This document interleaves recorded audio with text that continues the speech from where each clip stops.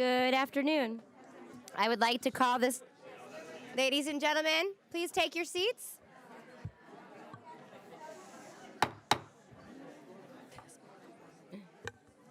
Good evening. I would like to take this opportunity to welcome you to the school board meeting this Tuesday, April 18th, 2023. The public is encouraged. Can we have quiet in the gallery, please?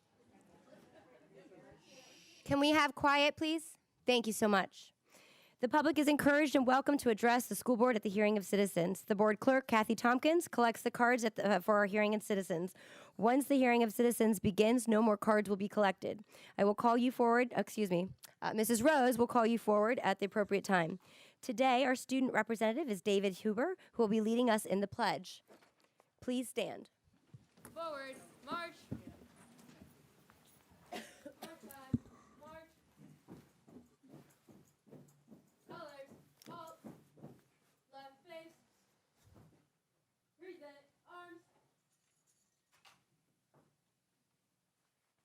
I pledge allegiance to the flag of the United States of America and to the republic for which it stands, one nation, under God, indivisible, with liberty and justice for all. Order, arms. Backward, step. Center, face. Forward, march.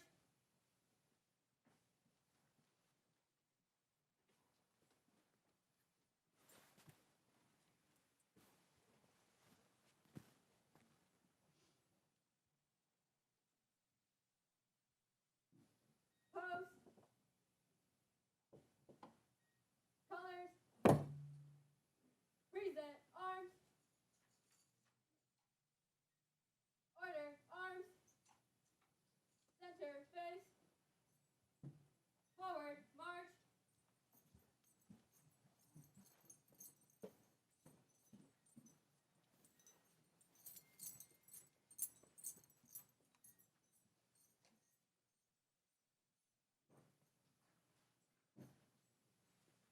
Forward. Step.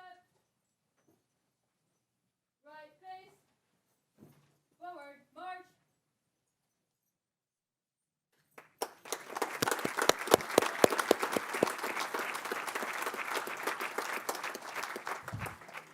Thank you so much, Sarasota High, JROTC. As everyone has a seat, please enjoy Booker High School dance. Title of the piece is The Art of Education. Dance teacher is Courtney Smith, High School Teacher of the Year, plus the VPA Dance Chair. Principal is Dr. Rachel Shelley.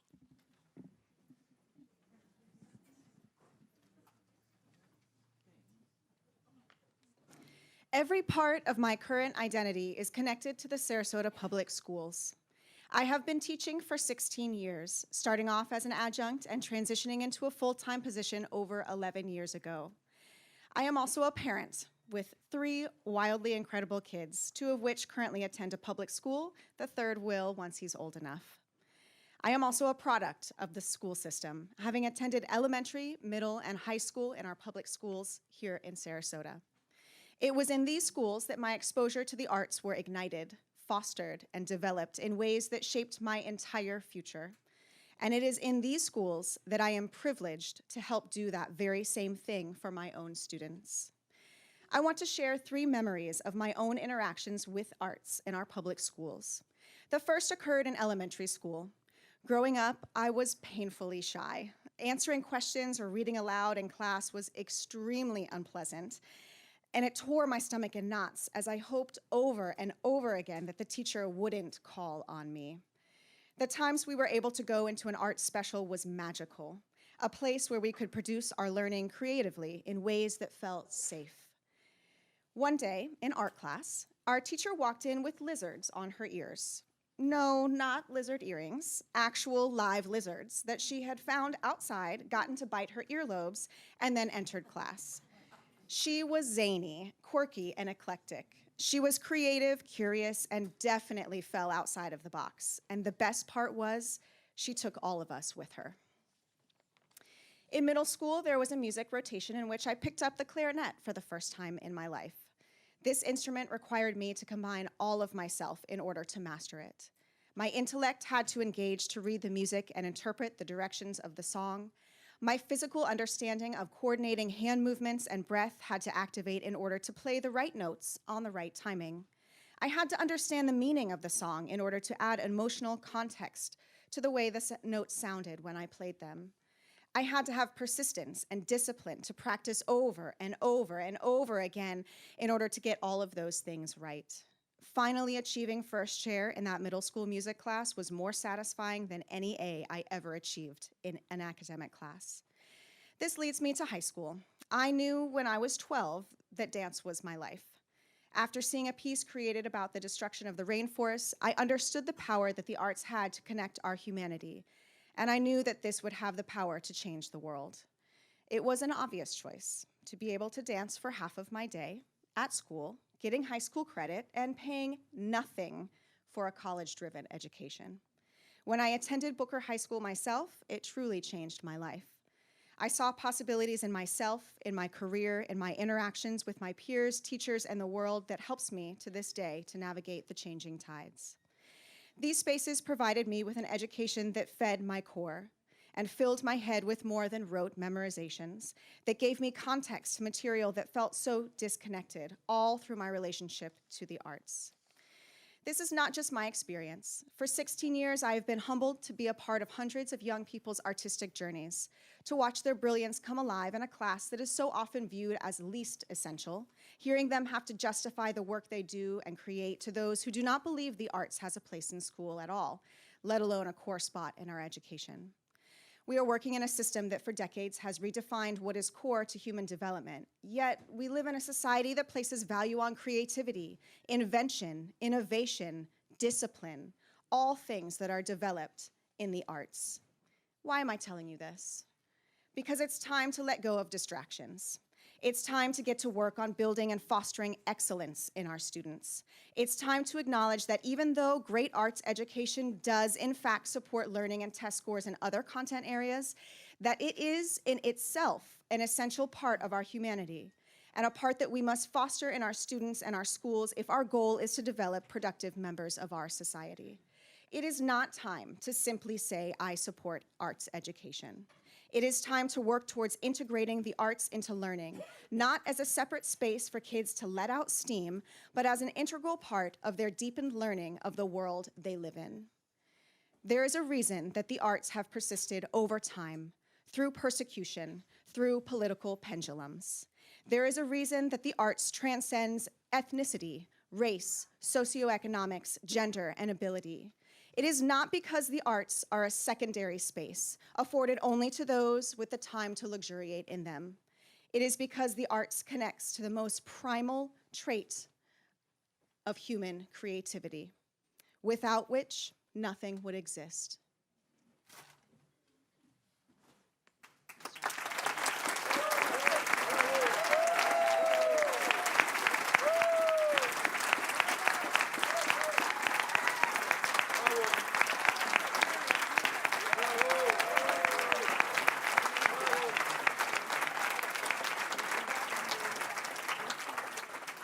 That was absolutely beautiful. Thank you so much. As mentioned earlier, our student representative today is David Huber from Sarasota High. Welcome, David.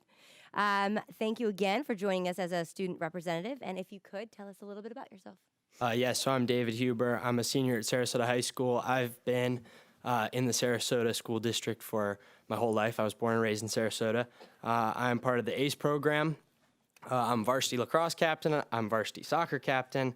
And I'll be going to college at Wheaton, and I'll be playing soccer and doing our Army ROTC there as well. Oh, and I'm also part of Sarasota High's Fellowship of Christian Athletes program. Wonderful.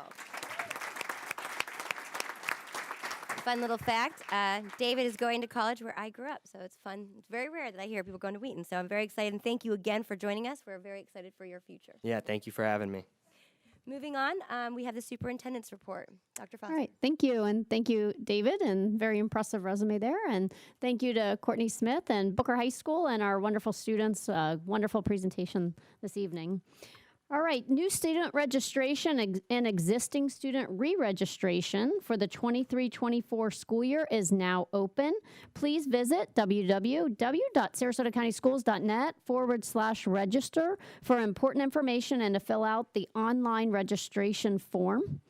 The 2023-2024 K-12 Math Adoption Committee meetings, we'll be holding the meetings on the following dates. K-12 will meet on Wednesday, April 26th at 5:30 p.m. in the school board chambers in this room. The agenda is an overview of the adoption process. The K-5 Math Committee will meet on Monday, May 8th at 4 o'clock p.m. in the board chambers. The agenda is to review and discuss committee findings and make final recommendations. And the 6 through 12 Math Committee will meet on Monday, May 8th at 6 o'clock p.m. in the board chambers to review and discuss committee findings and make final recommendations. All meetings are open to the public, and time will be allotted at the start of the meeting for public comment. For access to a detailed timeline, digital access to samples, and other information related to the textbook adoptions, please visit the Instructional Materials Department's website under Textbook Adoptions, which you can find at www.sarasotacountyschools.net/textbook adoptions. I want to share the Sarasota County Schools Cares of the Month for the month of February. Congratulations to Mr. Kenneth Carter. He's the music teacher at Sarasota High School. He was named as the recipient in February, and he was nominated by one of his students. And this is an excerpt from the nomination. Mr. Carter is someone that all students can rely on for anything that they need. He is someone who really cares about his students and is passionate about his job. When he first came to Sarasota High, he made an instant connection with all of his students and got to know them really well. When I told him that I wanted to learn the saxophone, he didn't hesitate to help me and instantly got me all the materials I needed to help me get started.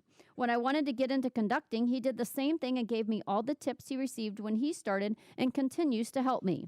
He sacrifices his free time and attends out-of-county competitions and events to ensure the students have a good experience and to cheer us on.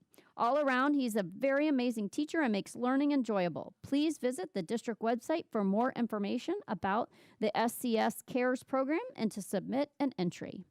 And at this time, I'm going to have Craig Maniglia come up to share an announcement about the superintendent search.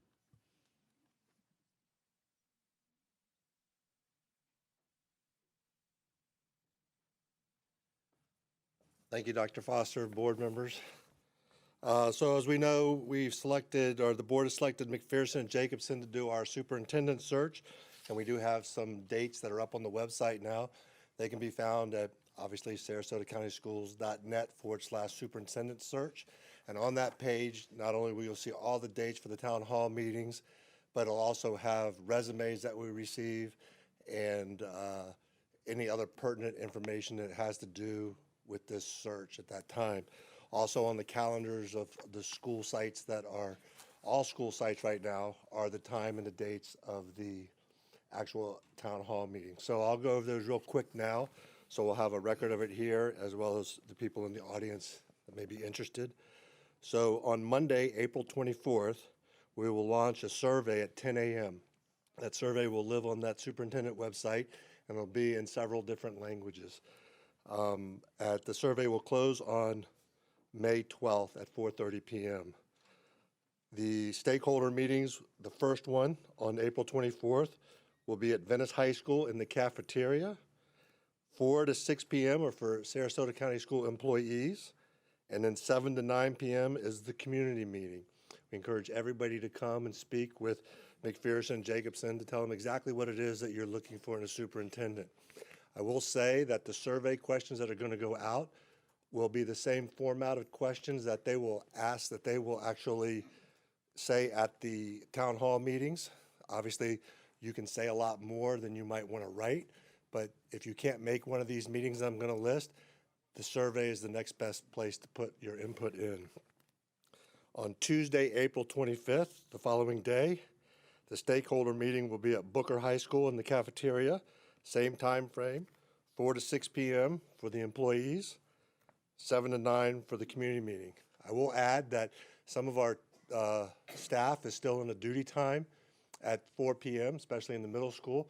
That's why it goes to 6 p.m. It's kind of an open house for staff. You come when you can get there, and you can say what you would like to say about the superintendent's search. If for some reason you can't make either of those 2 meetings, don't fret. We have 2 more meetings coming up. So we have Monday, May 8th, and that will be at Riverview High School. That'll be from 4 to 6 for staff, 7 to 9 community meeting. And we also have one on Tuesday, May 9th, and that will go that's at Northport High School in the cafeteria as well, from 4 to 6 for employees and 7 to 9 for stakeholders. The applicant closing date is May 18th. So we should have all resumes up online as they come in. We won't hold them. When we get them, we'll put them up, and they'll be open for the public to look at. We'll update that website as necessary when items come in. And if there's any questions from you all that I could answer here, I'd be more than happy to do that.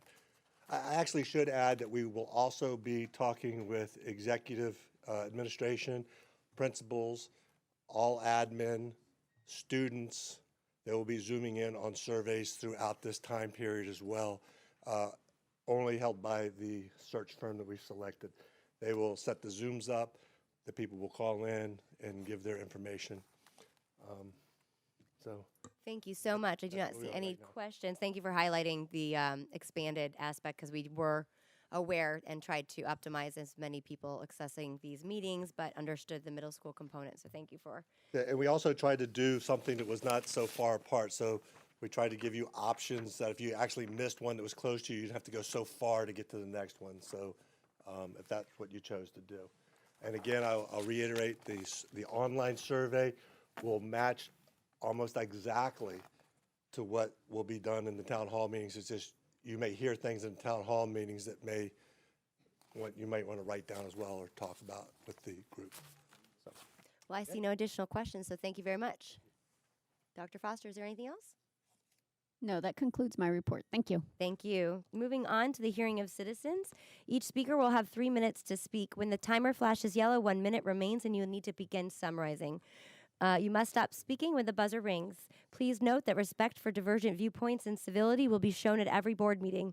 Whether you agree or disagree with the speaker, you should listen politely, respectfully, and without making sounds of approval or disapproval, including clapping. We also, I recognize, as mentioned, there's a lot of passion and emotion with the decisions that come before this board and that impact they have on students, families, staff, and community. As such, I believe it is important that we afford the opportunity for every speaker to be heard. To my fellow board members, any comments during hearing of citizens that you would like to respond to will take place at the conclusion of public comment. My request is that when you respond, you keep it to the issues that have been brought forward and refrain from directing it to any individual of the public. Per statute 1001.372 parent 3, anyone causing a disruption will first be given a warning, and if the conduct does not stop, we will ask you to be removed from the chambers. We'll also include any demonstrations of standing. The goal is to be able to hear everyone without disruption. I'm going to ask my colleague, Mrs. Rose, to assist tonight. We have about 79 speakers, so that's about 4 hours. And again, each person has 3 minutes. And the more that, and we'll be taking intermittent breaks given the battery on the microphone. So, Mrs. Rose, if you'd like to proceed. Absolutely. Samantha Crane with Lisa Scher on deck, please. Hi, my name is Samantha. I've been a Sarasota County resident for 25 years. I'm here on behalf of my 2 students. Their names are, I'm here on behalf of my 2 students. They go to Suncoast Poly and Booker High. One was just invited to join the AP Capstone program, and the other is in the ACE program at Booker. Both will meet the criteria for bright futures, and I have a concern about how valuable this Florida education is going to be if we continue to destabilize our schools with ignorance and intolerance. Parents in my kids' classrooms from Southside to Pineview to Brookside to Brooker Middle School and now at their high schools have always had the right and the responsibility to review their students' educational materials and communicate with their teachers about what is best for their own student. Public education is obliged to serve all of the public, students and staff with diverse socioeconomic backgrounds, religious and cultural differences.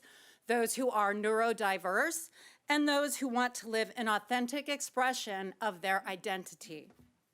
Educated students understand the history and nuances of marginalized communities. They're prepared to meet complex personal, civic, and professional challenges. Uneducated students remain ignorant. I urge you, do not engage a political hack to guide our award-winning district on policy and instruction, whitewashing history, denying visibility to members of our community, and promoting a fundamentalist Christian worldview is not in the public interest. Those are the goals of a special interest. Private schools already serve this interest, and now I'll be paying for vouchers so other people's kids can attend them.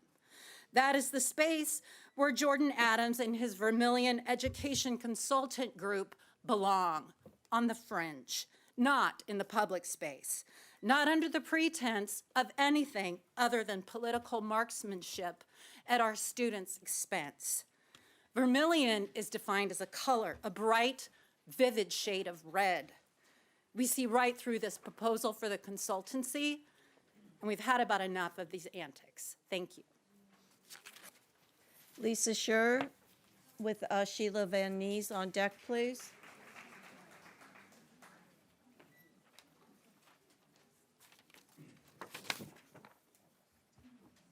My name is Lisa Scher. I'm the parent of a student in the district and one of the co-founders of Support Our Schools. I just wanted to make a quick comment. I watched the work session today, and that presentation by Exceptional Learning Solutions was outstanding. I hope you're going to approve it.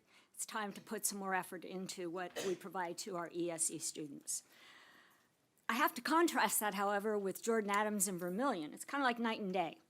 Dave Letterman sent us a top 10 list about Jordan Adams and Vermillion.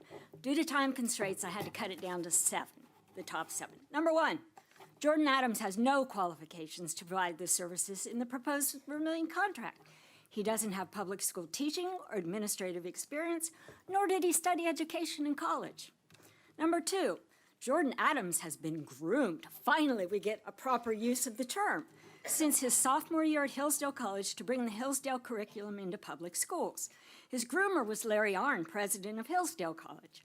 Arnn is infamous for his remarks at a conference in Tennessee that, and I quote, "The teachers are trained in the dumbest parts of the dumbest colleges in the country." He also said, "We're going to try to demonstrate that you don't have to be an expert to educate a child because basically anybody can do it." I imagine Ms. Marinelli and Ms. Rose disagree with that.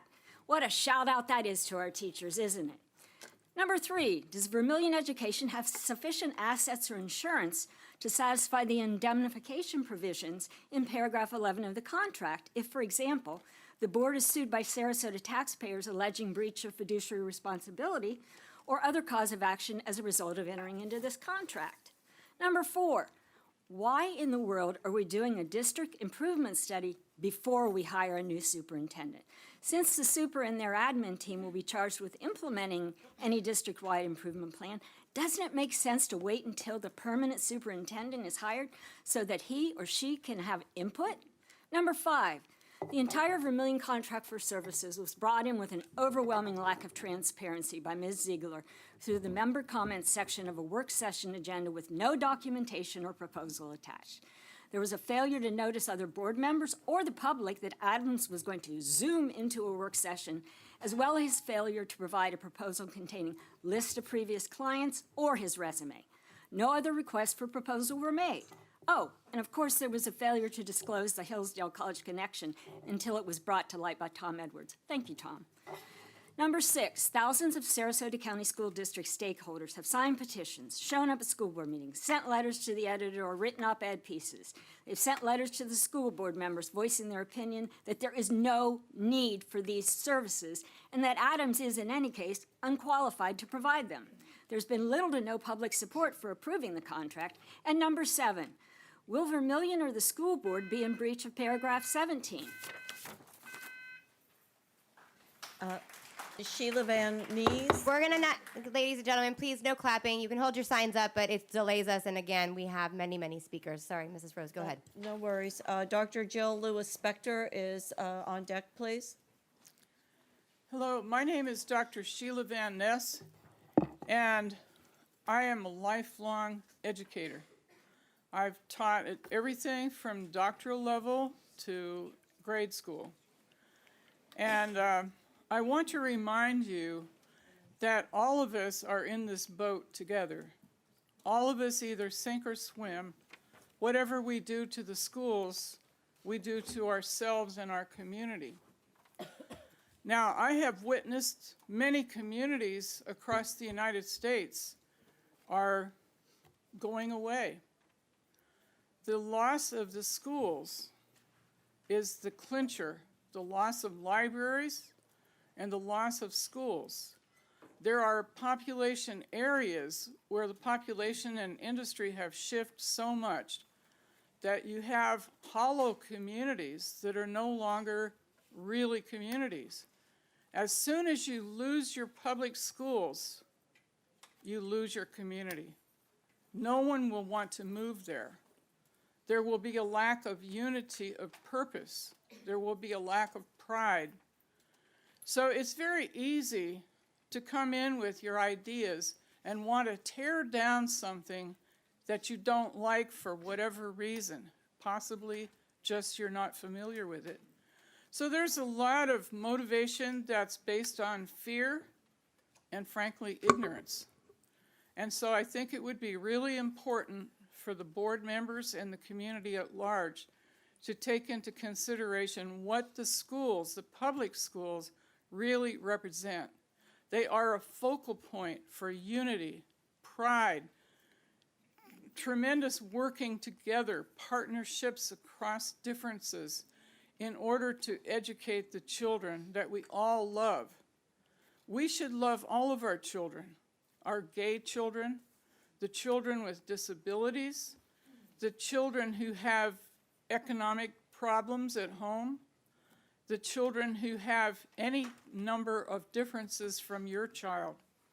But we need to realize that this enterprise should encompass and embrace all of our children and treat them all with respect and dignity. And I have not seen that demonstrated by this board. So that's why I'm here. I'm very concerned. You need to treat one another, and you need to treat all of the children with respect.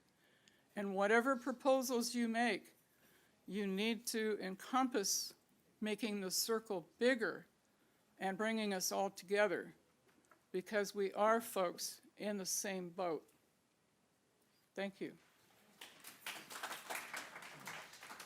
Dr. Jill Lewis-Spector and Debbie Beck on deck, please. Good evening. I'm Dr. Jill Lewis-Spector, Chair of the League of Women Voters of Florida and Sarasota Education Action Teams. The League supports Florida's constitutional requirement to make adequate provision for the education of all children that is uniform, efficient, safe, secure, and high quality. Hiring a consultant to help in making this happen can be a strong investment, one that requires transparency, hard work, and process. The League of Women Voters of Sarasota opposes the hiring of a consultant for Sarasota County Public Schools without first going through a transparent and rigorous vetting and bidding process. Additionally, we support the separation of church and state in our public schools, and paid consultants should be secular and void of advocacy of a specific religion. The process of hiring Vermilion Education for consulting services for district improvement study has lacked transparency.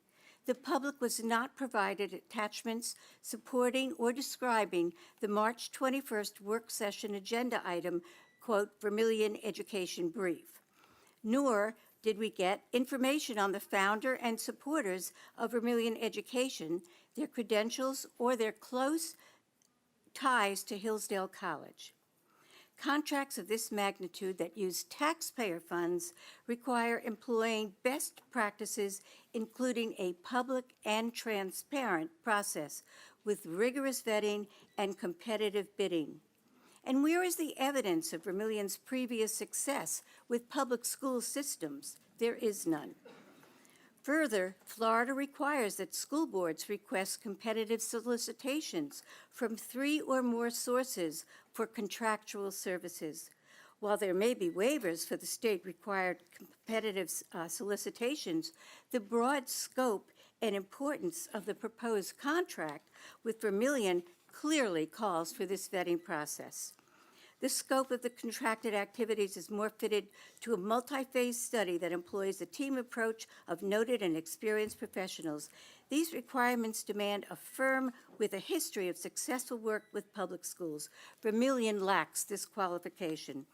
The result of this closed and rushed process may lead to alienation of instructional staff and disrupt the educational process for literally thousands of Sarasota's children and result in outcomes inconsistent with Florida's constitutional requirement for the education of all children that is uniform, efficient, safe, secure, and high quality. Thank you. Debbie Beck with Angela Wynn on deck, please.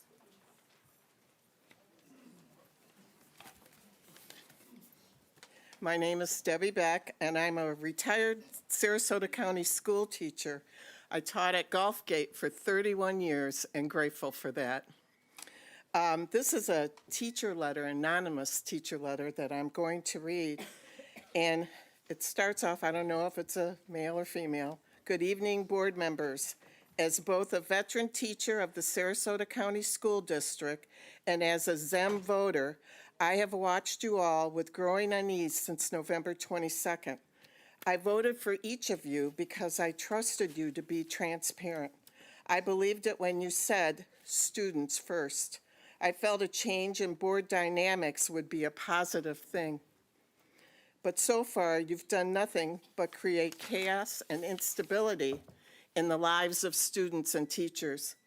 I am a Christian and a registered Republican, but I believe in the separation of church and state. I believe public education should be free from indoctrination on either side. It is irresponsible to bring in a consultant with so little experience and so few qualifications. And while I don't have a personal issue with Hillsdale curriculum because many of their philosophies line up with my own, I also know that it contains bias and doesn't belong in public school. To sit there and pretend Vermilion isn't just another name for Hillsdale is disingenuous and insulting. I didn't vote for Tom Edwards in 2020, but he is the only board member who has ever stepped foot in my school. He is the only one insisting on transparency. The rest of you seem almost under the spell of some higher political power than the rest of us aren't privy to. Tonight, you'll do whatever you want, but please know that voters are watching and taking notes, and many of us are horrified and embarrassed at what we've done. Thank you. Angela Wynn with John Kasich on deck, please. Hi there, my name is Angela Wynn. I am the mother of a daughter who attends a Sarasota County Public School. I am also one of the co-founders of Support Our Schools. We are a nonprofit organization dedicated to protecting and supporting public education. One of our main directives is to educate our community about the threats facing public education. Threats like what this board is trying to shove down the throats of Sarasota County teachers, students, and parents by hiring Vermilion Education. I'm not going to go into the details of why Vermilion is so bad or their connection to Hillsdale College or even how twisted the Hillsdale College curriculum and approach to education is. Plenty of people before and after me will do a much better job at it than myself, I believe. But what I am going to do is to speak from the perspective of a single mom who works full-time and can barely keep my head above water most of the time. A perspective that likely fits a lot of the parents in this district. If it wasn't for my involvement in SOS, I would be hard-pressed to know about the threats facing my child's future and her education. I'm exhausted. I barely have time to eat sometimes, much less the energy to be an activist, yet here I am. Parents are all exhausted. We want to put our trust in the school board to make the best decision for our children's future, but unfortunately, we have a board who, for the most part, save one, continues to take advantage of this trust, knowing that this board has not only been taking advantage of us, but also utilizing our trust as a political stepping stone is infuriating. For as many parents and community members that are here right now, there are thousands at home or at work or helping their kids with their homework or making dinner. People watching at home who see this later should be furious at this board. People at home must know that this board does not have our child's best interests in mind. Trying to backdoor Vermilion Education onto our payroll is just one more example of how little this board cares about any of us, about our students, about our children, about our parents, about our teachers, or about our community. We deserve better than what this board tries to be. John Kesich and Leela Newcomb on deck, please. My name is John Kesich, and I live in Venice. I was traveling when I saw a video of a board meeting that really disgusted me. What I saw was apparently a member of the public slandering a board member with unsubstantiated claims of grooming, while not only did this board do nothing, but some members sat there and smirked. Now, as some of you might recall, in 1620, the Pilgrims came to Massachusetts to escape religious persecution in England. A short 16 years later, Roger Williams led a group out of Massachusetts because he was banned for heresy.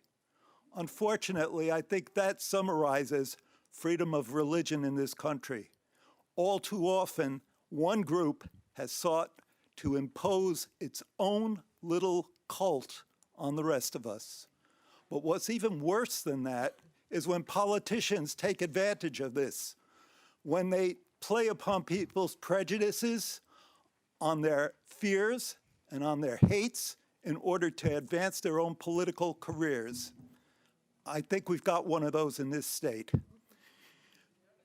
Now, I wonder how many of you know how many babies are born with such indeterminate genitalia that the doctor cannot pronounce them boy or girl. The number I came across was 1 in 2,000.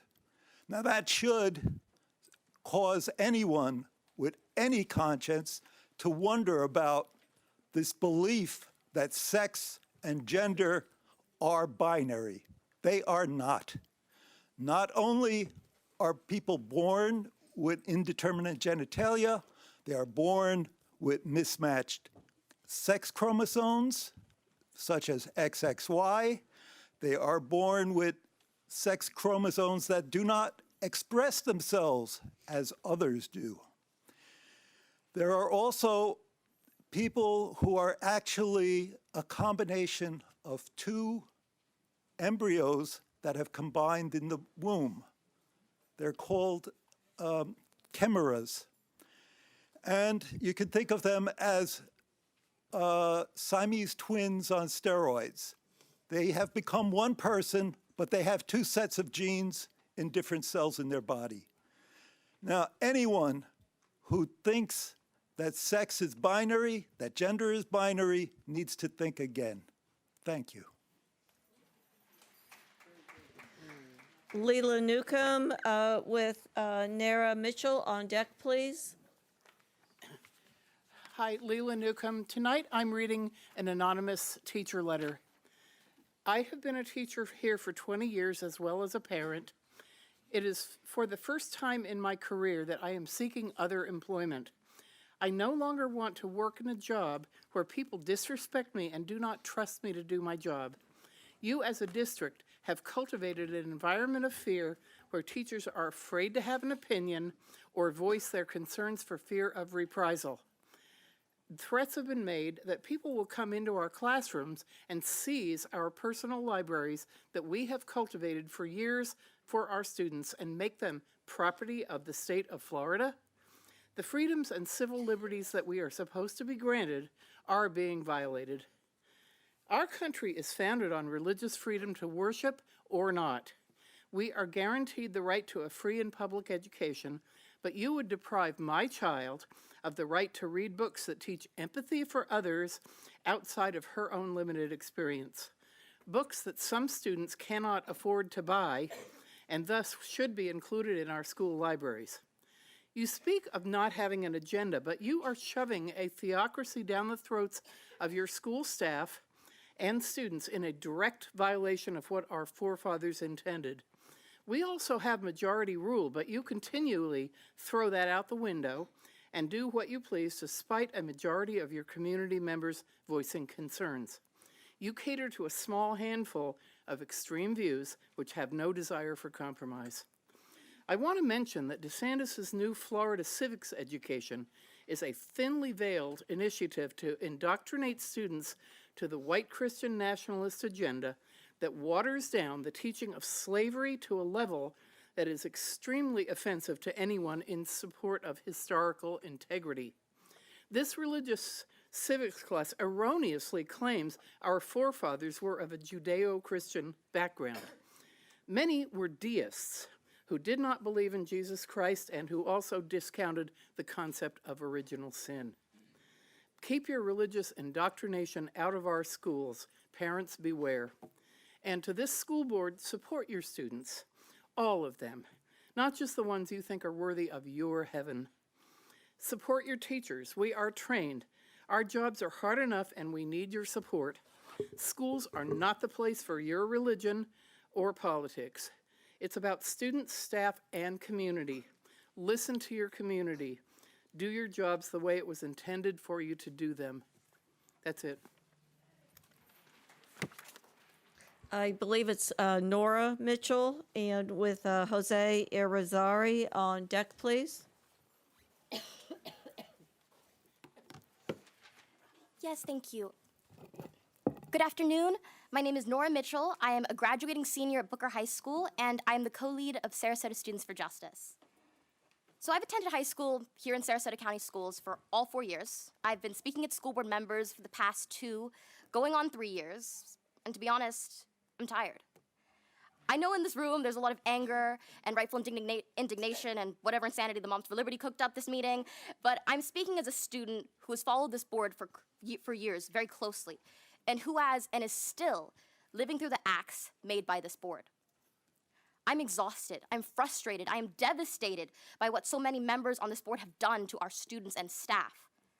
In honor of the students and staff who have come out here today, I want to give a brief recap of what students like me have been enduring for the past 4 years. We've seen members of our current school board toy with our safety by refusing to mandate masks, endangering our staff and students. For years, activists like me have been fighting for cultural sensitivity training, culturally responsive curriculum, and for closing the opportunity gap. And we were given the kiss of death when the school board disbanded the equity committee this past year. Because there were members of our community who created these daft conspiracy theories about equity and inclusion, an entire committee of dozens of community members who wanted to do more for our students was shut down. Then we had members of our own school board orchestrating some of the most horrific laws at the Florida Capitol, creating laws that have been deadly to our students. We have just seen a new board who was elected based upon racism over genuine concern for our students. And of course, just recently, our board infamously fired our superintendent. And now we are here. We are voting to hire a firm with obvious corrupt connections to members of our board, all while members of our board encourage and arguably foster homophobia against one of its own members. Students are sick of living through this. Today is another day of community members expressing what they want from our public officials, just to likely be in for disappointment. I came here as yet another reminder.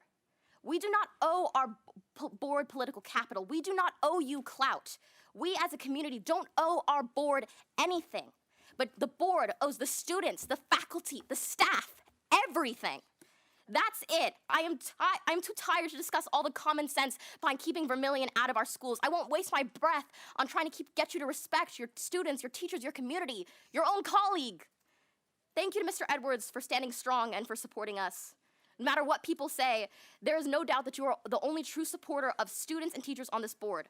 You are a true educator and leader, and I'm incredibly grateful for all that you do. And I'm not grateful for what the rest of you do. Real women aren't bigots. Thank you.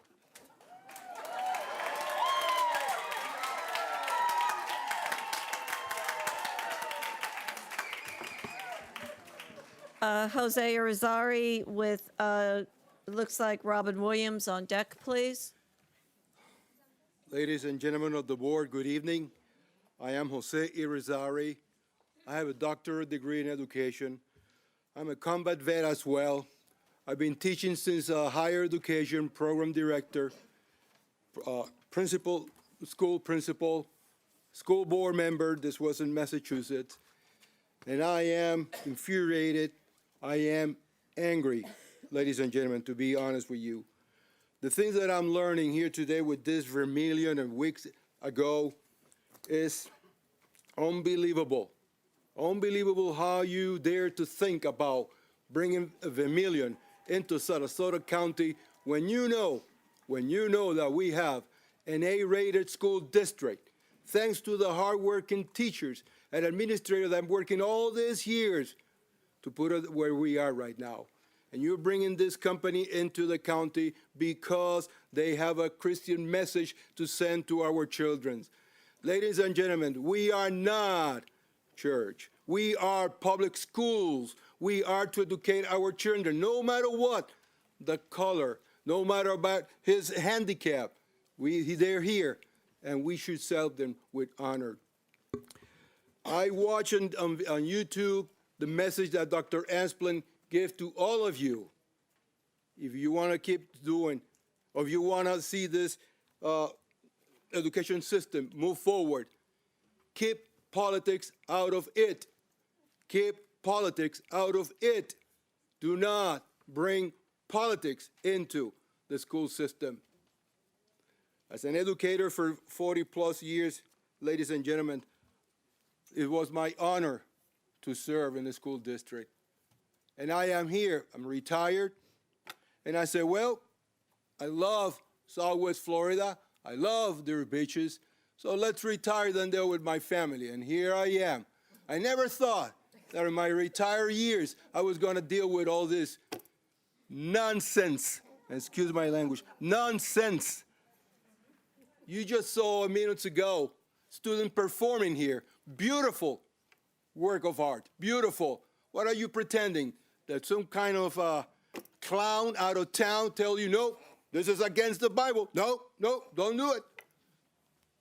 No, we don't think that way. We educators think forward.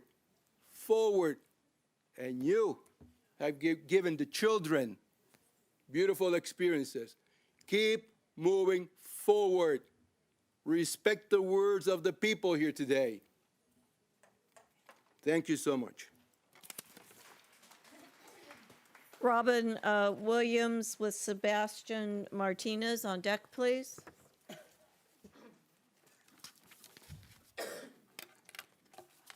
Today is Yom HaShoah, Holocaust Remembrance Day.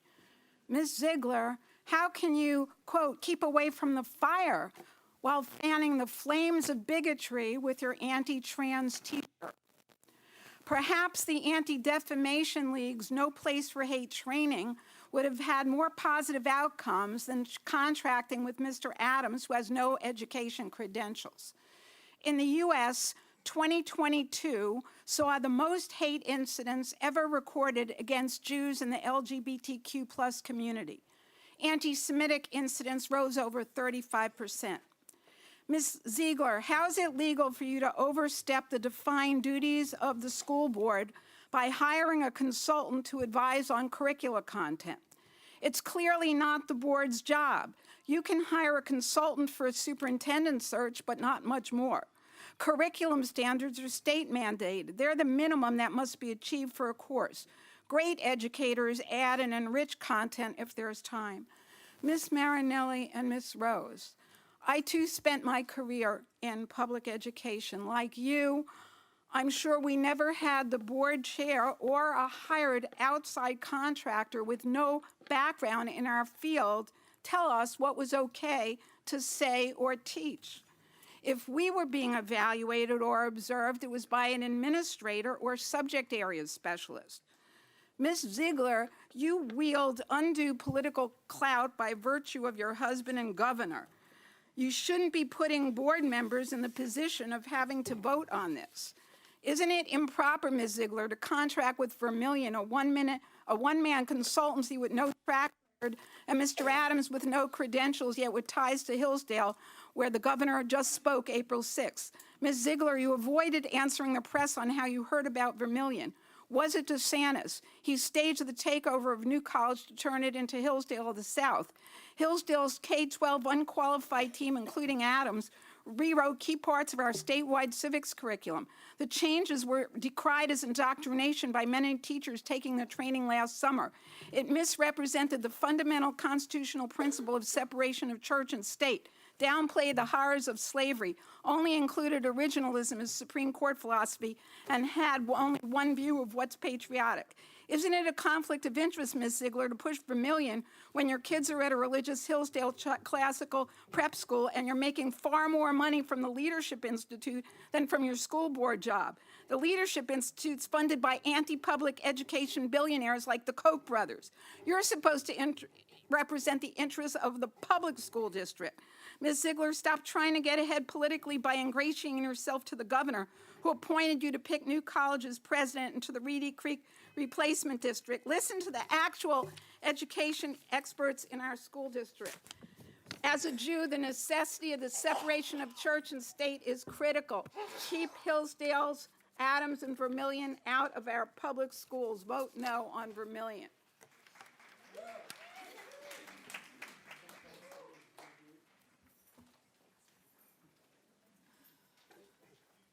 Sebastian Martinez with Teresa DeWitt on deck, please. Good evening. My name is Sebastian Martinez. I'm a graduated student from Booker High School and a member of Sarasota Youth Association. And today I wanted to speak on behalf of my organization and my members. We have members of all ideological backgrounds, some that support you, some that voted for you, and some that campaigned and voted against you. Some of these issues we wanted to talk about is increasing community involvement within the decisions this board makes. Large decisions that impact our district, like the firing of our superintendent, cutting entire programs without replacement, or hiring a 3-month-old unqualified divisive Vermillion education. The August primaries during which you were elected only had a turnout of over 30%, 20% of which elected you. Now, I'm not discrediting your election, however, 20% is not the entire community, not entire county, and not representative of all of our citizens. We should be having town halls with community feedback and Q&As, not just one-sided dialogue where we speak at you. Citizens who live in Northport deserve a voice and say. Citizens who live in Venice or Englewood deserve a voice and say. We need to make as much community involvement available to our communities, not just one-sided dialogue. Our community deserves it and our students deserve it. We also wanted to address Robin's comments at the end of the last meeting. We were disappointed to hear your comments at the end, Ms. Marianelli, when you said the room was filled with such hate. We were disappointed that you drew the line there. Not when speakers come up here and bash a board member for being gay. Not when LGBT people are called groomers, pedophiles, or speakers say that LGBT people are a threat to the innocence of our students. Those comments were directed at Mr. Edwards, but they impact and refer to every single one of our LGBT students. That's not hate. Hate is when community disagrees with you and your decision. Hate is when parents disagree. Hate is when grandparents disagree. Hate is when teachers, retired and current, disagree. Hate is when students, former and current, disagree. When taxpayers and community members disagree. That's hate. Our students, staff, and community expect more out of this board, and we deserve more. Thank you for your time. Teresa DeWitt with Melissa Bacondi on deck, please.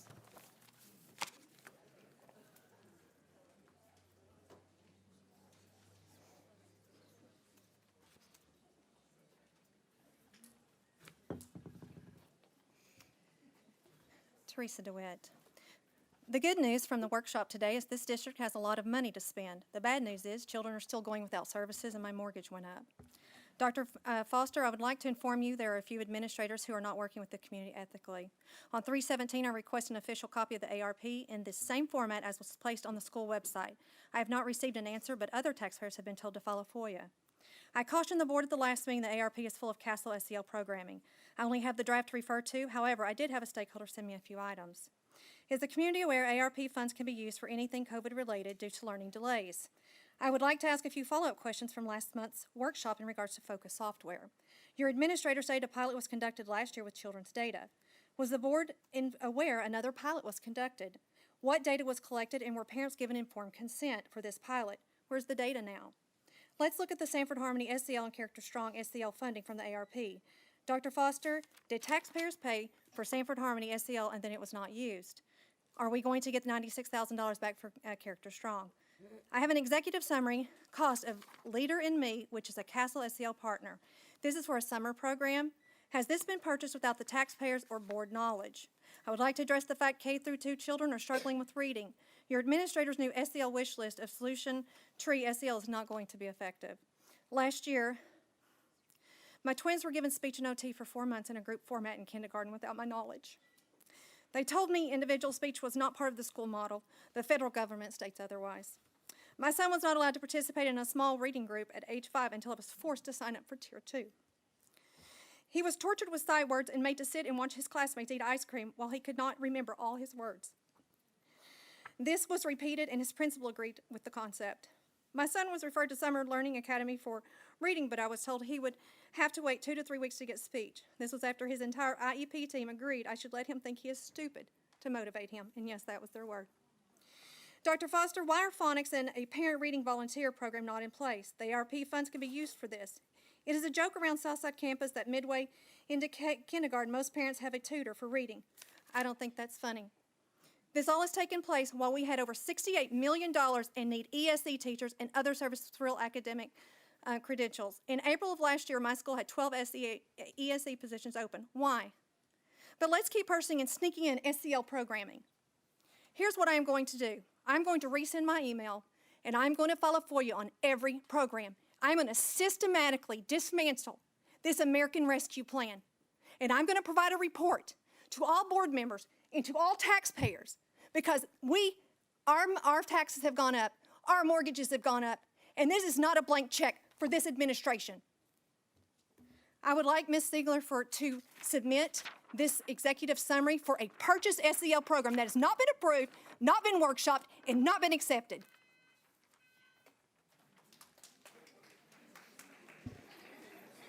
Melissa Bacondi with Michelle Posey on deck, please. Ladies and gentlemen, please, let's be quiet in the gallery. School board members, elections have consequences. Hallelujah. Thank you for doing the right thing and allowing recording of IEPs. Thank you for getting Vermillion to comb through our curriculum and get the woke out of our strategic plan. That is indeed why the left is on fire tonight. They can't stand the sunlight. Thank you for codifying the rights of parents to walk their children into school daily. I am relieved, Mr. Edwards, that you have gotten some coping skills and that you haven't decided to perform one of your temper tantrums tonight and walk out of the meeting. Point of order, violation, Chair. I do have a few concerns. Please. The transgender guidelines have been reposted. These guidelines were developed outside of the sunshine under the direction of woke school board employee Deb Jackalone. These are inconsistent with the Surgeon General's state gender guidelines and need to be updated so that they are consistent. Dr. Ladapo's guidelines state that no minor should undergo even social transitioning, including preferred pronoun or bathroom use. I've emailed this board so many times. This is what you promised the voters. Why are these guidelines here? Why has Deb Jackalone not been fired? Is the federal government tying lunch money and Point block of order, grants Madam to these Chair. guidelines? Tell them to keep their money. I'm confident that Governor DeSantis and the DOE will provide the lunch money. Sorry, Mr. Edwards, it is not acceptable for someone born with male genitalia to go into the women's restroom. Who is protecting my daughter from males in the restroom and the locker room?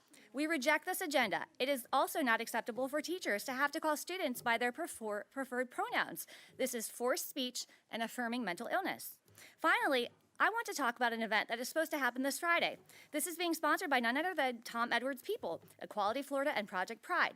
In fact, just last weekend, Mr. Edwards was made a statement basically stating his job was to make Gen Z better activists. Mr. Edwards appears to champion activism over academics. High school students are being told to walk out of their classrooms at 12 o'clock on Friday. This is called a walkout to learn in response to the perceived anti-LGBTQ legislation passed in Tallahassee. Will the board issue a statement on this political rally? What will the discipline for staff members who are found to be accomplices in this walkout be? Does Mr. Edwards have a statement specifically condemning a walkout of any kind due to the safety concerns of our students? Is Mr. Edwards going to tacitly condone this Equality Florida-sponsored activist event, even though our kids will be missing valuable instructional time? Does he truly value activism over academics? Mr. Edwards, the public challenges you to take a stand on this event since you tout your top priorities are academic achievement and student safety. Do you condone this walkout? This is a great opportunity for you to verbalize your true agenda. The public would like to know, are you leading by and teaching our students to just walk out and quit when they don't like something? And just so you know, this is from your people, the party of tolerance and love. Have a great night. Thank you. Ladies and gentlemen, please have your seats. I think there was out of order on multiple fronts, so if we can move forward quietly, respectfully. Thank you very much. Michelle Posey with Alice Howard on deck, please. Quiet. Ladies and gentlemen, please. Thank you so much. Hi, Michelle Posey, candidate for House District 74. You know, we wouldn't need Vermillion if we didn't have Tom Edwards openly declaring he's forming coalitions to work from the inside.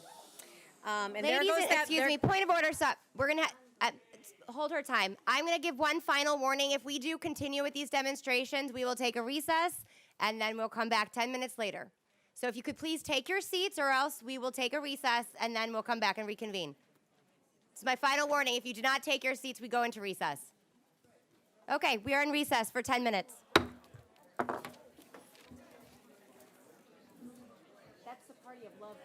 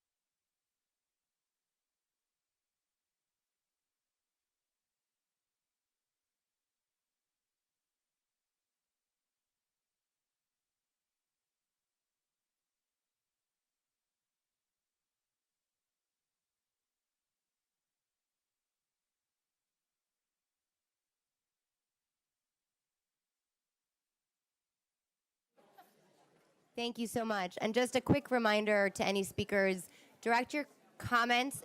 Can we have quiet, please? Please direct your comments to the board members, and please refrain from using any comments about members of staff and certainly members of the public. Mrs. Posey, I believe if we could restart the 3 minutes and we'll proceed.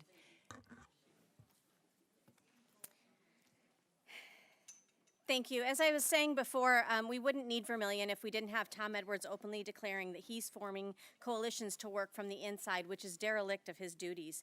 I did hear somebody up here say they considered suing the school district over the use of Vermillion. I guess that's the new verbiage for SOS, sue our schools. Let me be clear. Tom is the one that's derelict of his duties when he stated 9 months ago he was, quote, working from the inside to implement coalitions to push his ideology.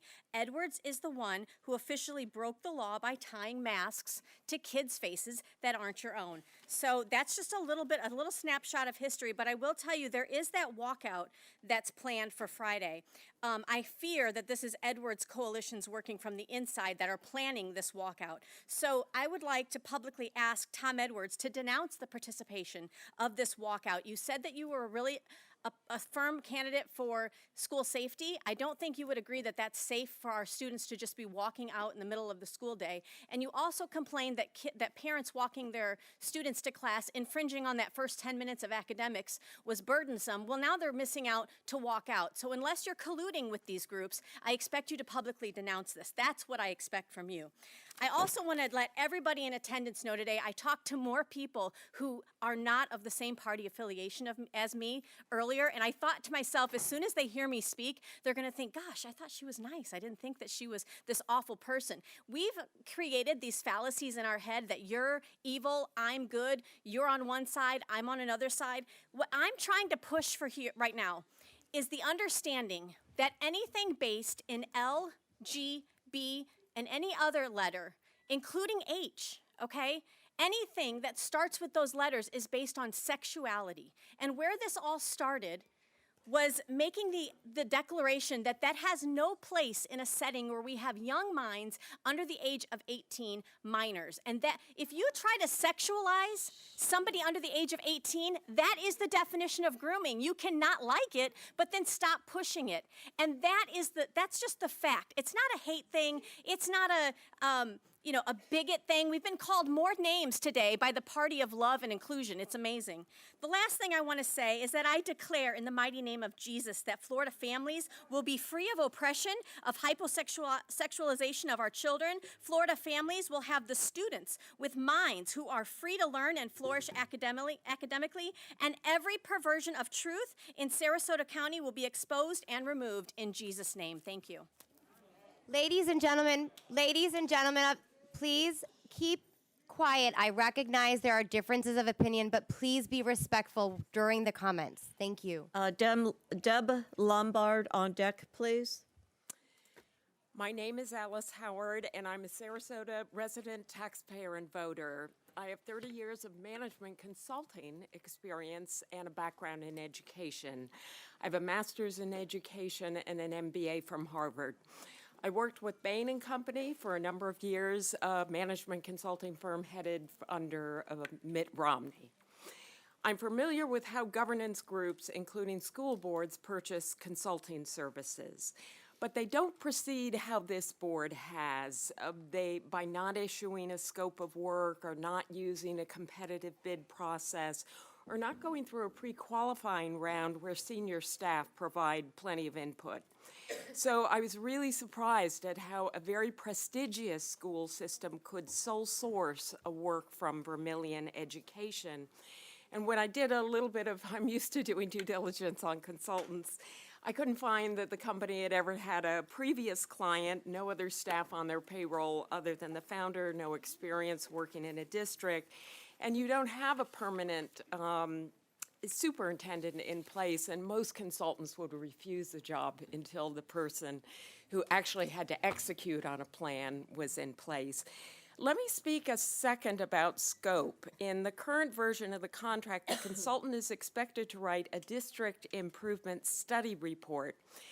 It's based on 3 days of site visits and a comprehensive view of a massive number of documents.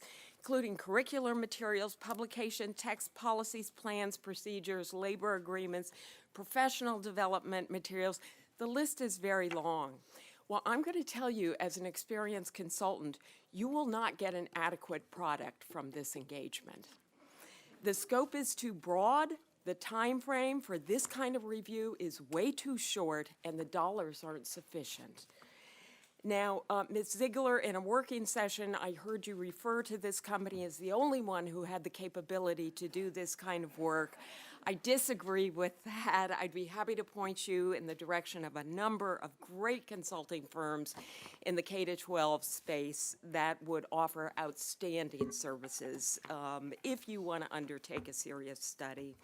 So I'd ask you, please don't be an embarrassment to the community by hiring an unqualified consultant through a non-competitive bid process with really an unachievable scope of work.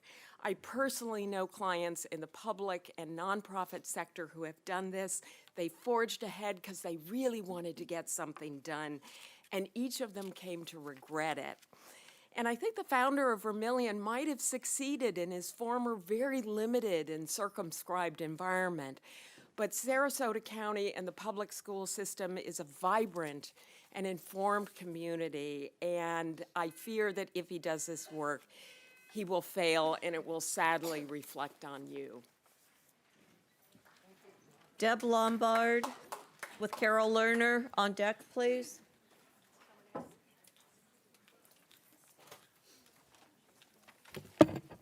Hi, I'm Deb Lombard. I am a retired teacher. I'm still in the school system. I am a teaching artist and arts integration specialist. I've been in the school system for probably over 25 years. I'm here to read for a teacher. I don't know if it's a man or a woman. Can you hear me okay? Okay. The theater person. So, I was born and raised in Sarasota, Florida. My mother is a retired educator from Sarasota County Schools. I had such pride being able to say I was a student who became a teacher myself within our A+ school system. Now, after 14 years of teaching, when I say I teach in Sarasota, I feel like I have a scarlet letter on my chest. This school board, minus Tom Edwards, is doing everything it can to destroy decades of achievement and pride within our community. I'm also a mother of a young child, not yet old enough for kindergarten. I was looking forward to my son being at school with me, playing in my classroom with other teachers' children, the same way I did with my mom and my friends. You not only killed that hope of mine, but you are taking a highly effective and highly respected educator who is considering walking away from this profession. Mrs. Ziegler, your authoritarian policies and political agenda seem to mirror fascism. What sane, reasonable individual would want to work in a county where you and your minions are at the helm? Teachers are leaving this profession in waves. We are never considered the experts in the classroom. It always seems to be someone outside of the classroom who knows what's best for our students. I invite you to come teach in my class for a day, one day. I doubt you'll survive an hour. You only listen to the people who agree with you, which is a very small percentage. You sit up there apathetic, the way students do when they aren't paying attention to a lesson.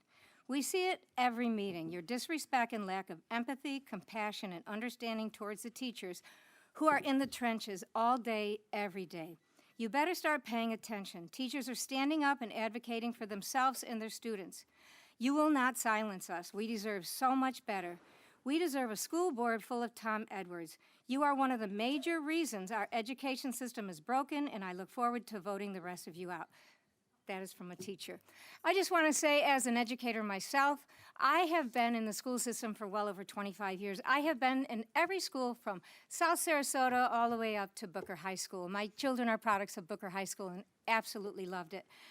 I have never, in my 30 years, ever seen anyone grooming kindergarten through third graders. If it is, then I'm responsible because I taught dance and I had a dress-up corner. So I'm thinking, did I groom? I mean, the little girls put on work belts. I don't know. I'm so sorry that this is what we've come to, and I really hope that you're listening to the community. Thank you. Carol Lerner and Elena Carnes on deck, please. Good evening. Carol Lerner, a leader of Support Our Schools. I want to start my comments with a plea to the board. Please listen to what the community says about Vermillion. Vote with an open mind. Every one of you on the dais has stated that you want to bring the community together. Let's do that tonight with a no vote on Vermillion. Along with this, there are other practical reasons to vote no on Vermillion. Let's look at the Vermillion contract in the same way that you as board members and as just individuals would look at the process of hiring a contractor for your home for a major repair or project. You would first evaluate the need for the repair or project. Then, unless you have already worked with the company for many years, you would get several estimates, right?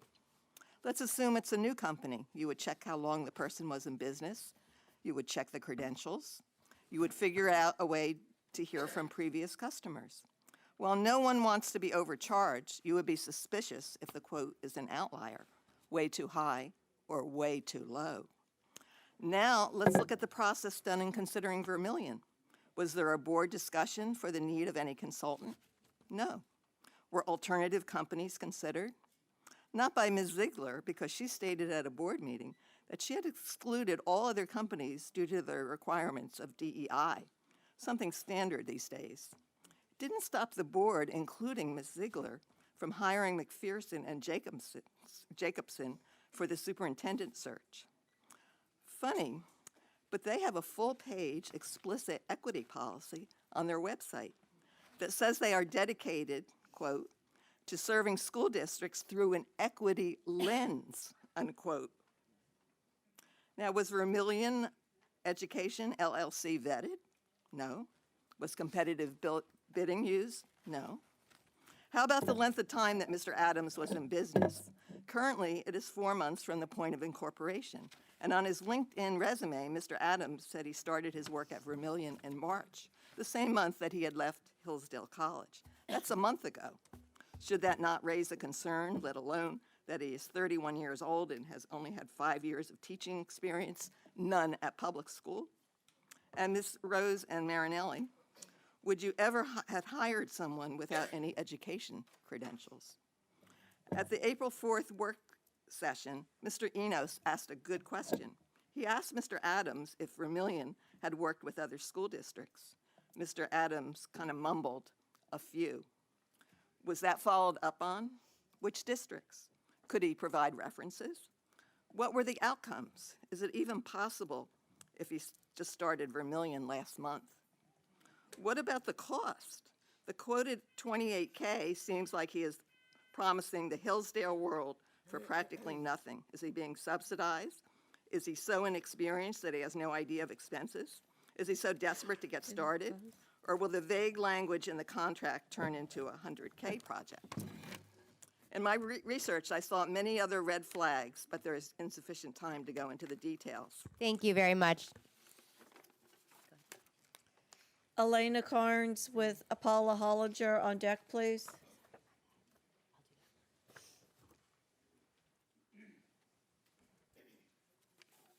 Good evening. I'm a resident of Sarasota, a concerned citizen, and a voter. I believe that the #1 priority for all of us, superintendent, school board, teachers, and parents, is our students. We should provide them with the education that meets their needs and ensures their future. This is an important goal, not one to be taken lightly or to be rushed. Unfortunately, the board appears to be rushing full speed ahead on several key issues. Why the rush to fire Superintendent Brennan Asplin? Within minutes of convening the initial meeting of the new school board, he was doing an outstanding job. He was well respected. Similarly, why the rush to hire Vermillion Consulting? A fledgling company with only 3 months' experience, little to no staff, and no track record.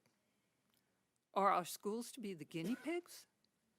And why rush to hire a consulting firm when we have yet to hire the superintendent, whose job would include overseeing the consultant? More importantly, why aren't we focusing on finding solutions for the two severe crises that school boards are facing right now: a looming teacher shortage and rising mental health issues among both students and staff members. Is this acting in the best interest of our children, our students? I respectfully ask that you drop further consideration of Vermillion. After all, Sarasota County schools are not struggling. They have been an A district since the grading distinctions happened in 2004. What's the hurry? Thank you. Paula Hollinger with Kia Brand on deck, please. Thank you. My name is Paula Hollinger. I moved to the state of Florida permanently year-round a few years ago. I moved here from Maryland. In Maryland, I served 28 years in the state legislature. When I left the state legislature, I was chair of the Education Committee in the Senate. I'm here tonight not because I have kids in your school or even grandkids in your schools. I'm here because I am mortified at what I read in the paper. This is like a third world country operating a school system. How many people have seen the RFP you put out for a consultant? Did an RFP go out for a consultant? How many applications came in to be a consultant? So without question, I am here opposing the Vermillion so-called contract that you have to Christianize the schools here when you already have enough religious schools of all persuasions. With my taxpayer dollars going out to support religious education when there's supposed to be separation of church and state. The other reason that really pushed me to come tonight was reading the paper and watching the news about how the chairman allowed people that were here to testify to personally attack a member of your school board. Quite frankly, I think he's the only one educated to be a school board member. And to allow it as chairman, as chair of my committee, and I had everybody on my committee. I had R's and I had D's. I had women, I had men, I had black, I had white. One of my committee members, former committee members, is now a member of the Freedom Caucus. But at no time as chairman did I ever allow anybody to come to the podium and attack any member of my committee. I was their leader. You are here setting an example for school children to make it seem like it's okay to attack somebody based on their sexual orientation. That's not going to help them get along in a world where we're all different. I used to be 6 feet tall. I got kidded for that. Now I'm short, I get kidded for that. But I can take it. And I think Mr. Edwards has taken it. But it should never happen. Thank you. Kia Brand with Seth Stoudemire on deck, please.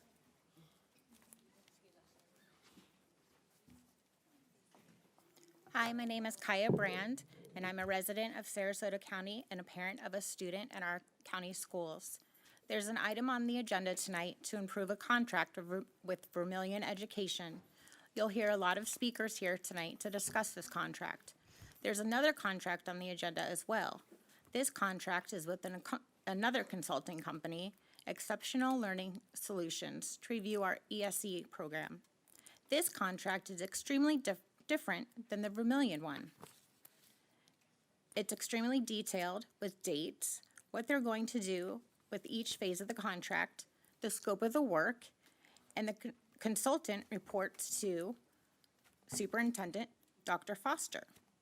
The company gave a presentation today, and it was light years ahead of the Vermillion one that Adams gave. For one thing, They were here in person, and it was on the agenda that they were giving a presentation. Their information was straightforward and readily available for the public to see. I was able to look at their brochure, and the company has been in business since 2009. Then I was able to look at the price, and it's $150,000. That's a lot more than the Vermilion contract for the same amount of work that Adam said that he's going to be doing. So if he's going to come back and tell us that we need to pay him more once he gets his foot in the door, I don't believe that $28,000 price tag. That's called a bait and switch. Once Vermilion comes in, then what? We're very unique in Sarasota. We have public schools that specialize in the arts, agriculture, ACE program, STEM, and a school for the gifted. We have it all. One size does not fit all, and Vermilion does not fit Sarasota. Thank you.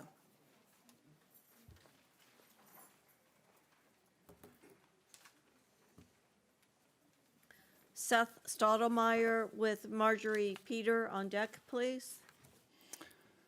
My name is Seth Stottlemyre, and I'm a resident of Sarasota County. Members of the school board, good evening. Madam Chairwoman, I felt it was important to be here again to speak on behalf of my little girl and tens of thousands of other children in our diverse school district who have become political pawns in the cruel culture war being waged across this state. I am here as a father, as a citizen of this beautiful Sarasota community, and as a member of a politically moderate and culturally and socially inclusive Christian congregation that believes in public education for students of all backgrounds. Madam Chairwoman, I am here to speak out against this utterly insane Vermilion experiment you and your Christian nationalist friends have undertaken to systematically wreck the reputation of our wonderful A-rated Sarasota public schools. Many overly ambitious politicians have been floating on a murky, toxic red tide of dangerous, reactionary, far-right populism for a few years now. You rode that wave of anger at anti-COVID-19 closures and precautionary masking in our public school system. Instead of uniting us, you decided to divide Floridians and exploit frustrations felt by all parents, dealing with a very real, once-in-a-century pandemic that killed over 1 million of our fellow citizens. While that sad chapter is mostly behind us, its legacy continues to have an impact. That tide of misinformation and revisionist history is beginning to recede, thankfully. Our eyes are wide open to what's happening on this school board, and the coalition of voices speaking up is growing and it is deepening. Your shocking overreach, if you decide to continue on this path, will not be conducted in the shadows where you and the governor prefer to operate. We are shining a light on your plans. Your efforts to radically overhaul public education in Sarasota are part of your dear leader's overall campaign of cruelty in Florida, and you are one of his top lieutenants. You bowed to outside political pressure and orchestrated the needless firing of popular Superintendent Asplin, who was doing one hell of a job, and now you are trying to ram this terrible contract through. Speaking to the more moderate members of this school board, do what's best for the whole community of Sarasota. Don't fall in line with an ideologically driven agenda to indoctrinate and force certain beliefs onto the rest of us.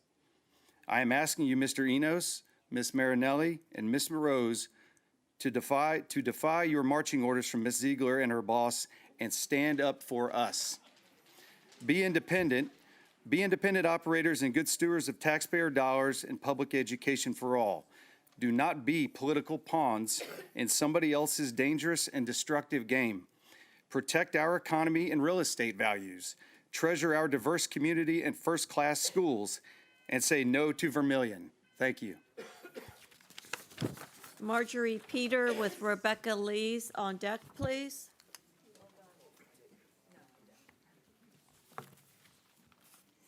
Good evening. My name is Marjorie Peter, a resident since '87, and the parent of 3 students who graduated from the district. Ms. Ziegler has previously stated that as board members, you may respond to us following the citizen comment period. I would like to ask Ms. Rose, Ms. Marinelli, and Mr. Enos to answer a couple questions at the conclusion of this. What the heck has happened? That's not my serious question. I have 2 that I feel are quite serious. Number one, what in your academic background leads you to think that hiring the 4-month-old consulting firm to review actions and decisions of your former colleagues is a good idea? What research have you personally completed regarding Vermillion that assures you that they can review lesson plans, professional development materials, and collective bargaining agreements? Second question. I would like to ask Ms. Rose, Mr. Enos, and Ms. Marinelli if they are talking to their former colleagues about the cost implications of House Bill 1, which I assume is leading to the potential canceling of the pre-K program. Now, I understand that ESE pre-K is still there and that there are nuances, but this is what I'm hearing, and I can only think because there is a cash crunch coming. What are the principals and reading teachers telling you? Now, we can't guess how many students will exit us, but we can look at current student numbers in private, religious, and for-profit charter schools. When I simply Googled it, the enrollment number that I came up with was 4,090, and that's a Google search. So I'm probably off at least by 10% one way or the other. But let's take 4,090 students times $8,000, leading to a shortfall of $32,720,000. And I forgot to add in maybe the 30% of Sarasota County students who attend St. Stephen's. Let's add another 200 students there. And how about the 2,671 homeschooled students? So when you put those costs in, it's about $24 million. You're coming up with a shortfall exceeding $56 million. And that's just the ones we know about. So, Ms. Rose, Mr. Enos, and Ms. Marinelli, please tell us if sacrificing the effective pre-K program is really helping the students who are facing an achievement gap, because there's been a lot of lip service about that. Is being ready for kindergarten really optional in this district now? Your actions are shortchanging the students who need the help, not the higher income parents. Thank you. Thank you. Rebecca Lees, and I apologize for my pronunciation of this next name, Marianne, I believe it's DeQuinto Terle. Open for correction there.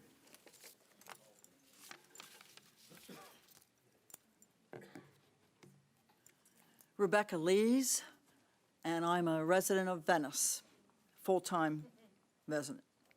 I am going to read a letter from a Sarasota school teacher who felt that they could not risk reading it themselves. As a veteran teacher in Sarasota and as a parent, yes, my concerns should be heard too, not just the parents whose political beliefs align with yours. I used to be proud to say where I was an educator, but you have recently gone off the rails and have turned our district into the laughingstock of Florida and the country. Unfortunately, the Zieglers have hijacked the families, teachers, administrators, and students in this district for their own personal political gain. And they are doing a great job at recruiting the tiny percentage of elite, ignorant people in this county, including the rest of the school board members. You scratch my back and I scratch yours, right? Minus Tom Edwards. Thank you, Tom, for having the majority's back. Contrary to the verbal abuse you have received, you are more than respected by the majority. We appreciate you being our voice. But we see the rest of you. Teachers are angry. Parents are rising because employees are being silenced with the threat of being blacklisted, etc. The community feels betrayed and sees you for what you are and sees what your not-so-secret plans are for this district. And we will not let it happen. Lori White would have never been manipulated and controlled. Dr. Asplin's atrocious and politically motivated firing will be avenged. I am still in this district because my students deserve better than to be used as political pawns by people that are so out of touch with reality. We will continue to try and speak up even though we are trying to be shut down. Shame on you.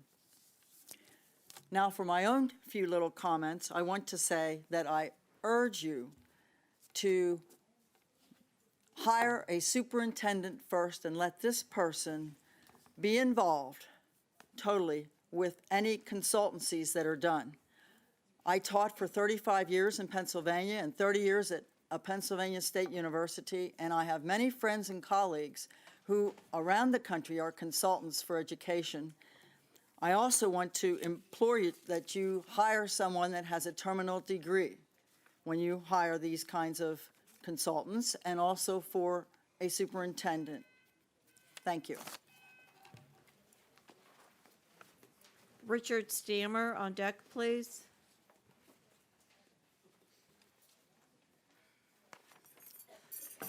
Good evening, school board members. My name is Mary Ann DeQuino Turl. I am a resident of Sarasota County full-time since 2008 and a proud member of the Stonewall Democratic Caucus, the LGBTQ caucus of Sarasota. I am straight but not narrow. I am also reading a letter from a teacher who is terrified to speak to you herself or himself. School board members, you are supposed to represent the majority of our community and do what is best for our students. As a 20-year veteran teacher in Sarasota, I no longer feel comfortable attending a meeting in person due to the current unsafe climate you have fostered. I feel retaliation will occur if I state anything that doesn't align with your views or plan. I am horrified by the course of action you're considering. Vermilion Education LLC, a company formed 3 months ago, has provided zero statistics of its positive effects on school districts. This is a politically based decision, not a well-researched choice. How negligent of you. Would you choose a teacher with 3 months of experience to be principal? No. Administrators go through years of training and practicums. They must prove their expertise to advance. Vermilion is formed from a classical, also known as Christian education. Its founder worked in private Christian schools, not in public education. If parents want their child to have a classical Christian education, then they can opt for a private school, for which there should be plenty of vouchers shortly. School boards are meant to represent all the students, not just certain groups of them. The impact of choosing this firm will be negative. We are already experiencing a massive teacher shortage. How do you plan to recruit and retain high-quality teachers? What truly great educator, or superintendent for that matter, would want to consider a politically motivated district that regularly appears in the news surrounded by chaos, that does not value its teachers or represent its community fairly? You have taken away our autonomy little by little. This is indoctrination. The very thing you speak against is what you're promoting, just with your agenda in mind, not with what is best for all. Do better. Our children and taxpayers deserve it. Thank you. Richard Stammer with George Chorba on deck, please. Thank you. I'm Richard Stammer, and I first want to say, as a retired child welfare worker with Maryland's Department of Human Resources, I was so thrilled to hear Senator Paula Hollinger speak. Thank you so much for your wise words. Appreciate it. As a 20-year resident of Sarasota, the actions of this board make me actually want to move back to Maryland. I counted on this as being my permanent retirement home, but I don't know. I'm going to stay here and fight, but many people may end up walking with their feet. I know vulnerable children. I work with abused children. I work with neglected children for 36 years. So I do know vulnerable children, and I do know that our school system is filled with vulnerable children. In fact, they're all vulnerable. LGBTQ, trans, African Americans, multitude of cultures, and your actions, particularly through the hiring or the threatened hiring of Vermillion, really threatens the vulnerability of these children by dividing them by race, sex, gender identification, religion. We need to be an inclusive culture, not an exclusive culture in Sarasota. That's why I have been proud of Sarasota. Last time when I was here, I didn't have time to mention what really has come to my mind recently, and that is that there was a famous Japanese general who wrote in his diary, reported to have written in his diary following Pearl Harbor, "We have awakened a sleeping giant, I am afraid."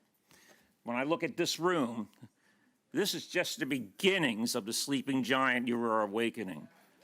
And so I implore you to return to a culture of inclusion and respect for the vast majority and everybody in the county of Sarasota. Thank you. George Chorba and Tamara Salam on deck, please.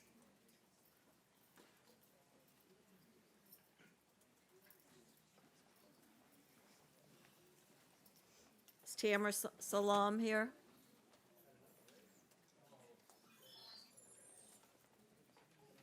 Merle Chorba on deck, please. And then Sebastian Gerstel. Good evening. My name is Tamara Solem. I am the mother of 2 daughters who graduated from Sarasota County Schools. I am the wife of a United States Coast Guard Chief Petty Officer. I am a former business owner that partnered with over a dozen schools in the district, and I am a longtime resident. I share this with you because I have been a committed member of the Sarasota County community and have proudly supported our public school system. In all these years, I have never once thought I needed to speak before the school board, well, until last week and now this week.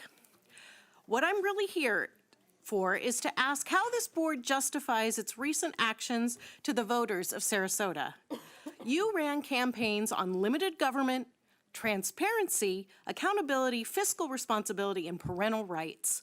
But in all of your recent decisions, I just don't see how you're keeping those campaign promises. You have no trouble telling constituents what you are against, like school books with sensitive subjects like race, or pronouns like they, them. But what are you for? Clearly, you were not for transparency when it came to attempting to contract with Hillsdale-connected Jordan Adams and his company Vermillion as a curriculum consultant. You must also not be for supportive data or public education experience, as Mr. Adams has neither.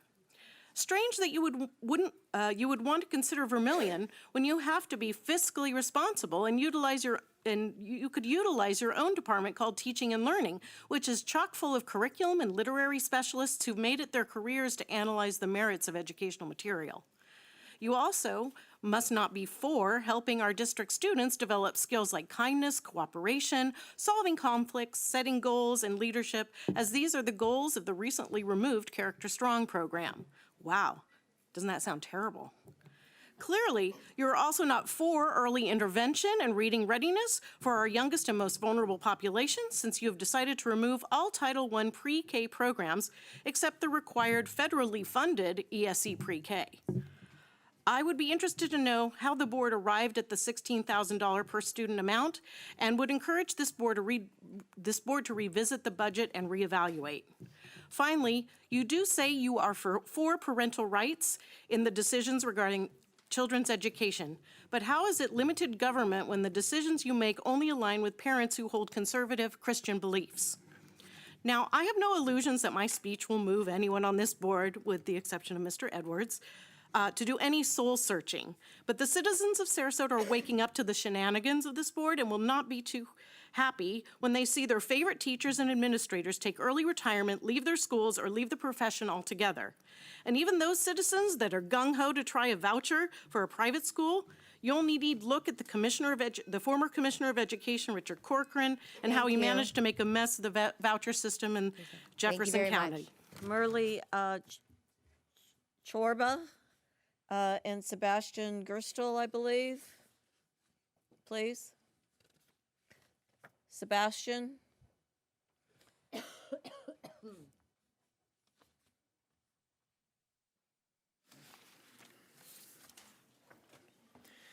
Members of the school board, interim superintendent, I'm Sebastian Gerstel, a sophomore at Riverview High School. I'm here to encourage this board today to approve the contract between Vermilion Education to conduct a scrutinizing audit of the district's policies, curriculum, and administrative hirings. Now, allow me to clarify what many individuals and of course members of the dishonest media have echoed against Vermilion. First, Vermilion is not a Christian nationalist organization. On the contrary, it is what some fear most, an organization that supports our country and has morals. Additionally, it is an organization formed from the very successful Hillsdale College, making it more than qualified, and definitely more qualified than many of the failing administrators in our district.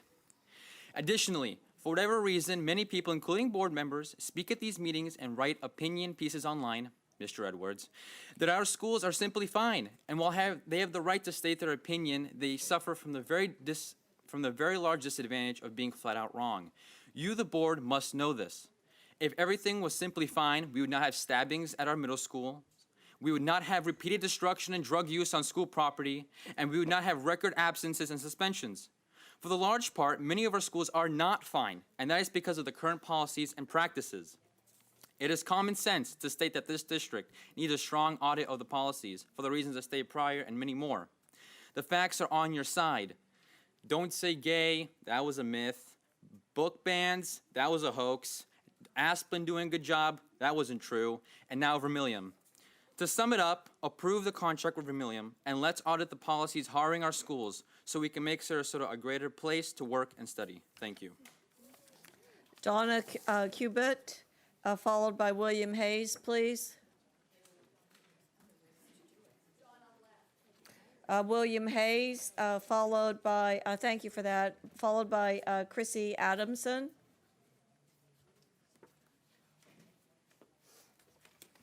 Hello, I'm Bill Hayes. And I wanted to just talk, I'm a little bit familiar with the school system. My son graduated from Sarasota High School, and it prepared him for success when he graduated from Florida State.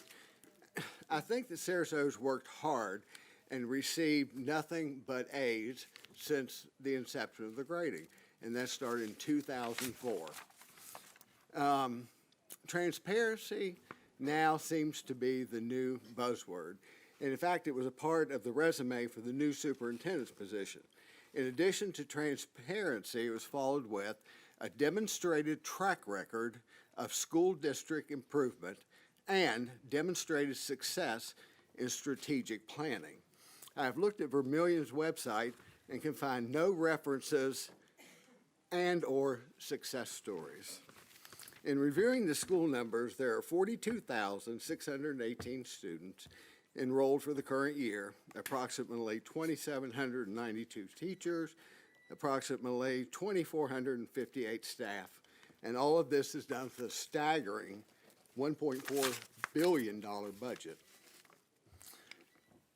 And I certainly don't know all of the ins and outs of soliciting consultants, but I get references for everything, from a doctor to somebody to put up a fence to who's a dog groomer. And being in charge of a school system as large as Sarasota County with an A rating, and again, let me state, 42,618 students and a $1.4 billion budget should require references. Transparency is the key to success. Chrissy Adamson, with Julie Forrester on deck, please.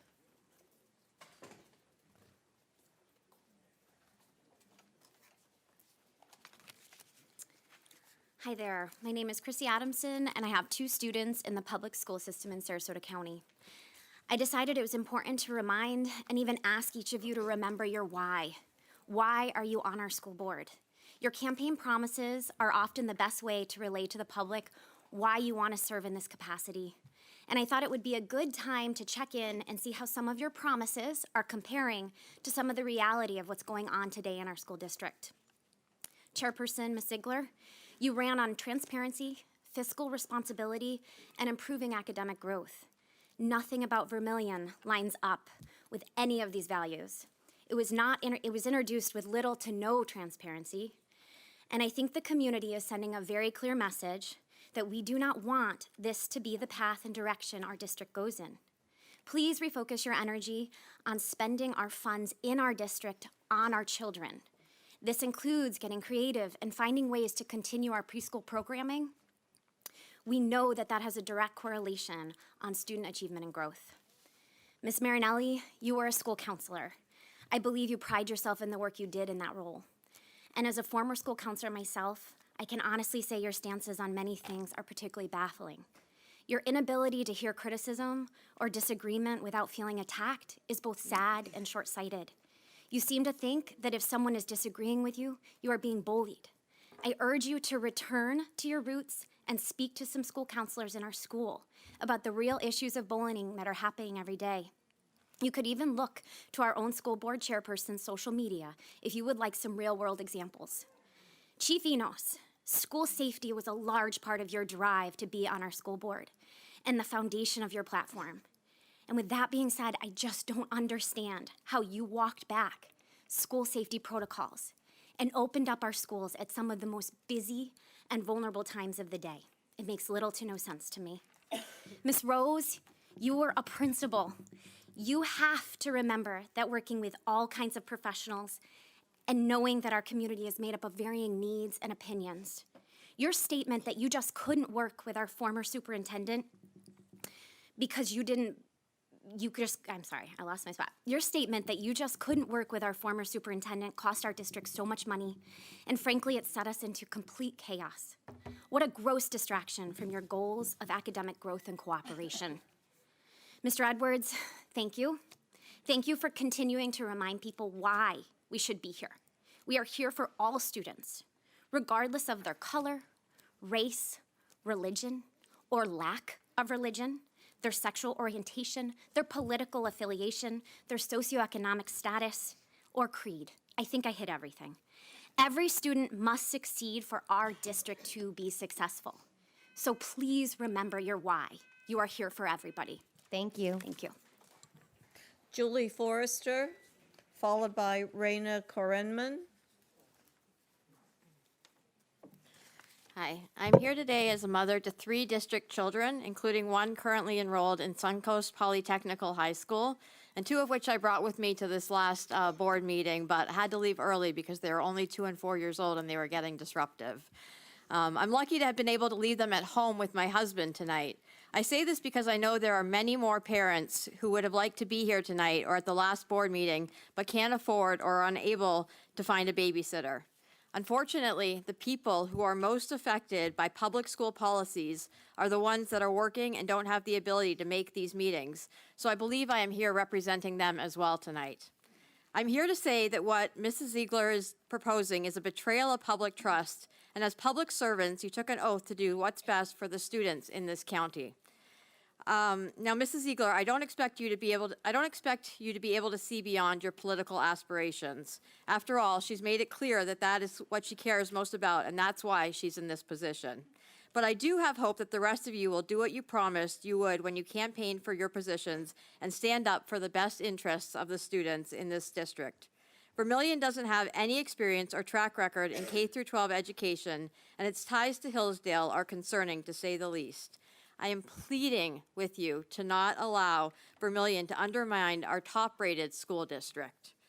Ms. Rose, 2 of your 3 campaign promises were fiscal responsibility and being a voice for the community, neither of which you have followed through on.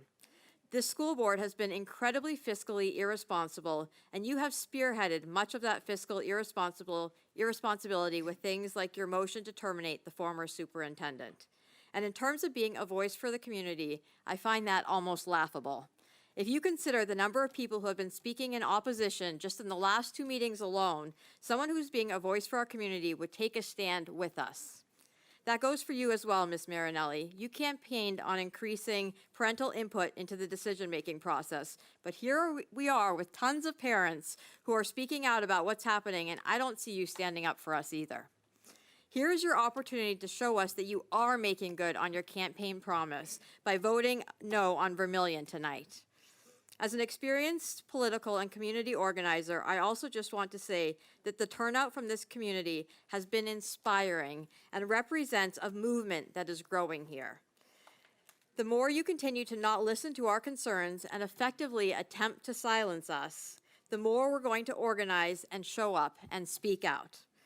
Tom Edwards is the only voice of reason left on this school board, but it doesn't have to be this way. I have hope that the rest of you will not continue to fold under political pressure. As I'm sure you can all clearly see, this Vermillion contract will do more to create tension and division in the district than it could possibly do to solve any of the quote-unquote problems that Ms. Ziegler has created.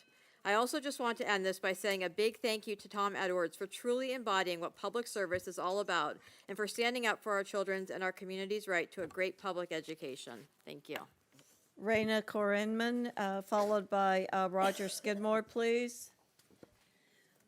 My name is Raina Korenman. I was an educator for 25 years, special education, and then later as an administrator of a traditional junior high school in an inner city school.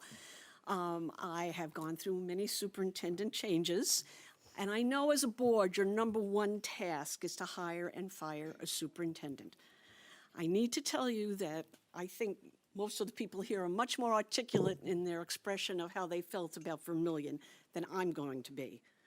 What I'm going to tell you is that I have a little therapy dog, and my therapy dog and I go to different schools. We go into classes. We also go to the Gulfgate Library and read with children. What I'm not hearing here tonight is how fantastic teachers and administrators and how hardworking they are, because they are, and they only mean the best. And through all the boards that I have been through, the board, we've always tried to feel that they are working in the best interest of a school district, in the best interest of the children, of the best interest of the administrators, and the best interest of the teachers. I don't know that you're doing that right now. I'm a transplant. When people used to say, why Sarasota? And I used to say, it's got a fantastic school district. I can't say that anymore. And that is horrendous. I also think it's absolutely horrendous that first right amendment, teachers and administrators and students should feel that they're going to be penalized for coming to this meeting. It's okay for everybody to support the Second Amendment, but not okay to support the First Amendment. How dare you, or I'm sorry, how dare anybody get up here and say that these people should be penalized for expressing how they feel about a school district, and that you, as a school board, needs to listen to who these people are. I have never been evaluated by a consultant to a school district. I read the list of what was going to be evaluated. And let me just tell you, yes, today is Yom HaShoah. 11 million, 6 million Jews, but the rest were black, gay, and Catholic. It wasn't only Jews who were killed. And I have a question to leave you with. I'm Jewish. If this were to take the tenets of the Hillsdale education, where does that leave me?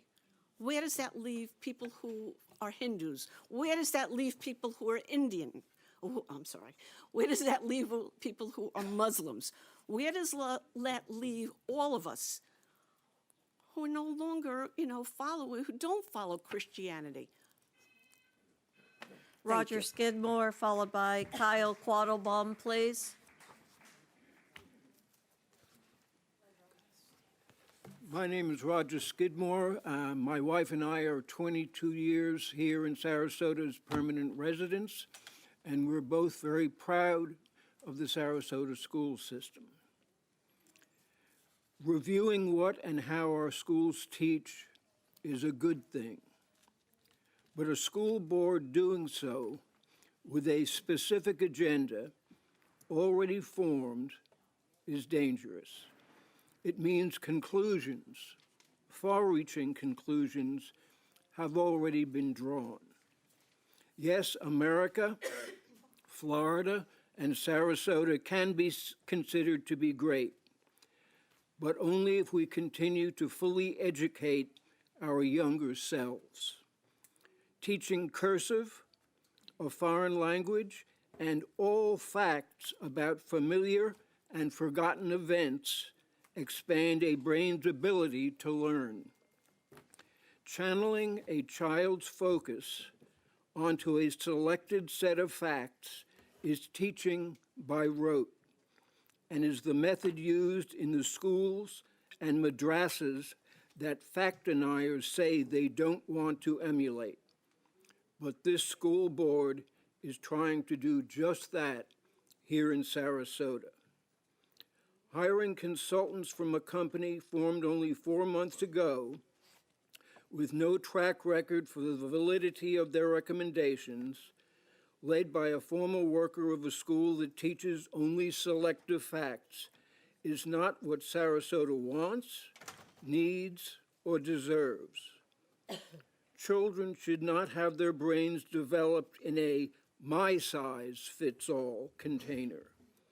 They should be allowed, encouraged, and helped to broaden their horizons as much as possible.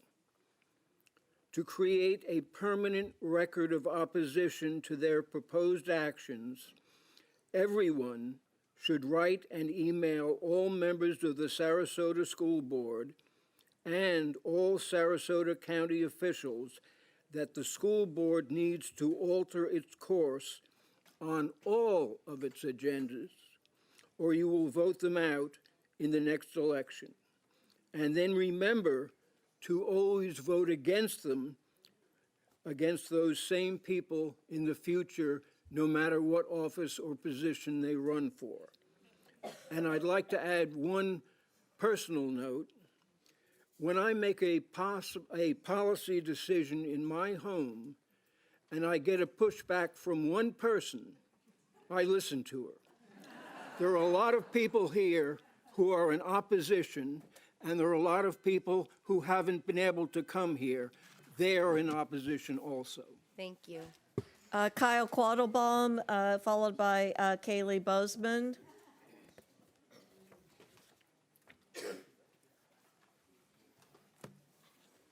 Dear Madam Chairman and board members, I'm Kyle Quattlebaum, and I'm related to a teacher in this school system. That's a common problem with me, I'm afraid. You should know I don't like coming to school board or hospital board meetings, and I feel like I'm really in unison with most of the people in this room. We would rather be somewhere else, but we feel like we need to be here. Ever since Team Normal failed to elect Team Normal people to these boards, someone has to be here, or the hospital will start hiring veterinarians to inject ivermectin into the patients, and the school system will ban Uncle Remus if you haven't already. While I was debating this commitment, I was reminded of some of the meetings from last year when it was the tinfoil hat crowd that was protesting very loudly and often in a very mean-spirited way. Out of that came the current group of people insisting that the board remake our schools in their image. Moms for Liberty or Moms for America or whatever seems to think they know how people should live, and you, with their help, intend to make public schools reflect those views. Ms. Ziegler, being married to the leader of the Florida Republican Party and a founding member of a very politically active group, could not possibly be expected to come to questions about the appropriateness of books or treat LGBTQ identified students with an open mind. If she wants to keep her job or promote her husband's political ambitions, or perhaps her own, she has got to do what they say, and they say some very strange things. What I see going on with this Hillsdale College thing reminds me of when I was in public schools here in Florida 70 years ago. The state told teachers then what they could say about a number of different topics, and which God they had to pray to. Starting to go down that road again does not bode well for the future of Florida or Sarasota County. Finally, history has to be taught in context. When you try to teach about an event without providing context, you're lying to your students. Public school teachers understand that, and you should leave them alone to do their job. We didn't get to this place in our world without a lot of good and a lot of bad things happening. We didn't do those things, but we have every right to our feelings of pride, gratitude, shame, or anger, and to try to legislate that away as tyranny. Stop letting your far-right wing politics and religious agendas invade our schools. Thank you. It would also be nice to be Kaylee paid attention to. Bozeman, followed by Christy Carwat, please. Hi, good evening. I would actually like, before my time starts, to have the attention of the full board. I notice a lot of times that we look really disinterested, and I know that it's been said multiple times that we really want to hear what people have to say. I would appreciate the same amount of respect that I've given to the entirety of the board during this meeting. Okay, thank you. I actually went through schooling that was the Vermilion education system, was Hillsdale, and I am still gay, so I don't really know what we're trying to push here, but I can tell you that I come with facts and statistics, unlike other extremists that walk up to this podium. I can tell you in 2021, the University of Texas polled 40,000 students and found that 40% of those students that identified as LGBTQ+ were, again, 40% more likely to commit suicide. Pair that with the fact that 520 students have lost their lives this year due to gun violence in schools. And yet we seem to be really concerned about niche issues, like how less than 2% of Americans are trans and compete in sports. Weird, really weird. The other thing that's very odd is that we're banning books like Rosa Parks and Anne Frank, again, silencing the voices of the BIPOC community when we've already stolen, killed, and destroyed enough of their legacy. What more should we take from them? Do their backs not hurt from carrying the American democracy for hundreds of years? Newsflash, dead kids cannot read. It should be a nonpartisan issue that children go to school and come home safely. I'm not really sure what the issue is and how we take scripture cocktails, scriptures out of context, and recite them at the end of school board meetings, or we say really weird things like "you do not define me." Come together on something, maybe something that takes precedence, is overriding the current issues that you're worried about, like how there are 70,000 homeless students in the Florida school system. Perhaps we can come up with something better than what we're doing now. We need to focus on facts and not fiction. Speaking of fiction, there's a reason why the extremists that walk up to this podium do not pose facts and statistics. I'll connect the dots for you. They don't exist. There are no statistics and there are no facts that back up any kind of authoritarian or Christian education. In fact, I can tell you, and there are statistics out there, kids that go through Christian education, generally speaking, are not ready for college. I don't think it really takes a rocket scientist to figure out why that could be. The other thing that I'd like to point out is that we hear a lot about how the majority is the one that voted some of you into place.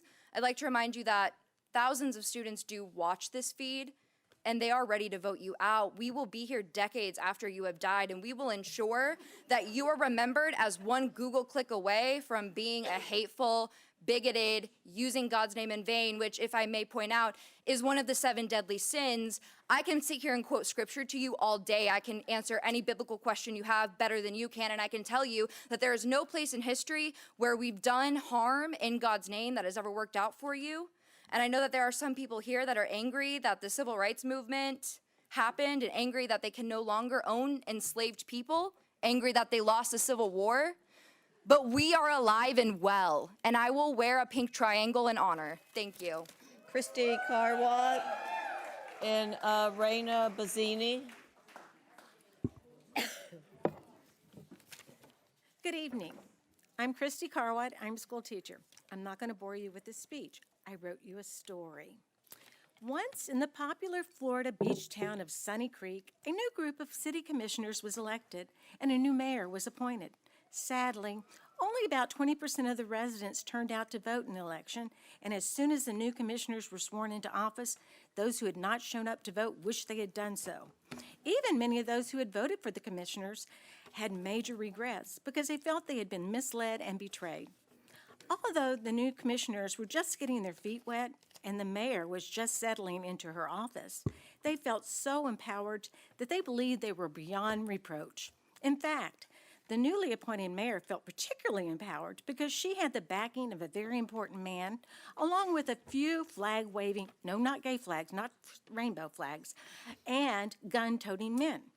So she was so excited about the opportunity to be mayor. What a great position to be in to further her own political agenda and career. Now, Sunny Creek was an extremely popular destination for people from all over the world. Many people moved to Sunny Creek because it was known as a very safe place. Its police department had always been one of the best in Florida and was ranked in the top tier. Yet the mayor decided she needed to please her special guy in Tallahassee. So she proposed the commission hire an outside consulting company to audit Sunny Creek's police department. The residents were completely baffled. They saw no need for such an audit. But then they realized it wasn't about the need for an audit. It was about something very nefarious. The company that the mayor proposed was only 3 months old, had only one employee, no proven track record. Its one employee had received his police training at a small police academy in rural Mississippi. After his training, he worked with a small private detective agency for a couple of years, after which he returned to his alma mater to teach others how to learn how to dismantle a public police department. The community was outraged, as was the entire police department. How could such a person be qualified to audit the Sunny Creek PD? Although the many residents and a few brave members of the police department expressed their disdain for the mayor's proposed contract, the mayor and a couple of the commissioners showed no interest in their concerns. As the time drew near for the commission to vote on the contract, the community still held on to a thread of hope. They were sure one commissioner would vote against the contract because he always put the good of the community first. They were also sure that the mayor and one commissioner would vote in favor of the contract because they had already sold their souls to advance their political agenda. But the community still held out hope that the two remaining commissioners would do the right thing for the police department and the community. One, they trusted to make a rational decision. The other, they weren't so sure because since serving as a commissioner, she didn't seem able to distinguish right from wrong. Thank you very much. And we're going to take a 10-minute. She will be able to think for herself. Thank you, Mrs. Carwatt. And do the We are right taking a thing. 10-minute recess, and we will reconvene.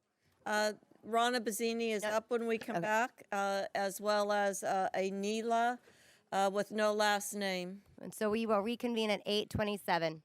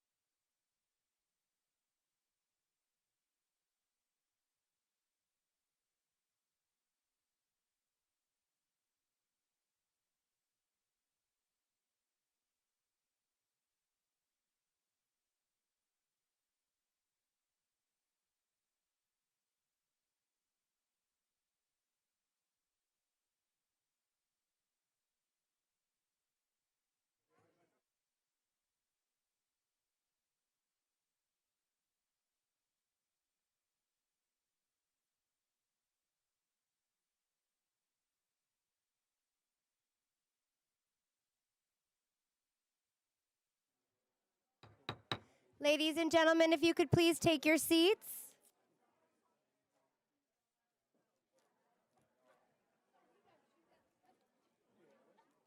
Ladies and gentlemen, if everyone could please take your seats.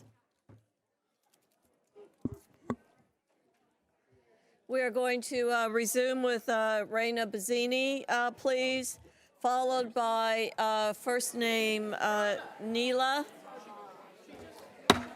Ladies and gentlemen, everyone has been wonderfully patient, so we want to make sure we keep moving on. Thank you so much. Mrs. Benzini. My name is Rhonda Bazzini, and I'm a resident of Sarasota. And full disclosure, it's late and I'm old.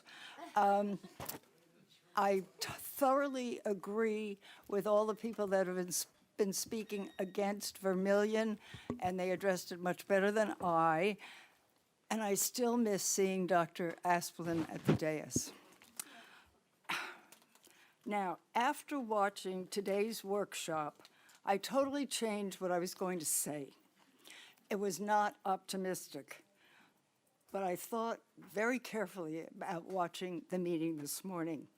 My thoughts during the workshop was, yeah, that's what they're supposed to be doing. That's what a school board should be dealing with. I almost sensed, and I hate to say this, I don't want to jinx anything, but I almost sensed that there was a feeling of camaraderie and working together. It looked like they were casting aside disagreements and distractions. Mrs. Ziegler, I hope you feel better, but I would like to assure you that Mrs. Rose did a very good job in your place this morning. Tom, when she gavelled you, she was just trying to curb your enthusiasm. It really wasn't personal. Admittedly, my eyes glazed over during Mrs. Penner's presentation, not because of her, but because numbers were never my forte. And whoever was in charge of nomenclature for the early learning pre-K programs put me in mind of that saying, a camel is a horse that was designed by a committee. Perhaps a course in communication is due for that. But I have to give Mrs., I hope I pronounce her name correctly, Gardinas, high credit for explaining that very complicated situation. Hopefully the community is less confused, but I won't bet on it. Least but not last, or last but not least, excuse me, it's a little late for me. As someone who can kill artificial flowers, I was totally blown away by the school farm presentation. That was so inspiring, and it's what school should be about. That and the academies that Mr. Edwards has sponsored shows what public schools are capable of. The public school model is the best platform for meeting the needs of all students. And I empathize so with the student Katie, who spoke about not being afraid to speak in public. I totally empathize with that. People who know me do not believe this, but they're, oh, was that really it? Okay, well. Thank you. I thought I talked We have to it, but anyway. Neela. Neela, if you could please Sorry about share that. your last name when you take the podium, followed by Sean Bartelt. My last name's Ravindran. I'm a high school student in Sarasota County, and as a high school student, I know that I'm situated, unlike the board members here, to talk about what's good for the students and what the students of Sarasota County really want. The students of Sarasota County have come out here today, so many of us, to support each other as a community because our school board won't. Our school board is instead electing to decide what they think is best for us. Vermillion education being involved with the school district is, as so many people here have already said, an example of corruption, of distinct melding of church and state, and an example of this board not doing what's best for their constituents. Students are scared, teachers are scared, we're all scared, and we're listening to teachers wondering whether the next day will be the day that they get fired for being, what is it now, groomers, propagating the woke agenda. Honestly, it's just preventing them from doing their job, and it's not fair. All they're trying to do is teach their students, and all the students they're trying to do is learn. We deserve the right, not the privilege, the right to learn all our history from a non-religious and non-Eurocentric standpoint, to be able to do math problems without the math textbook being removed for containing CRT. And honestly, if I went on, we'd be here all night. So I'm just gonna say, I'm gonna repeat once again, even though you clearly aren't listening to us. Keep Vermilion out of our schools. There's no ideology, there's no sexualization of kids, there is nothing except claiming the students don't get to learn, don't get to see themselves reflected in history because of who they love, and in no universe is that okay, ever.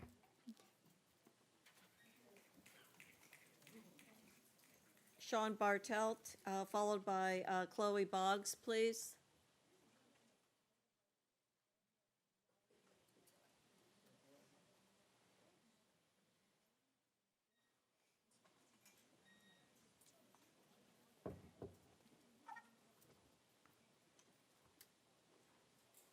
Do we have Chloe? Thank you. Chloe Boggs, followed by Marie Kinney, please.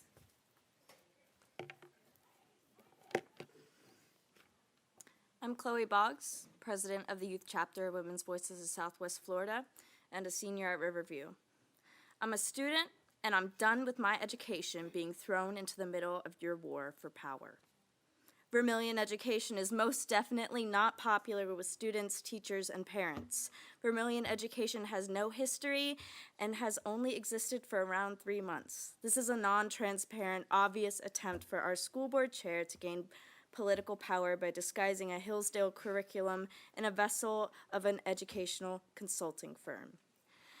This curriculum would likely violate a separation of church and state, would open the door to more book bans in our schools, and not to mention further endanger the well-beings of LGBTQ students, your LGBTQ students. But our chair, Miss Bridget Ziegler, you have made it blatantly clear that you do not respect LGBTQ students or your own gay peer. And then you ask for civility. You say you respect the diverse community that you serve. If this is true, then where is the respect for trans students in our county? Where was the respect when your fellow school board member was insulted and called a groomer solely for being gay? Recently, my youth chapter traveled up to Tallahassee to protest anti-LGBTQ legislation, and to the faces of trans children, conservative Representative Barnaby called trans people demons and imps. This legislator was partly responsible for the bills that would ban life-saving care for trans kids. Violent legislation like this is supported by Bridget Ziegler, legislation that weaponizes LGBT identities and that has been proven to increase trans suicide rates. Ms. Ziegler, in refusing to respect trans students, you disrespect all students. In retweeting bigoted, transphobic messages and wearing transphobic slogans, you are complicit in the deaths of trans kids everywhere. Your hate is violence. Real women don't need to attack other women to make themselves feel less insecure. Real school board chairs respect and protect the identities of students in their county. That being said, Bridget, you are no school board chair. You're a bully. Point of order, Chair. Marie Kinney, followed by Paul Hollinger, please. Good evening, good late evening. My name is Marie Keeney. I'm a 35-year resident of Sarasota County. I'm the proud parent of 2 graduates of the Sarasota County Schools, and I am the proud grandmother of a trans grandchild. Happily, where my grandchild is living in California, she is surrounded by a supportive community. Excuse me for calling her she. The community that she's part of, including her school, support her decisions, support the need for her to express herself, and provide a loving and non-bullying community for her to be part of. In addition, the family is supportive, the friends are supportive, and the entire neighborhood is supportive. That's the kind of environment I think any of us would want for any of our children, whether they are LGBTQ or straight kids.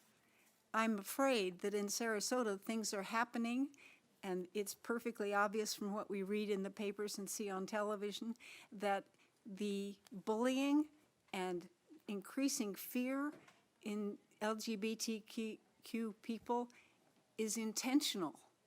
And it is extremely harsh for children to go to school in an environment where they feel that they are going to be subject to bullying.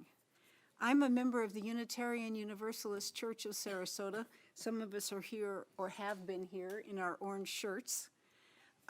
Our church believes in the inherent right and dignity of every person.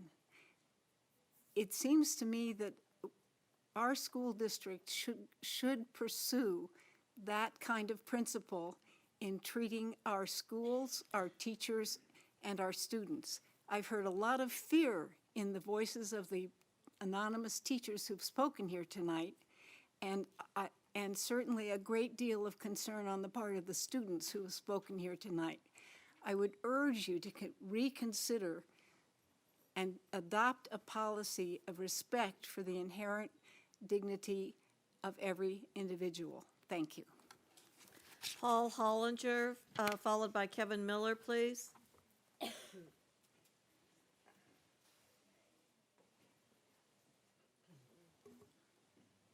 Good evening. I don't share the eloquence of my wife, but we do have a common height gene. I read a book, and you ever read a book and a line comes out that really makes you want to think? The name of the book was Morality, Restoring the Common Good in These Troubled Times. And the line that came out is, a law should be the expression of the common good. And that can be related to a school board rule and regulation. It should express the common good. And history shows when this doesn't happen, societies crumble. Every society that existed expresses expresses what the people want to be governed by. And you know, as Winston Churchill said, if you don't learn by history, you're bound to repeat it. And that's what I have to say.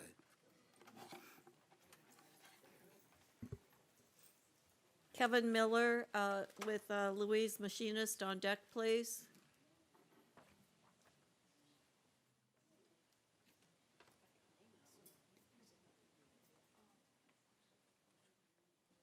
Hi, my name's Carol Miller, not Kevin Miller. It says Kevin, I apologize. I'm Carol Miller, community member and resident of Sarasota County for over 50 years. I'm also the president of the PFLAG chapter of Sarasota.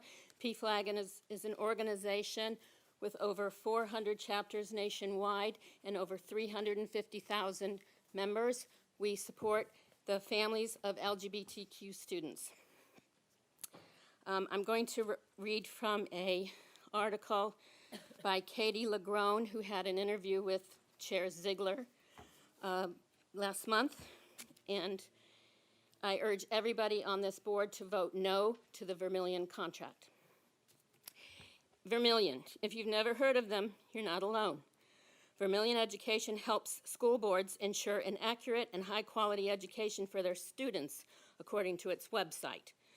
With principles that tout transparency and how students should not be used as political parties or ideologies, it may sound like just what many drama-ridden school boards in Florida could use.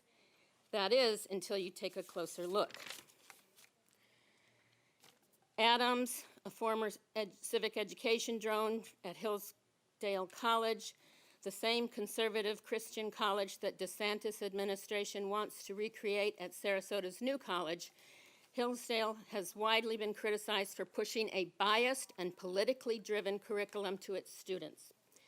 In fact, Adams' resume includes creating Hillsdale's controversial 1776 curriculum. which promoted politically conservative views of American history. Adams also helped Hillsdale open publicly funded classical education charter schools, including several in Florida. Adams also served as one of the Florida textbook reviewers who examined math books for prohibited topics like critical race theory. Ziegler says, "Why is it a bad idea to consider how we take pieces of that which would align into our mission as a public education institution and that wouldn't imply any indoctrination of anyone's ideology?" Well, this whole Vermillion issue smacks of indoctrination. It seems Vermillion contract did not follow due process or bid rule policies, and it would seem it's an illegal move, and if so, hopefully legal ramifications should be surely applied. So again, I urge you all to vote no to the contract. Now, for the board members who have the nerve to say they get hate from your constituents and from the families of the students here. Louise Machinist and Dana Beecher on deck, please. Pobrecitos. Hi, it's Louise Machinist, and I'm going to scrap most of what I was going to say because it's been said. I do, again, like I did 2 weeks ago, I just want to appeal again to board members Enos and Marinelli. I'd asked you a couple weeks ago, and I'm disappointed that it didn't happen, but when the routine diatribes from the mean girls occur here, I really think you need to insist that the chair shut it down or just get up and walk out. That's what the county commissioners, your fellow Republicans at the county commission, routinely do that. You could do it too. But I want to talk about two wonderful things that have actually occurred today. And one of them was your workshop this morning. I was just thrilled, as other people have noted. It was great. And it's a shame I have to say this. It was normal. It was normal. And I was so excited. You know, this whole thing, it's a ridiculous charade. This whole Vermillion thing is a ridiculous charade. You have wasted it, I'll say it, not you, has wasted the time and the energy and the resources, hours and hours of it for all these people. But the other wonderful thing is I am so impressed by the amazing range of speakers and what they've had to say tonight, intelligent, articulate, well-reasoned, rational, full of facts and information. You know, for the most part, the people who have come here tonight have really represented what I think is the best of America. It's the best of democracy, and we should be celebrating that. And unfortunately, though, you know, we have to be here even when we shouldn't have to be here because of this absurd charade that is being played out here. But we all know that this proposed Vermillion contract is part of a long-planned political, sectarian, profit-driven effort to undermine and destroy public education at taxpayer expense. I mean, we already know that. Why are we wasting our time? Just getting right to the point. You need to vote it down. And I am just appealing to board members Enos and Marinelli, who I said last time, you seem to me when I talk to you that you are reasonable people. And I know you know what's going on here. And I am imploring you to vote no. You are the people who have the power to do that. So the only other thing I am going to do is just mention my questions. I really feel that taxpayers deserve answers to some of these questions, all these questions. Mostly, I suppose I'm directing them to the chair because the chair is driving the bus. But anybody who on the board who wants to answer my questions, fine. I just want to hear what you have to say. So please, in clear, concise, and specific language. Was that the end? Oh, well, okay then. Beecher, followed by Joyce Peralta, please.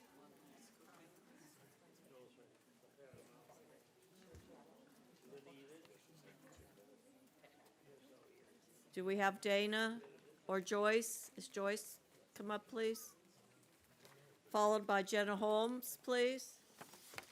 My name is Joyce Peralta from Sarasota. I speak today to demand that the Sarasota School Board vote no on the proposed Vermillion contract. I am a Unitarian Universalist, and our first principle is the inherent worth and dignity of every person. The school board, led by Chairman Ziegler, has shown it does not believe in the inherent worth and dignity of every person in the way she has handled slander and libel comments towards Tom Edwards. This must stop. I further ask the board to discard the proposal from Vermillion. It is not even worthy of a vote, but if you must vote, vote no.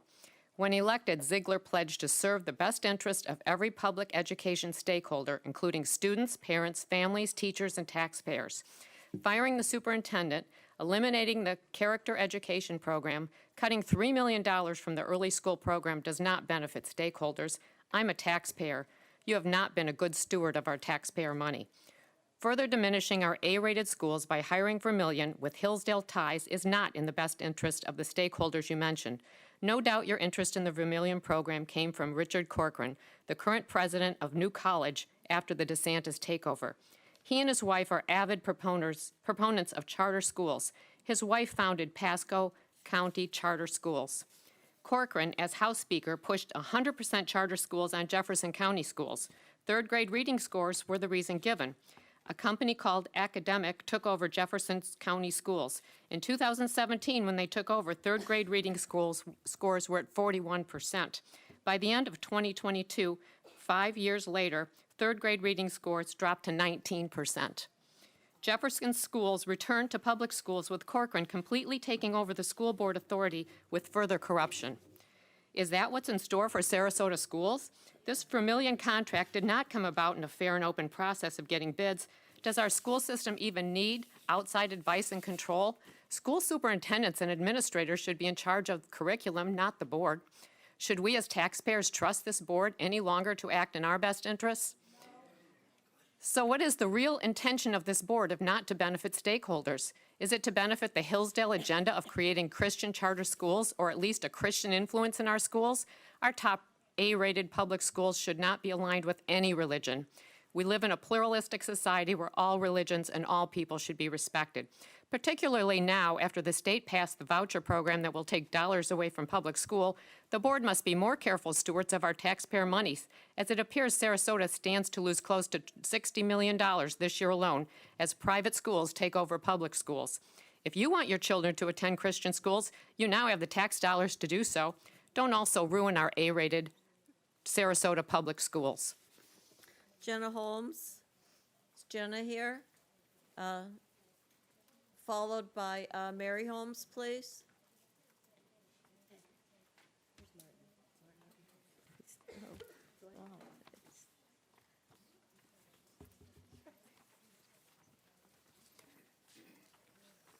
Hello, my name is Jenna Holmes. I'm a second-generation alumni of the Sarasota County Schools. Can you speak a little closer to the mic because we just can't hear you? My name is Jenna Holmes. I'm a second-generation alumni to the Sarasota County Schools. I'm here today to speak against the Vermillion contract and to be a voice for the voiceless right now. As a parent, it's very sad for me to see all the hate that's going around and to watch school board members tear others down, an entire group of people, openly, blatantly. I'm seeing blatant racism, this agenda that you're trying to push. We know what you're doing, and we will not stop fighting. I'm here in support of my mother, who is also a teacher in the Sarasota County school system, and I'm just appalled at all the policies you're trying to push. And just the fact that I need to be here today to ask you to just stop the hate, to stop the racism, stop the bigotry. It's so clear and it's disgusting. I don't want to be here today, and this is really hard for me, but I feel like if I don't say something, who is? You know, this is my responsibility. So a lot of people before me eloquently describe many valid reasons to say no to the Vermillion contract, so I urge you to listen to the people. Thank you. Mary Holmes, followed by Brenda Pasternak, please.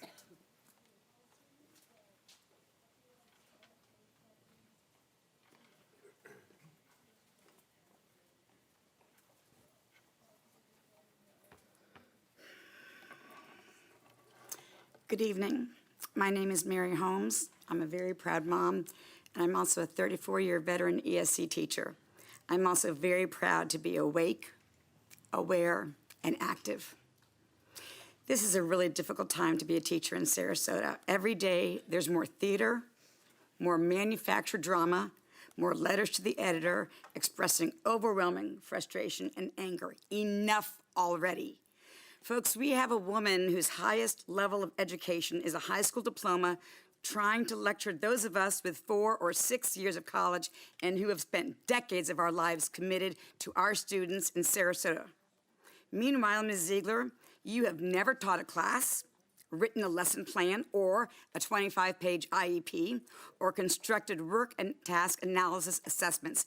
It is no surprise that you remain clueless as to how to conduct a simple board meeting.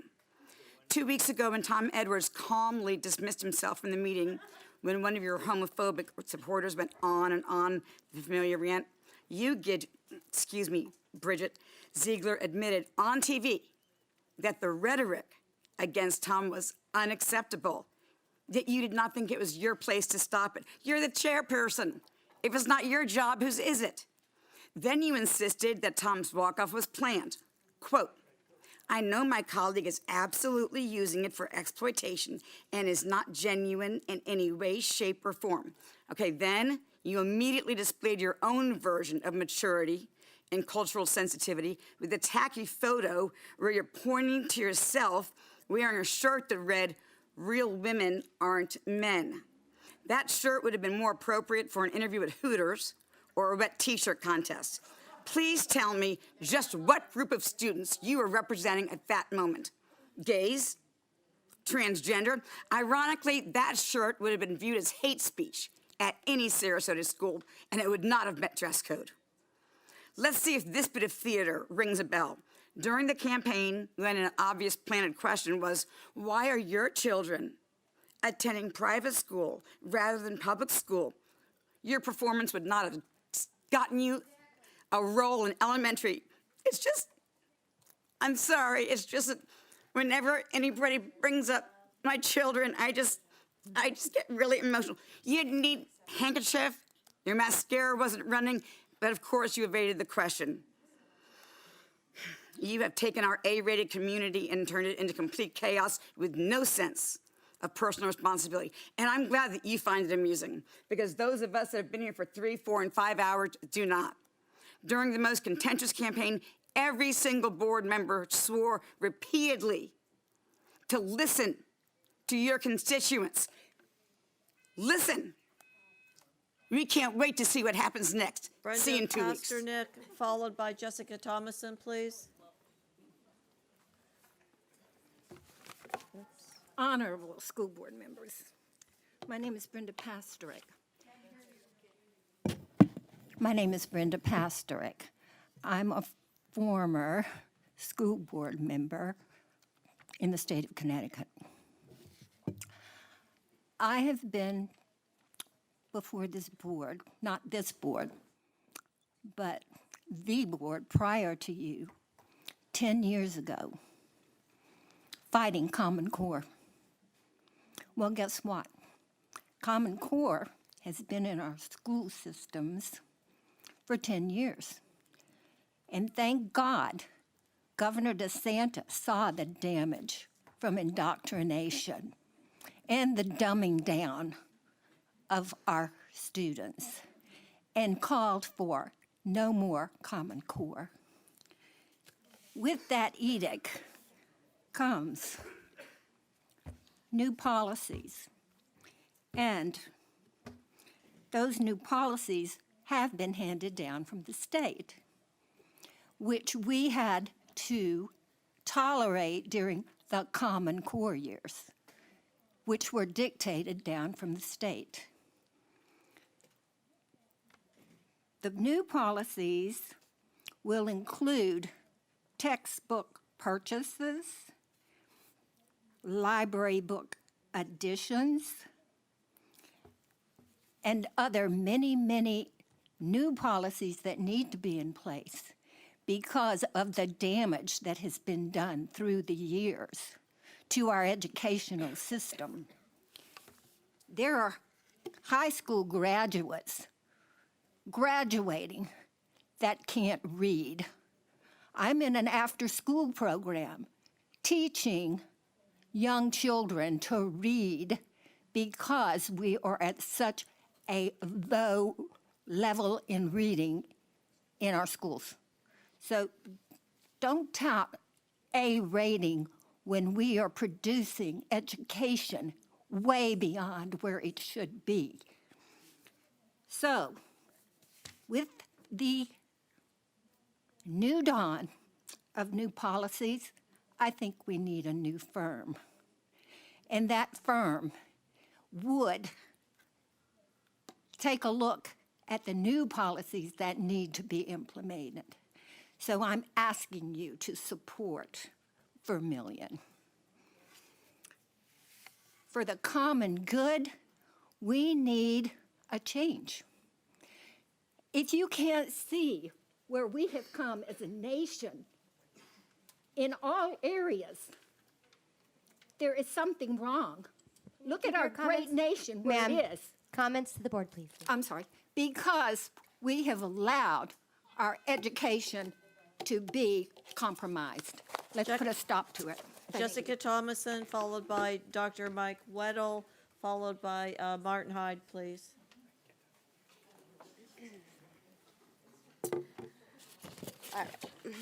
Hi, I'm Jessica Thomason.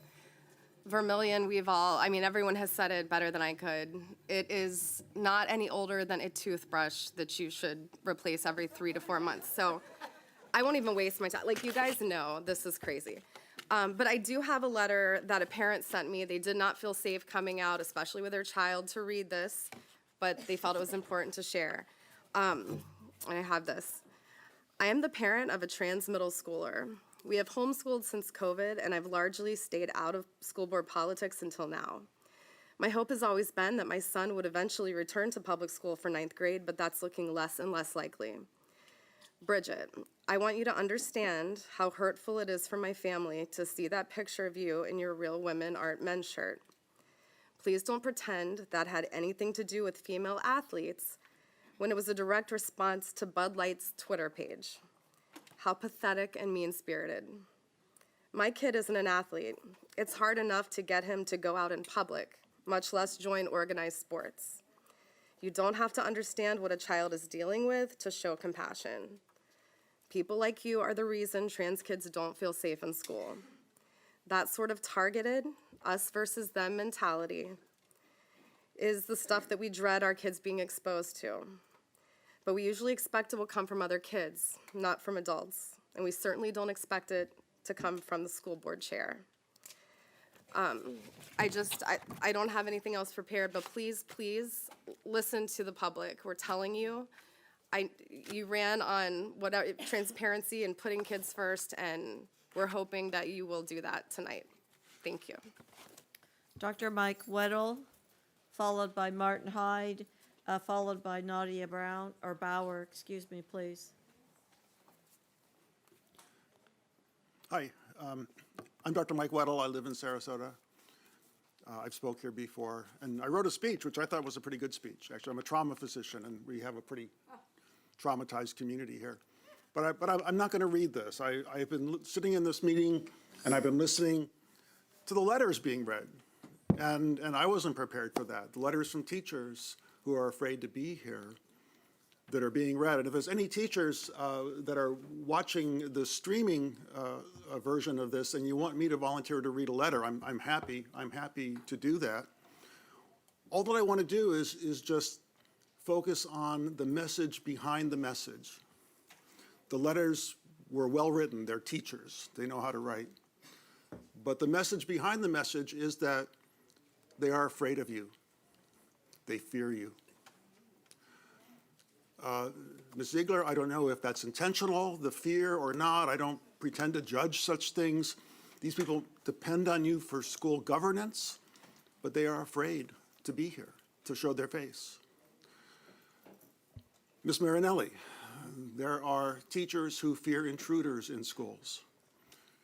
There are Sarasota County teachers that fear you. These were your colleagues. This is much bigger than Vermillion. It doesn't have to be this way. Ms. Rose, there are teachers afraid to use their emails because they think that it's being monitored, that somehow there's going to be retribution. There are teachers doing their best to teach without their books, without their inspirational posters, afraid to be here and show their face. It doesn't have to be that way. And Mr. Enos has left, but I would just say to him that he's supposed to be making teachers feel more secure, and the opposite is happening.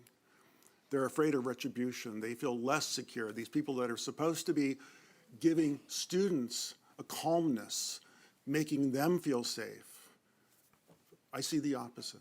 So that's really all I want to say. Thanks. Martin Hyde, followed by Nadia Bauer, please, followed by Sean Bartelt. Well, good evening.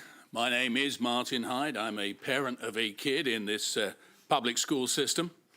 You know, it's funny, when I arrived here earlier, I thought I might be at the wrong place because the crowd looked more like drag queen bingo than a Sarasota school board. We all know who we have to thank for that, which really goes to my point tonight. I'm here to talk about equality, not faux equality for Adam and Steve, who likely don't even live here or have kids in this school system, but educational equality for the kids of Sarasota. Over 25% of third grade students in Sarasota don't read at grade level. This goes way beyond pronouns and the heart of the crisis here in Sarasota, which is killing kids' futures before they've had a chance to get going. This is not a forum for political bloodletting, but a place of business for the school board to set policy and to require its superintendent to implement it. The key question for Sarasota, after 7 years of failing superintendents, including the current interim, is who you appoint next and why the others failed. Firstly, you need to look for a candidate who is not concerned with being liked by the current establishment at the landings, as they're the very people who need to be fired first. Sarasota is one of the richest counties in the state, but is now jostling for 5th place in achievement tables in a state which doesn't have particularly high standards. That is unacceptable. The board needs to hire a superintendent who doesn't put doctor before their name, as frankly, unless they can write me a prescription, I don't care if they think they're a doctor, because they're not. Bowden, Asplin, and the current interim all like to be called doctor, but I prefer something else: failure. They fail our kids when they kowtow to unions and staff. Point of order. We need a superintendent who's prepared to accept that for change to happen, things have to change. And that includes many of the names on the doors here at the landings. Until no child is left behind on literacy or numeracy, all culture wars, which debate style over substance, should stop. The only thing we should judge our school system on are its results. Participation trophies don't pay rent. Academic success does. 25% failing reading is unacceptable, and frankly, anyone who thinks there are issues of what books are on the shelves might want to consider at the present time 1 in 4 couldn't read them properly anyway. Forget the war on woke, because that's over anyway, and woke lost big time here. Let's fight the right battle, which is the one for literacy for our kids, beginning with hire a superintendent who is results-driven and not feelings-driven. You all have a nice night. Nadia Bauer, followed by Sean Bartelt, please. Do we have Nadia? Do we have Sean? Followed by Emma Joels, please. Do we have Emma Joels? Following Emma is Paulina Testerman, please.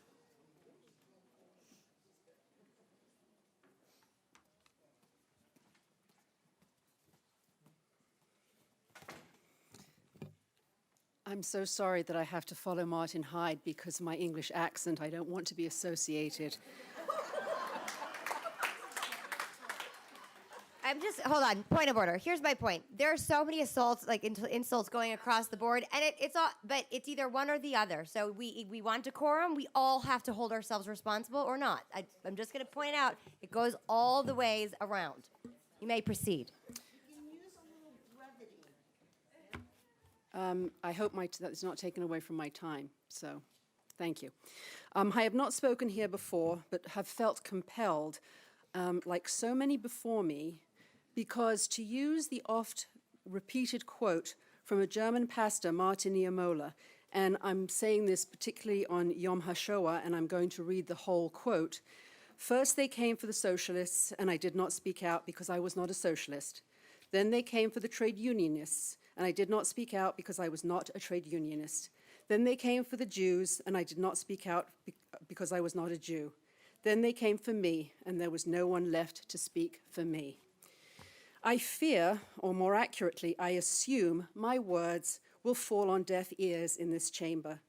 But I trust that my voice, along with all of the others, may act as a warning for other counties or states of the impending advances of policies being promulgated here.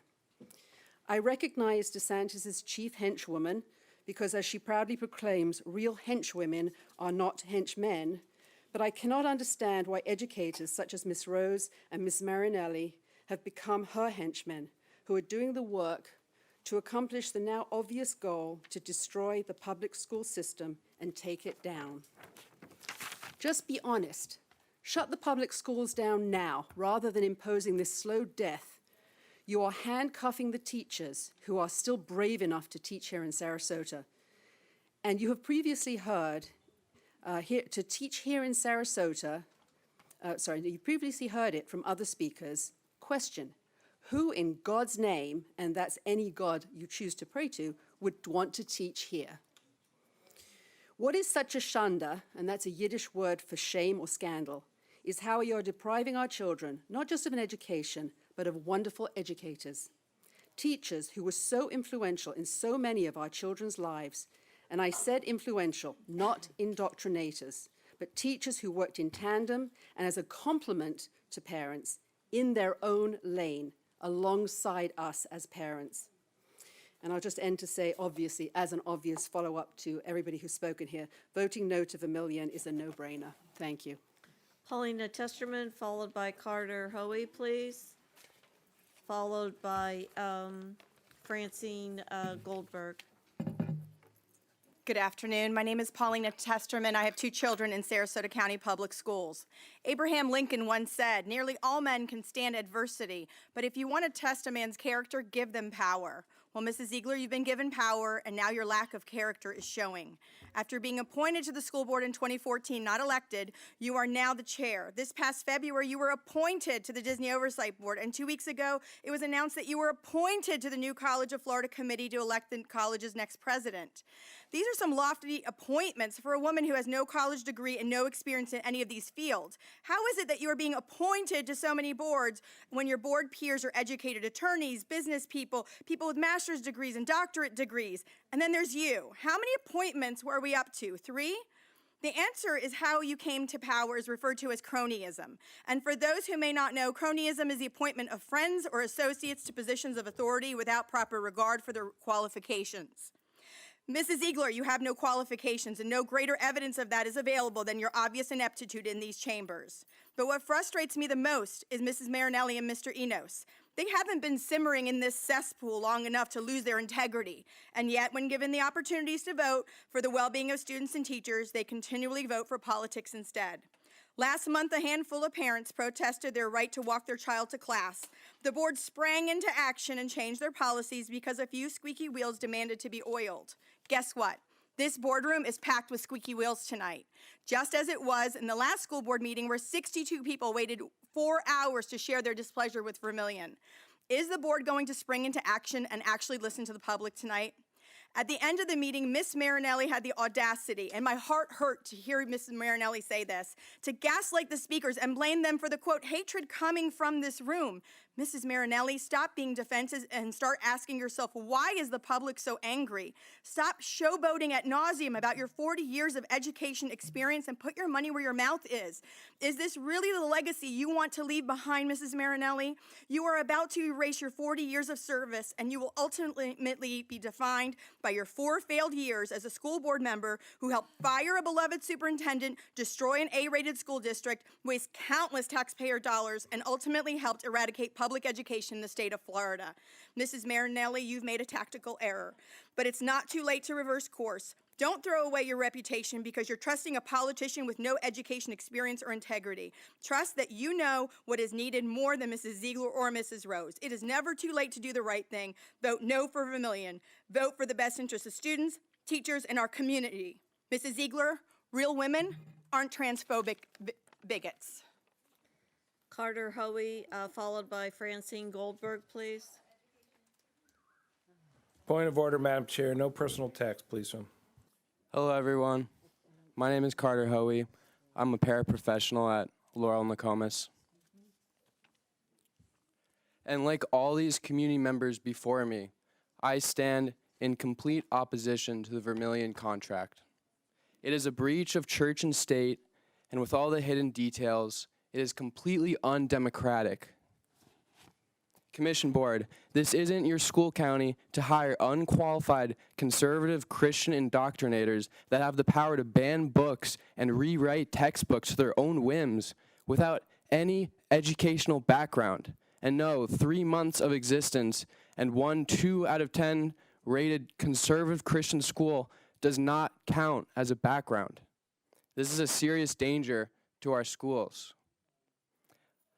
I want to say that I'm so proud of everyone that came up and spoke tonight. I feel very inspired and grateful to be alongside such amazing people, people that care.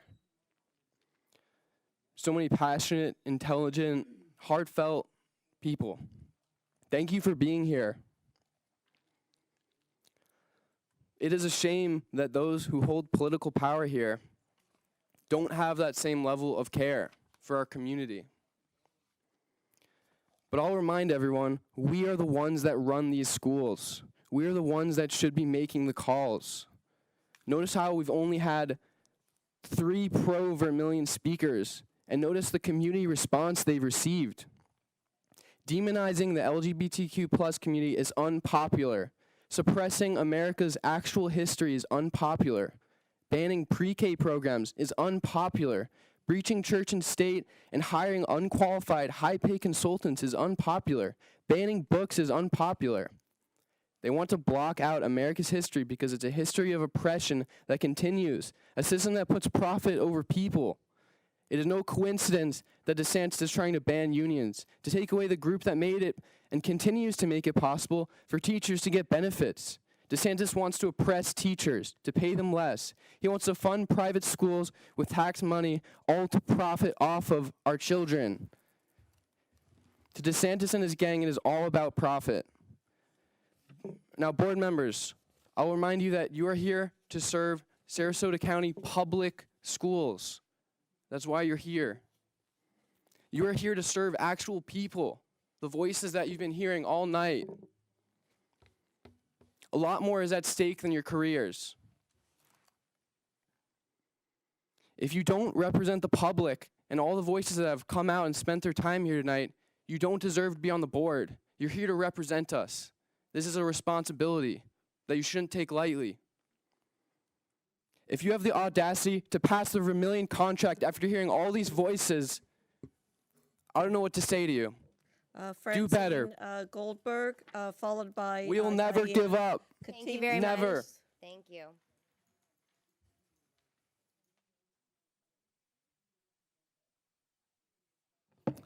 My name is Francine Goldberg, and I'm a former president of Also Youth, which is an LGBT youth group.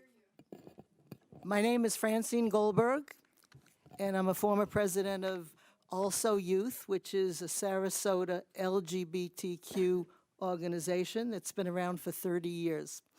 And I want to just start by saying I'm not going to repeat everything that's been said tonight, except that I agree with the lack of qualifications, and I hope that everybody votes no for Vermillion.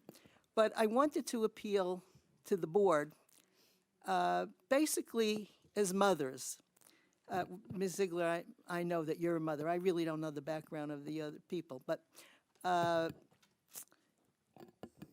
hear a lot about the transgender issues that are coming up from the board, and I just wanted to, and also the law, where custody can be taken away from parents who support transgender health for their children. And I just want you to think about the fact that those who love their children try to do the best for them.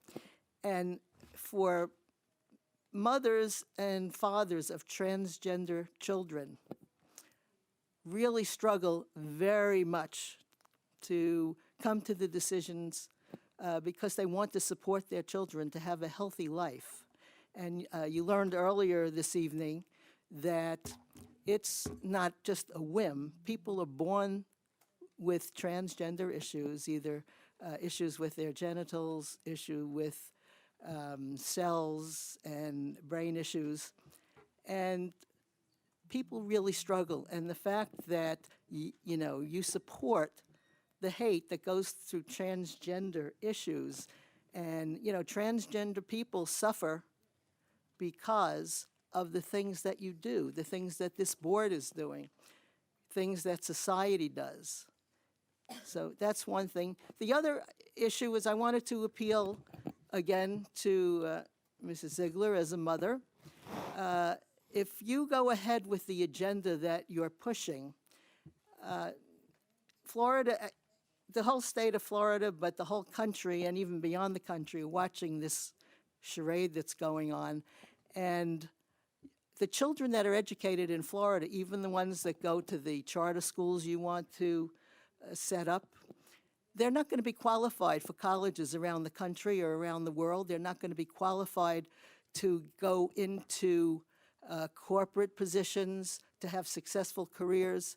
This is all going to come back to haunt you, just like other things in the governor's agenda has come back, like he has to sign this 6-week abortion ban in private, has never said a word publicly.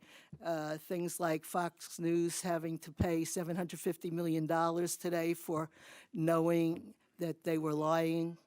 So this is going to come back to haunt you if you don't vote properly. Diane Katina, followed by Norman Wirtz, please. Followed by Dr. Barbara Forstrom. So do we have Diane? Do we have Norman Wirtz or Barbara Forstrom? Thank you, Barbara.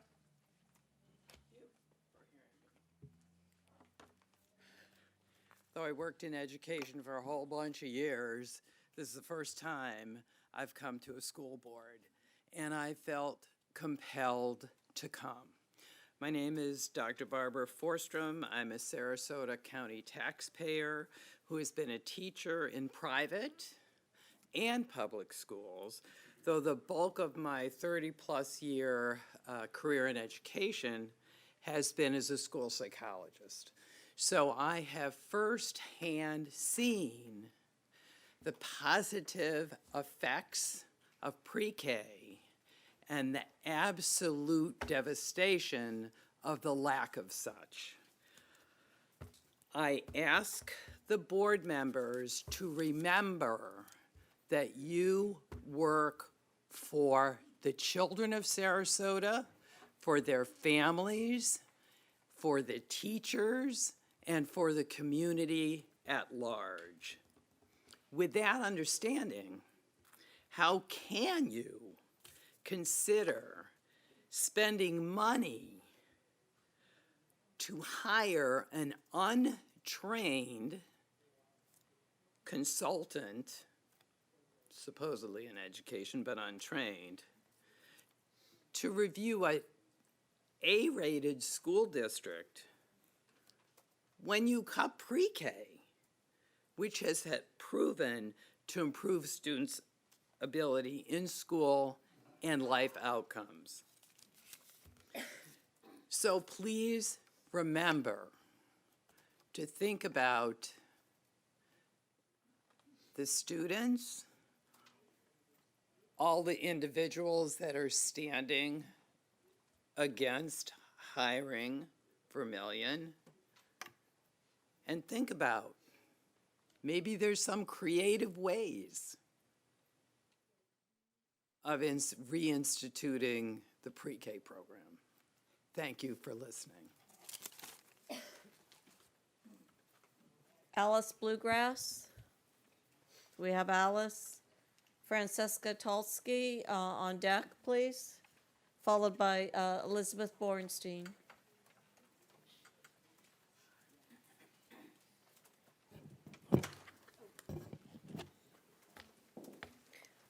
Thank you. I'm just so impressed with all of the people, the speakers, their information, their eloquence, and their passion and their directiveness. And I am going to talk a little bit about something different, not necessarily Vermillion, but it is related in the theme that I'm going to talk about. I have been a teacher and a curriculum developer and a principal all my professional life in New York. My entire family are teachers and administrators who have always worked productively with school boards.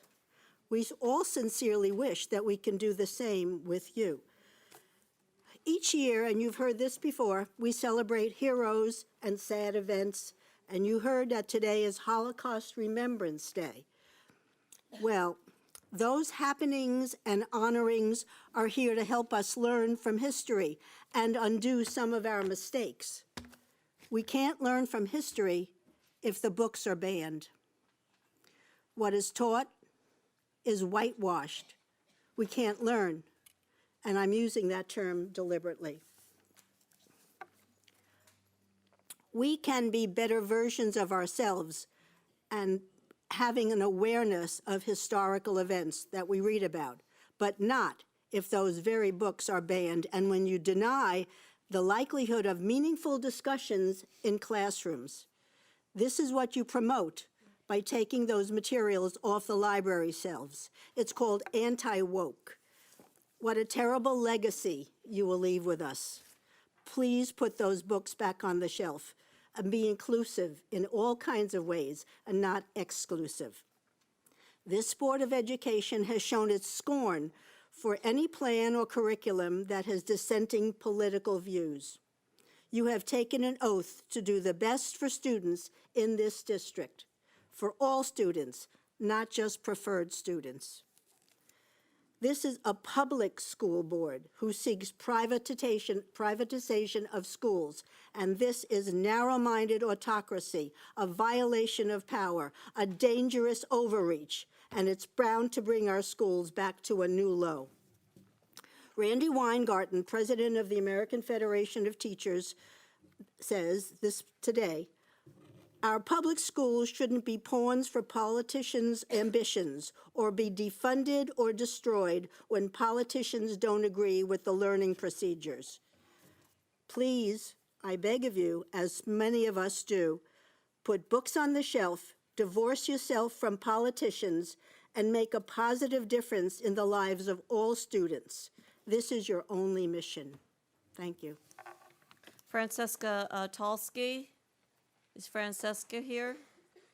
Elizabeth Bornstein, please. I see Elizabeth. Followed by Karen Kirsch, please.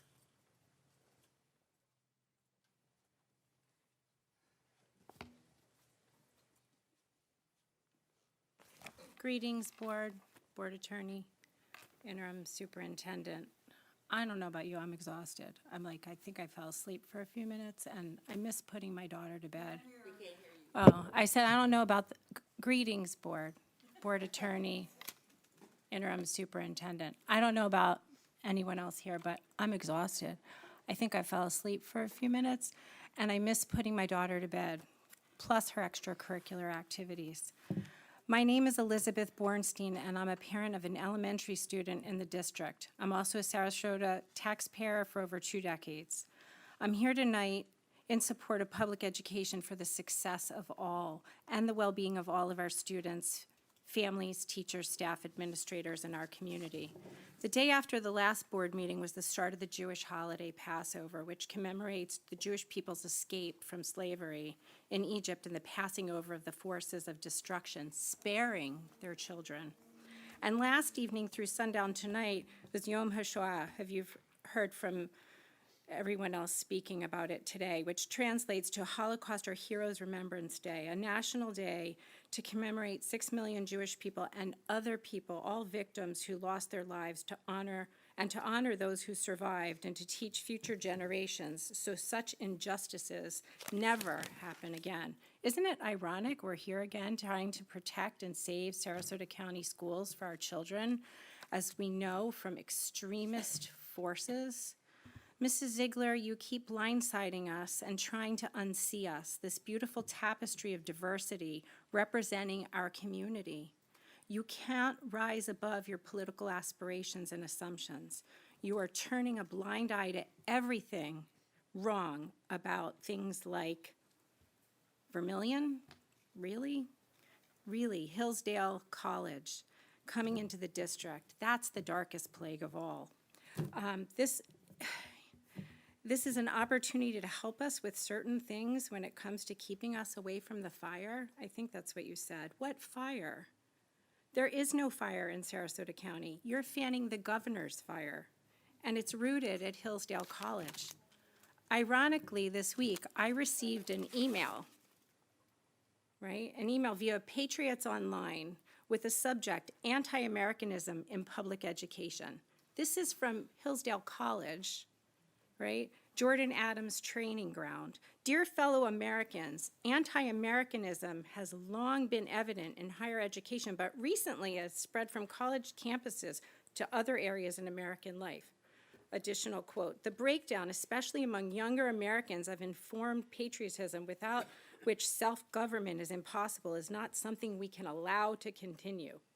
Another quote, education is where this attack on America began, and it's a battlefield on which we must engage the left in defense of liberty and limited constitutional government.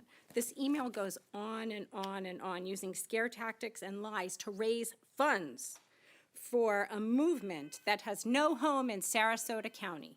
Vote no on Vermilion schools, on Vermilion education. Karen Kirsch, followed by Vicki Neiswander. I believe Karen isn't here. Do we have Vicki? Followed by Anne Marie Keene, please. Followed by Daniel Powell.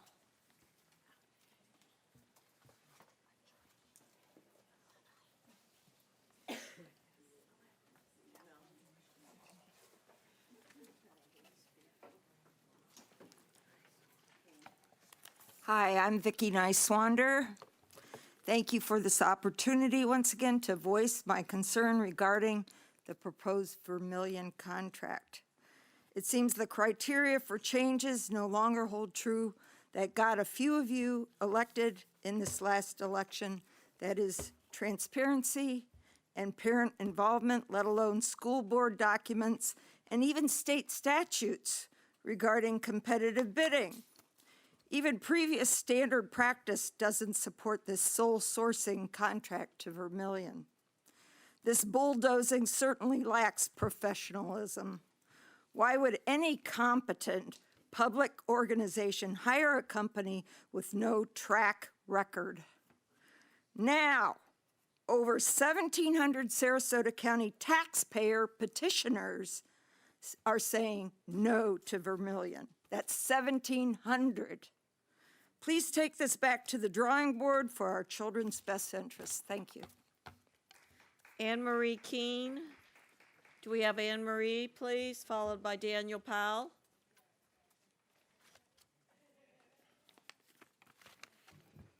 Good evening. I know we're all exhausted and we probably want to be in bed by now. My name is Anne Marie Keene. I was an elementary school teacher in both private and public schools, and I have a master's in educational administration. I was a consultant to the Boston Public Schools and the Special Education Department, and I edited 21 books. But that's when I was very young. That was 50 years ago. So, my family moved to the city of Sarasota in 1970.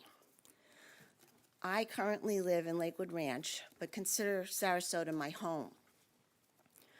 I see this school board, which is supposed to be nonpartisan, has become a political hunting ground, and our children have become cannon fodder.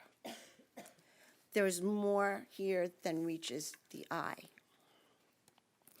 Ever since General Hugh Flynn has come to town, Sarasota County has moved further and further to the Christian right. This is not just a local movement. It is a statewide movement and has become a national movement. Flynn and DeSantis supported local right-wing Republican candidates, Zem, and the hospital board. Christian Ziegler, state GOP chair, says he wants to vote every single Democrat out of office. That includes Tom Edwards, who DeSantis has also targeted.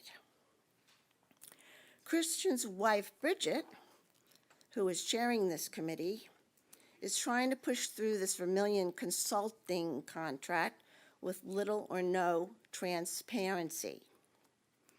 They are attempting and seem to be succeeding in destroying our public schools through the arms and tentacles of Moms for Liberty, Moms for America, under the guise of parental rights, liberty, and freedom.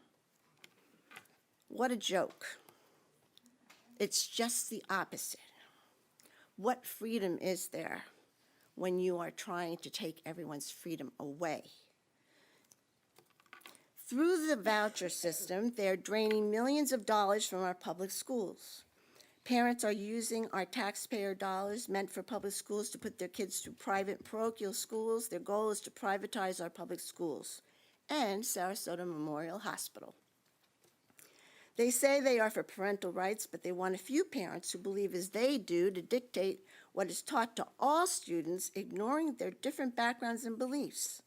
Jordan Adams of 9-Month Vermillion Education LLC will help them do just that. DeSantis put radical Christopher Rufo on... Thank you very much. Daniel Powell, followed by Rolf Hansen, please. All right, man, I've been here all day and I've just gotten more and more pissed. To start, I want to speak to the people here that are under attack. That's our trans friends, our LGBT friends, and everyone else has been pushed to the margins.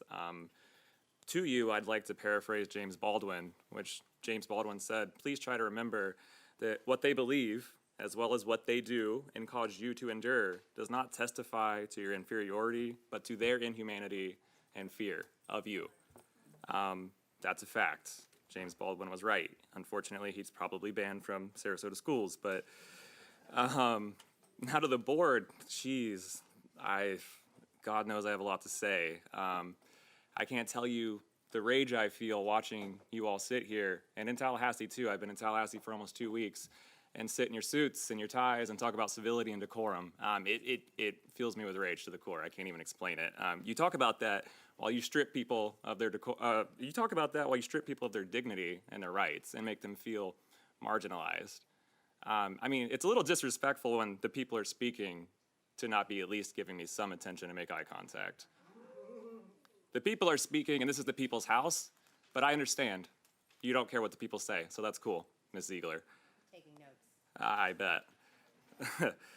And I know y'all love the Bible, so I just want to point out the book of Jeremiah. It says, they should bandage the wounds my people have suffered, but they treat their wounds like small scratches. They say it's all right, everything's all right, but it's not all right. And it's not all right here, it's not all right in Sarasota County, it's not all right in the state of Florida. And the people in this room are not all right. So how dare you? How dare you not only inflict the wounds, but not even, and then offer a spit in the eye and a kick in the teeth. You're not even offering a bandage, you're offering insult to injury and injury on injury. So, I mean, how dare you? You should absolutely be ashamed of yourselves. I know you feel like that suit and title next to your name makes you feel decent. You know, you feel like you've made it. And I get it, I appreciate it. But we see what you really are. And you know, what are you? I mean, you're cowardly, you're grifters, you're carpetbaggers. You've come from places unknown to plunder the state's resources Point of order, Madam Chair. for your own gain. I mean, in short, Ziegler, Moms for Liberty, I mean, you're fascist in lipstick. It is what it is. This human centipede of fascism, from the governor on down, can't last. It can't, because we know there are far more of us than there are of you. All of us will be watching together, and we're impossible to pull apart, because we're impossible to write out of a curriculum, we're impossible to push out of your schools, we're impossible to push out of the state. And you can't legislate people out of existence because we exist, we're here every day, and it is what it is. And we'll be back, we're watching. Rolf Hanson, followed by Rain Johnson, please. Good evening. My name is Rolf Hanson. I'm a resident of Sarasota, a retired teacher with 35 years experience in public education, 23 years in Sarasota public schools. There's an imminent threat to public education in the state of Florida, and particularly in Sarasota public schools. This has nothing to do with whether or not critical race theory or LGBTQ issues are being taught or even spoken about in classrooms around the district. It's not a new threat. It has been lurking in the background of discourse around public education in this country for 30 years or more. The threat is a concerted effort to privatize public education, taking a well-functioning system which educates children and young people that is currently in control of the people, that's us, the public, and turning it over to people who care more about the bottom line and turning a profit than the education and well-being of our nation's youth. School board members, you were elected in good faith by the people of Sarasota to protect and serve the public school system. Right now, with the passage of House Bill 1, public schools are competing for taxpayer funding with private schools. Right now, your duty is to strengthen the Sarasota public schools to make them the #1 choice for all families. Rather than squandering funds on frivolous and rash decisions such as firing a high-performing superintendent costing taxpayers $170,000, or hiring an unnecessary consulting firm, Vermilion Education, to evaluate our district, which has consistently earned top ratings from the Florida Department of Education, your responsibility is to ensure that Sarasota County schools continue to function at the highest level of achievement, using the resources that the district already has in place.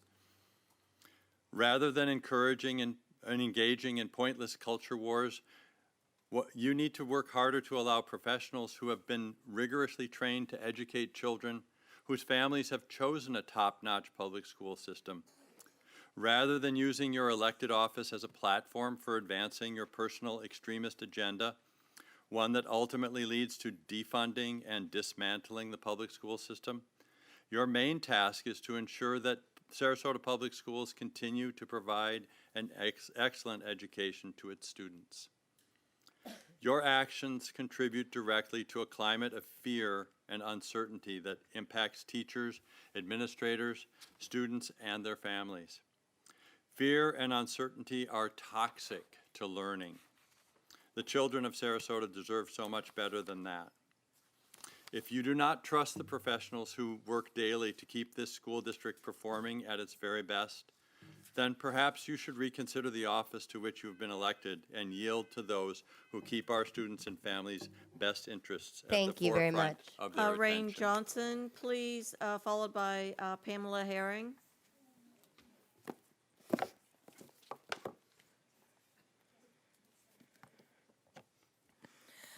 Hello, I am Rain Johnson with Women's Voices of Southwest Florida's youth chapter, and I am a student in the 9th grade, as well as a queer and demi boy.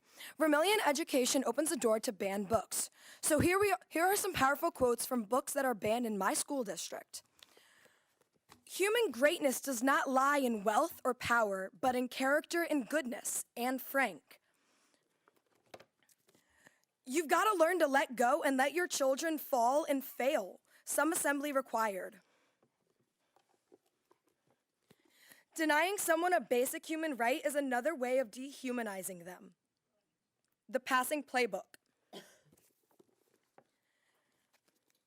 Sometimes you can do everything right and things will still go wrong.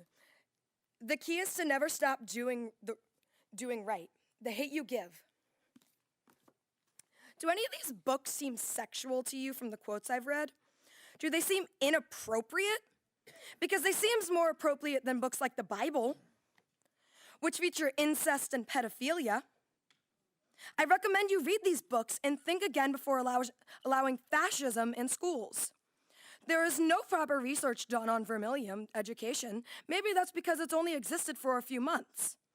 You have heard from many people speaking for teachers because they are too afraid to lose their jobs to come up and speak to you themselves. Why have you decided to make teachers afraid of you? Why are you so insistent on erasing history? I'm sorry, but some history is supposed to make you uncomfortable. Whether that's slavery or the LGBTQ community. If we don't learn the history now, we are doomed to repeat ourselves. And we have seen this all throughout history, and we are seeing it again. You are acting like the Nazis when they came to power. They came from the teachers and the trans people first.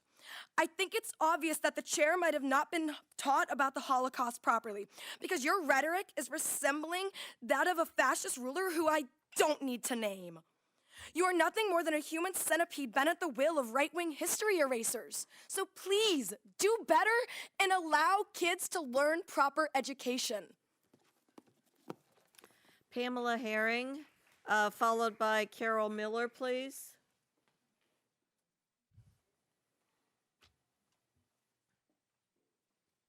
Those young people are a hard act to follow. My name is Pamela Herring. I'm a proud mom of a young man who's grown to be a wonderful human being. Some of you might not have appreciated him because although he's white, and that's okay to a lot of folks in this district, he happens to be gay. Fortunately, he had wonderful teachers when he was growing up, and they supported him as he negotiated the social world. I'm also the proud surrogate mother-in-law of his partner, who has known since he was 7 that he's gay, and he said his teachers helped him as well. Some people seem to think you have to be 18 before you get these things figured out. It's not true for everybody. I'm also a proud mom of 2 little girls who I forgot to mention my son is white and his partner's black. I might not have said that. And some people in Sarasota don't seem to find that acceptable. My daughters were biracial, triracial. They were white, black, and indigenous Brazilian. Sadly, they are no longer alive. I'm also a proud retired occupational therapist from 45 years. My very first job on my first day was at a public school, and a little boy with muscular dystrophy walked up to me and said, "Hi, my name is David, and you won't like me because I have muscular dystrophy." Fortunately, due to his wonderful teachers and me, he came to my wedding 2 years later, and he knew that we all liked him, supported him. Teachers are amazing people and do amazing things. I became a professor at a couple of universities and was so proud to teach my students about the public schools and Public Law 94-142 and IDEA and ADA accommodations. But I wonder what Vermilion knows about these things. Because in the last 10 years, I have been unhappy with what's going on in the school districts because too many children, like that first little boy I had, now say, "You won't like me because I have this disability, that disability, I'm gay, I'm bi, I'm trans, I'm black, I'm Mexican, I'm Italian, I'm Argentinian, I'm Irish." This is not acceptable, and I urge you, look at what Vermilion knows and which children are going to be supported, because our public monies should be supporting all the children. And unfortunately, schools that are private schools, charter schools, they get public money, don't allow the kids who have special needs to come into their schools many times over. Thank you.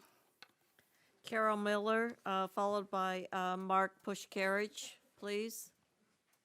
Do we have Carol? Do we have Mark Pushkarich?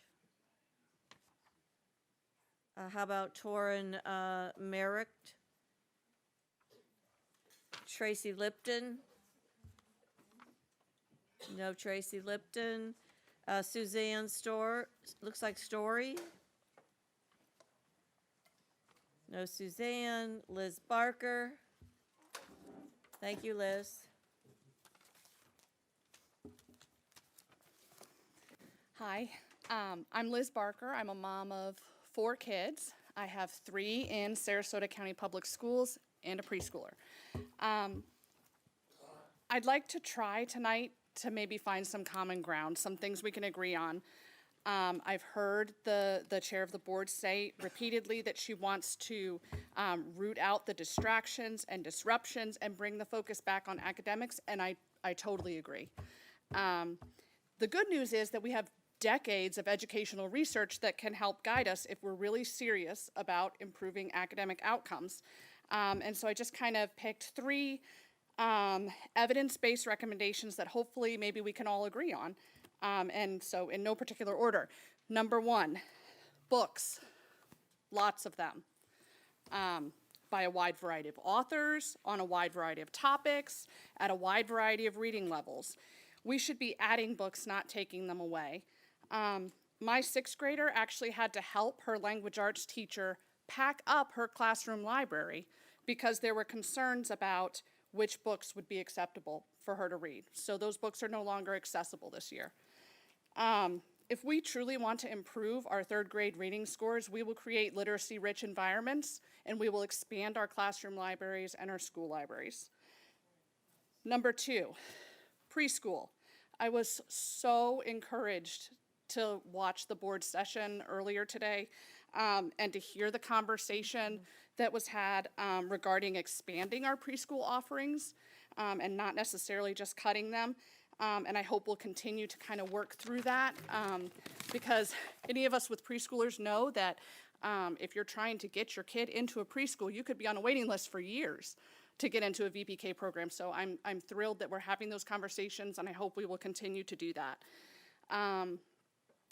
Number 3, we need to recruit and retain highly effective teachers, administrators, and district-level leadership. We need to spend our resources on mentoring and supporting teachers so that they can stay in the profession. Now that we've forced out a highly effective superintendent, if we really want high-quality instruction, we need to work really hard to find high-quality staff. So, I just want to put that out there. If we're really serious about academics and improving academic outcomes, let's stop wasting our time and money on distracting and divisive policies and focus on evidence-based strategies that are going to strengthen our public schools and that we can all agree on. Thanks. Liz Barker, please, and Kate Kirby. Liz is gone, correct? Oh, I'm sorry. It's getting late. Thank you for the help. I'll take it. Kate Kirby, followed by Stuart Hirsch. Hi there. Everyone has said a lot of what I want to say and said it very eloquently.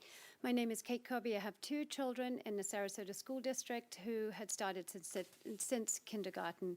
I have 4 high-level points. The first one that I'd like to address is the cutting of the preschools. I was also heartened to hear that hopefully these will not be cut, but I do want to know, and I think we need to know, what is happening with the preschools. It would be disgraceful if Sarasota, a wealthy district, would cut our preschool program when we all know that there's mountains of research that this helps kids, especially those who can't afford the private preschools and the ones who need it most. And cutting them after putting that preschool program in place would be another example of the waste of money that's occurred with this board.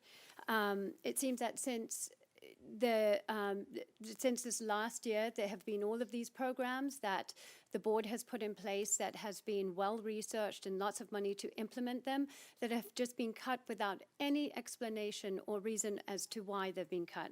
One of these was the character-based curriculum.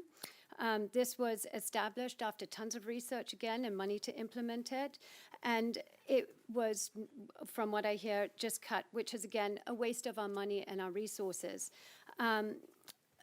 regarding the voucher policies, and Ms. Ziegler, I watched your interview on Fox News a while back, and you were asked as to why the people were protesting it and against it. And instead of raising the actual factual concerns of why people are nervous about that voucher program being passed, you just was evasive and said something about, like, we don't care about freedom. And instead of pointing out that Arizona, who passed it, has now got a bill of approximately $500 million with a high enrollment rate, with a large number of those being from wealthy households. Well, if this occurs in Florida, the high enrollment rate, which there's no reason why it wouldn't, it could cost Florida $4 billion. How are our schools going to survive that? It's just so. Is the role of the school board to be partisan or nonpartisan? Because it doesn't seem like you are looking out, and just listening from all these people today, are you looking out for our kids? What about the teachers? They have such a difficult job, and you are not supporting them. And then we come to the Vermillion contract, and it is so apparent that this Vermillion contract is just absolutely a sham and has no credibility. And if you pass that and vote on that today to pass that, you will have lost any credibility that you have. We are here as hopeful that you will actually start making the right decisions. And I had a lot more to say, but Thank you so much. Stuart Hirsch, please. Stuart Hirsch, do we have Stuart? Madam Chair, that concludes public comment. Thank you very much. Moving on to any additions or corrections for the consent agenda. I'm sorry, excuse me, Mr. Edwards, you had a comment? Yes, thank you. I have to first thank the public for being here on whether you're for or against Vermillion. Whether you're for or against the school board, that's what democracy is. The fact that you're all still here, and that I see that some of my supporters are here, some of my non-supporters are here. So thank you. Where I'm really baffled by is sitting to do nothing as it relates to a tax is not the solution. I appreciate the chair might be in a situation where it's sometimes difficult to determine the difference between constructive criticism and an attack. I can appreciate, especially on the fly, but to do nothing. And so the other place that I think could use some cleaning up is that the interim superintendent is not the superintendent, and so to be called a failure is an attack, and that's pretty clear. The same thing about our student services. I think when it comes to employees, those are hands off. That's just hands off. So my suggestion is that we try to get a little bit more order on the public comments, and maybe people will learn when someone is stopped, why that person was stopped, and maybe we all could learn from that. So I appreciate that it's a tough job to make a call. Is that an attack or is that criticism? I hear that, and I've been in that situation myself. So I'm not overly criticizing the chair, but I'm saying that we have to start somewhere, and just having it free for all is unacceptable. So that's my comment on public comments. Thank you, Mr. Enos. You did say it. This is the point where we would go ahead any corrections in regarding to the I public did, comment. but I didn't know if there's Mr. Edwards, and then I have the superintendent. So are we moving on to the agenda, or are these comments? No, this is comments reference to that, just to be. Yeah, of course. So one of the things I would also say is when it comes to, we heard some stuff about the ESE, and we heard some stuff about House Bill 1. We heard stuff in regard to the pre-K, VPK. What I would say is that there was some misinformation that was presented tonight. Make sure that you go and look at the workshop. The workshop has all the budgeting on there. It shows you exactly. We had a great presentation from Ms. Penner, exactly what the potential impact could be. A lot of those things are just ultimately guesses in regarding to the narrative, but actually gets down to the nitty-gritty, exactly where we could look in potentials. A lot of that information that's going to come out of that also just going to determine there has been no ESC or no pre-K that's been cut. This is something that has to be looked at as it relates to what is the budget based on the other different funding through ESSER and some other things. So what I would ask and request is that as you were coming up, again, this is for corrections, is look into the meeting this morning. Great presentation on pre-K, great presentation in regarding to House Bill 1 and potential impacts. We also got legislative updates this morning, so what I would recommend is everybody who can see that to please look at the workshops during the day. You'll see what we are doing for children. The other thing I would ask is that when you know, it's the old adage. I know that a lot of people want to come up and they want to say things about stuff that's happened in the past. And what I can tell you is, as long as that old thing is, as long as you're looking in the rearview mirror, you can never see what's ahead of you. So what I would also request is that we may have differing opinions on the board, but we're all independent thinkers. But that different opinion on regard to what's happened in the past, ultimately, is as long as you keep referring to the past, you can never look forward, because of us as a community as well as a board, as we have to make the selections, we have to move forward as we're doing them. So I would say, you know, as you come up to make comments, please, you know, look and see what's going on, see exactly where we're helping children in regard to the work sessions. And if you look at the last couple of them, I think that you'll see some really great progress in what we're looking at. Exactly, and the same thing with, I would also say that any teacher or employee that felt that there would be any type of retaliation in regard to any kind of comment or anything that they would have in regard to an opinion, I would say that, and I only will speak to myself, is that that's something that's absolutely not acceptable from any administrator or anybody at the district level. Everybody has their own thing. For 32 years, I protected everybody's First Amendment right in here. And some of you I've spoke to specifically about it.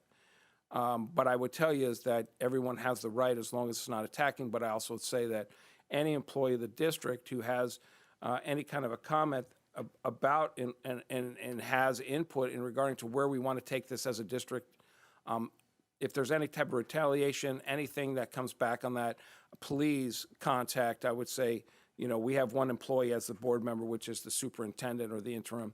Please make sure that that's sent to the appropriate chain of command. I'm a chain of command person. And I could tell you that kind of behavior would be absolutely not acceptable, and those people should be held accountable, because that's not good leadership. So thank you, Madam Chair. Thank you, Mr. Enos. Dr. Foster, did you have a comment? Yeah, just a couple quick comments. First of all, I want to thank the speakers who commented about the workshop. It was wonderful this morning to engage in collaborative and interactive discussions about so many programs that positively impact our students. And I think that really reflects the work that we have going on in our schools, some of the different initiatives that were shared this morning. And I want to thank our staff for their time and commitment in putting together these presentations that we're presenting at these workshops. It takes a lot of time from our staff. I also want to share, I know there was a comment made specifically about Deb Jacklone, who's our Executive Director of Student Services. She oversees a number of programs in our schools, which includes our certified school counselors, our social workers, our school psychologists, our truancy workers. I just want to share she is extremely dedicated to our students and to our staff, and I want to recognize her for her work. And if there are questions about programs, if you can, please share those questions with me. I'll be happy to look into them. But I think, a lot of times when there are comments, I just want to share that, the staff, these are staff members that are, hired to do the work, and they're working hard day in and day out. They are not elected officials. And so I just kind of wanted to make that comment as we move forward for public comment in the future. One other thing I wanted to share, I know there's been a lot of conversation about pre-K and VPK and early programming, and it's great to have, so many people passionate. If you did not have the opportunity to watch the workshop this morning, I encourage you to do so. I think there's a lot packed into that, and I think there's a lot more more to come of that. And one thing that I shared, the pre-K program that we had in place this year, it serviced about 176 students. And one thing that I had shared in that meeting is, we have about 17 to 18,000 children at home that are from birth to age 5 that will be entering, our school system in kindergarten. And so whatever program that we develop, or whatever programs that we have in place and working with different providers, that I just want to make sure that we are keeping in mind all the students and all the services that are needed for kids, because our ultimate goal is to have students enter kindergarten ready to go. The program that we had in place serviced about 176. So whatever program we're able to put in place, I really want to look at the big picture and really have, the biggest impact that we can, because we want to impact all of our students and have all of our students ready to go when they enter kindergarten. Thanks. Thank you. I'm just going to echo a lot of the comments were made. I agree. I would like for people to share their divergent opinions in a manner without there being personal attacks. I recognize as elected officials that is certainly something we open ourselves up to, but I would also agree. I do not believe staff that's absolutely wrong. I think it's inappropriate, and I will continue to say that. I want to thank Mr. Enos for calling point of order, calling balls and strikes as much as you can, and just encourage encourage the public to share your passionate opinions, but the better and more, the more we can do it without the, personal attacks. I think the better the environment will be. I think that's oftentimes said, the difference between our workshops, and I know I wasn't able to be here today. I think I watched it. It was not feeling well. And knew tonight would be a long night, but all of our workshops are dramatically different than our board meetings. But we when we are focused in on what on the instruction and the great work that staff does, we are moving forward. So moving on, seeing no additional comments, we are are there any additions or corrections to the consent agenda? So we have revisions to the agenda, and minutes were added to item number 5, the approval of minutes. The addendum was added to item number 6, the instructional and classified personnel report, and item number 32, which was the approval of audit committee members, that was moved to a future agenda. Thank you. Is there a motion? I move for approval of the consent agenda as amended. I have a motion. Is there a second? Second. I have a motion, a second, to approve the consent agenda as amended. Are there any comments? Seeing none, board members, please vote. And if you haven't refreshed your screen, but it looks like I think everyone did. Jamal, aren't you so? Oh, except now I can't find my mouse.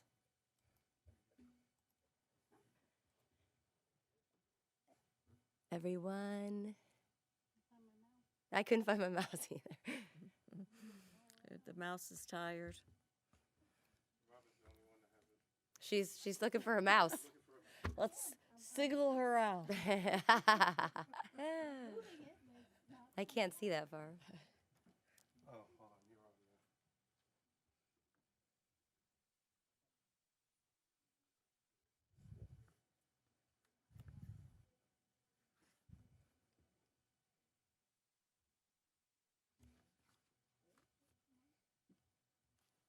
there. We all had it up.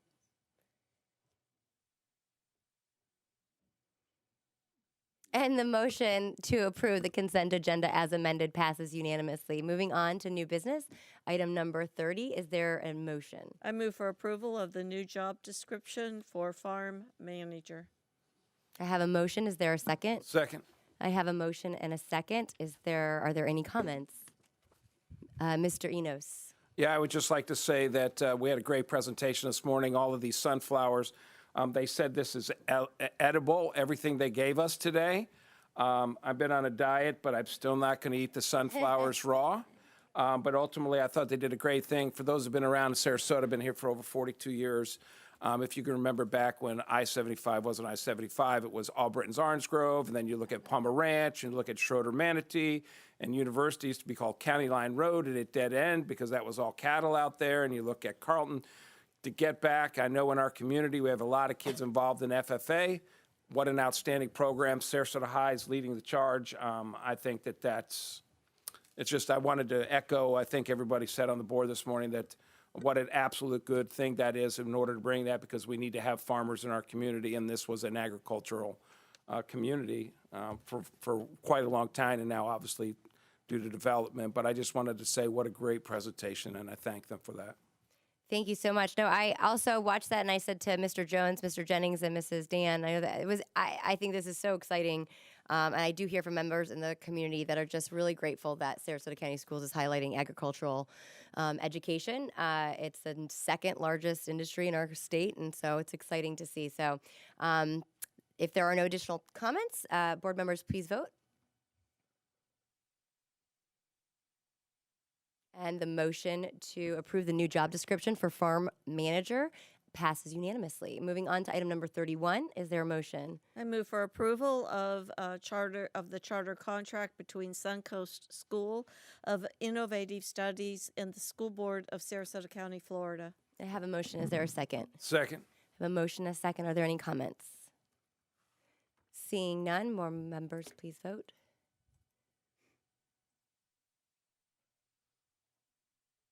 And the motion to approve the charter application for Suncoast School of Innovative Studies passes unanimously.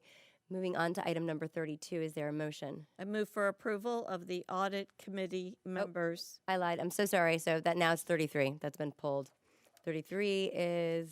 Moving 32's on hold. Yeah, it's been pulled. That's going Okay, to pulled, excuse me. 33, I move for approval of the contract between Vermilion Education LLC and the School Board of Sarasota County, Florida. I have a motion. Is there a second? I will second the motion. There's a motion on the floor. Are there any comments? Mr. Edwards.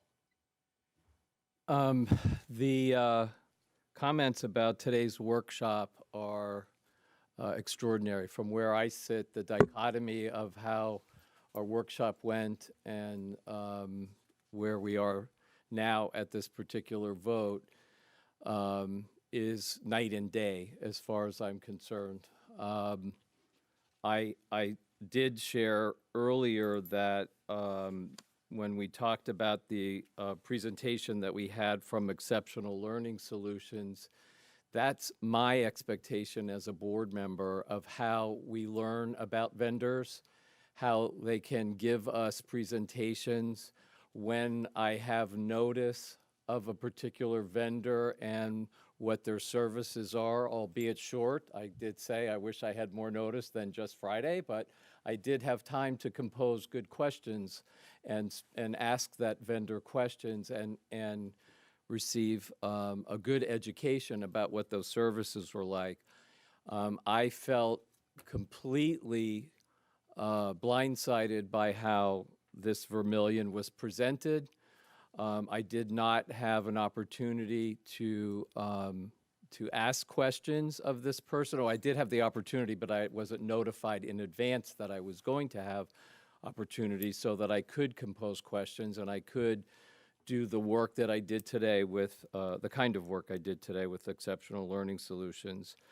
I would also say that the difference between this conversation about Vermilion and what happened earlier today is that I think all of us, and particularly when it comes to reading scores and continuous improvement and academic achievement, we all feel that no matter where we are, I mean, we could be at 70% is reading at grade level or above, and that I would think is not going to be acceptable for the board members here until we get to 100%. I think that's our commitment to continuous education or continuous improvement. And lastly, I would say that when we start talking about HB1, and you've never heard me run away from this conversation ever, we need to come up with programs like the Macintosh Farm. We have to keep coming up with programs like a refresh on ESE. So we continue, and that's the only way that we're going to remain competitive as a public school district. And Vermilion does not strike me as one of those things. It struck me odd right from the get-go. It struck me slick the way it was presented, and it doesn't make us more competitive, especially when we take into account that so many people have been here for long hours, and I know it's painful, but that's what we're elected to do, is to serve the community, hear both sides of the stories, and make our best guess. So all I'm saying is, I think the votes are going to be cast tonight. It's too late. I mean, people have their opinions. But if we're going to have continuous improvement, if we're going to be a competitive school district, then let's get and do a better job of how we select vendors, how it's presented, and is this a yardstick by which will make us better as a public school system? Thank you. Mr. Enos. As it relates,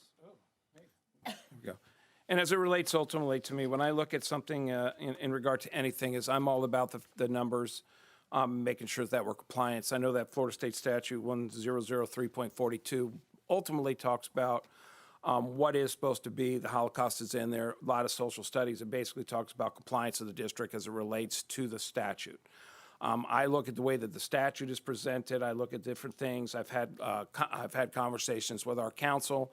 I know that when we had originally had and talked about policy, when we ended up going back, because I think in-house for me is where ultimately where all of these things need to stay.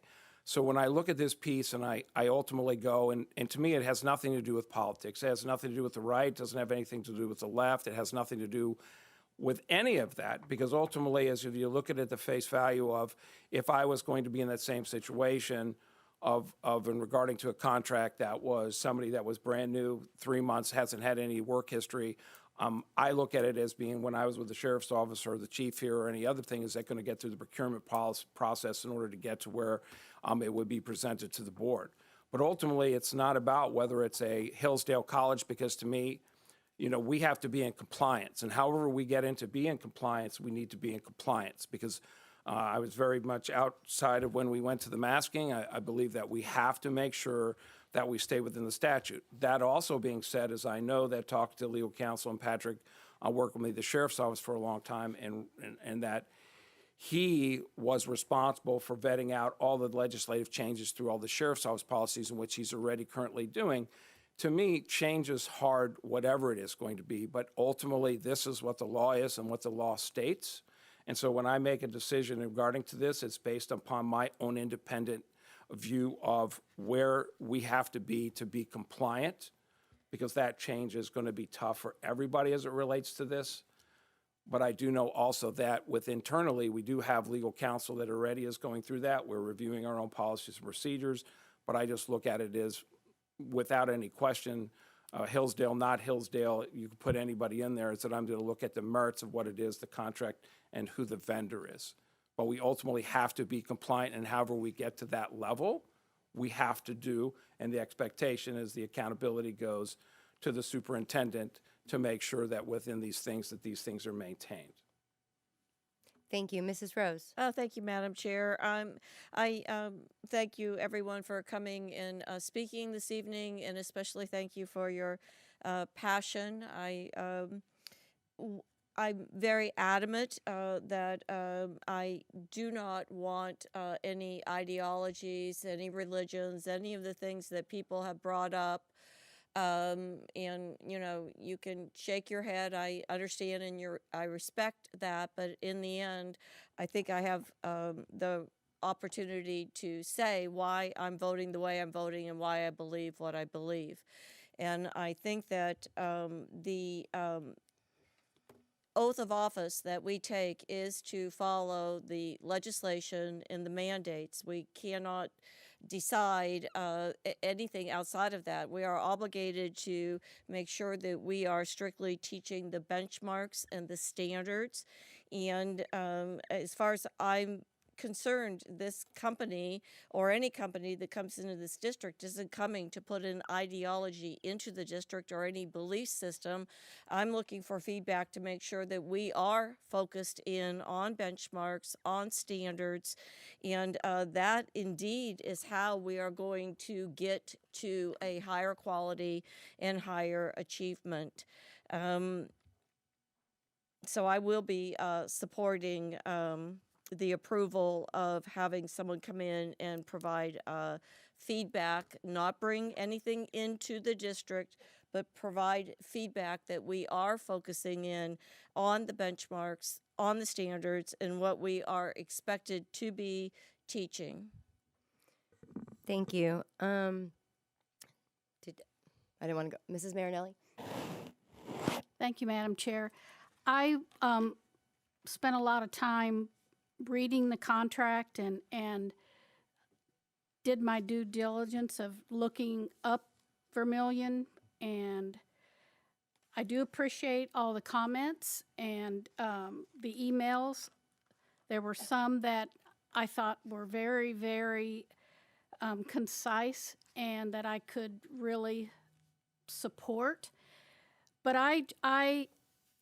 what I would like to propose, instead of having such a broad list of things, what I want to make sure that our district is in compliance is that our procedures go along with the district policies, and is our strategic plan aligned. If we were going to do anything, I would ask my board members, my fellow board members, to think just of that, because I think the other things, that's going into areas that right now it's too much. But I would really like to see what the procedures are with the policies, and that is aligned with the strategic plan. I could support that. I would have a hard time with all the other things on there at this particular point in time. Thank you. Well, I have a couple comments. I do think there's, unfortunately, a lot of it misinformation. I will say that I did put forward a information on the 8th of March. I know that there was contact information. It was a personal cell phone, so that I think it was amended to pulled, and I don't know if it went back on, but that was on the 3021 workshop to have the discussion with the board members and then to bring it forward. And even at that moment, I did say as a follow-up meeting that to include Mr. Adams, and whether it be in person or Zoom, at that point I didn't know. But you know, there's a couple different things I just want to clear up. So there are a lot of changes happening, and sometimes change is very hard. I tend to believe there's a lot of misinformation. I kind of think that's overused these days, unfortunately. But it is, and I think it causes fear and anguish. And this is not, that can go on either side. This is, I think everyone's kind of a victim to it, if you will. But I know that if I think about my why, which was brought up here today, I do have 3 young daughters. I care deeply for them, but I also care deeply for their entire generation and then all the children in this community, because they're all impacted. I'm sure this is very funny, but see, this is the part that's interesting. We sit respectfully and listen to all of you for 4 hours, 4+. So if you would be so nice to just allow us as board members now to conduct the business. But when it comes down to it, there have been a lot of different things, as I've mentioned before, that are distractions. And I feel very strongly that many of our staff don't put them in there. They're not intentionally selecting them. And it becomes a distraction to the academic piece, which is our goal altogether. And anything that takes time away from that is a deterrent to our focus on increasing and improving upon our achievement scores, or enhancing the variety of programs that we see. And what I did not want to see, and that is a duplication over the last year or two, because it's discouraging. It's discouraging to our professional educators. It's discouraging to our staff, to our families, all of that. And so I strongly believe that having someone to be able to come in and provide, there's no curriculum being produced here. And actually, if you look at the timeline, it lines up very nicely with the aspect of a new superintendent coming in, so that any items that are found, if anything is found that would be potentially an opportunity for improvement, Then that would be presented to the board and the superintendent would evaluate what other recommendations or changes would need to be done. That's one pass. The alternative is that there's a review through these aspects that are sampling, and we find that, hey, we're in good shape, which would be wonderful. And I think it's a win-win in my way, because then we can say that we've had an independent review. They've evaluated the differences, because there have been significant changes that are from the standard academia of what, I think there's just a lot of questions around that.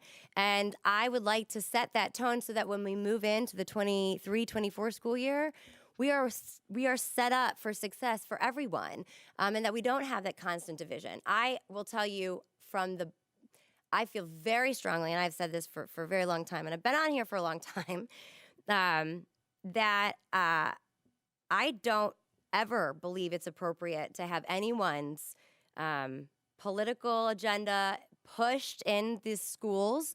I'm an elected official. I have my strong opinions. There's no doubt about it. But you don't see me bring it up at the dais. And I certainly don't believe it's appropriate to be putting into our students' instructional material.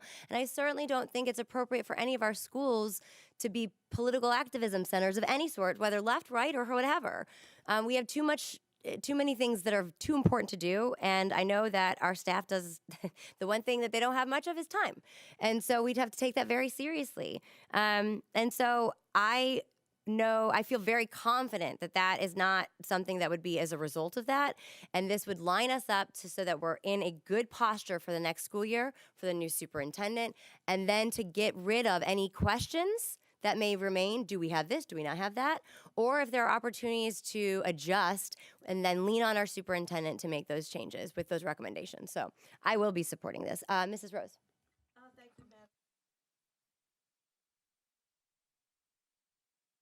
Thank you very much. If I understand, my colleague, Mrs. Marinelli, is, and I were to add to that, and before I do that, I do want to emphasize again that I respect the fact that perhaps not everyone is in agreement with the latest legislation, and that's okay. And airing it here in the dais is okay as well. My obligation is to make sure that we are following it, and I have zero, and I want to say that again, zero intention of bringing any ideology, any religion, anything of any nature. I am strictly focused in on benchmarks, standards, and supporting resources that work, and listening to teachers with the resources that work. And I think that you will see that in the workshops that have occurred. Ladies and gentlemen, can you please be quiet? Thank you so much. That's our final warning, so we can conduct the business of this evening. If I understand my colleague, and I would tend to agree, we're entering the end of the year, and perhaps if we could, if there is support of this and it does go forward, that we could have a focus at the district level while we have testing going on at schools, and looking at the strategic plan, working with the superintendent and all of the departments, and then perhaps moving and working with principals. The last thing I want and that I will tolerate is teachers having any fear or any discomfort. That no one wins in that situation. And all the teachers that I have worked with for decades, pretty much exactly what happens in this chamber. Share your ideas, say what you want to say. I can handle it. In the end, I'm going to make the decision that, one, is following the law, that is the oath of office that I have taken, and secondly, doing everything I possibly can to focus in on the quality of our schools, the quality of instruction, and respecting all of you, that there are no private interest in ideologies in our schools of any nature. Benchmarks, standards, and respect and civility are my focus. Thank you. Mr. Edwards. Thank you. I'm sensing that we're undoing the contract or slicing it, and then on the fly trying to figure out how to implement it. And as I stated earlier, I don't think this was appropriately workshopped, and I don't think it was appropriately questioned.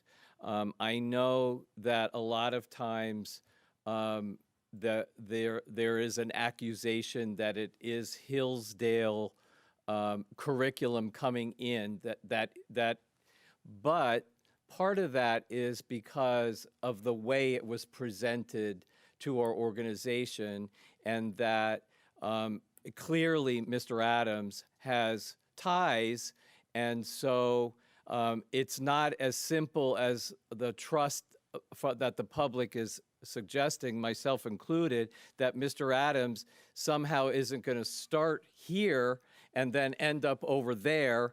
And I appreciate everyone's on the dais, everyone's conversation, but had it been done so if in fact everyone's intentions are pure, if in fact everyone's commitment to not having religious ideology coming into the organization, then I suggest we take a step back and we workshop this no different than Exceptional Learning Solutions or any other vendor, and that as I offered to Mr. Adams a chance to ask my questions. How do you intend to review? How much staff do you have? By which time? I mean, all of those kinds of things that I would have asked had I had the opportunity.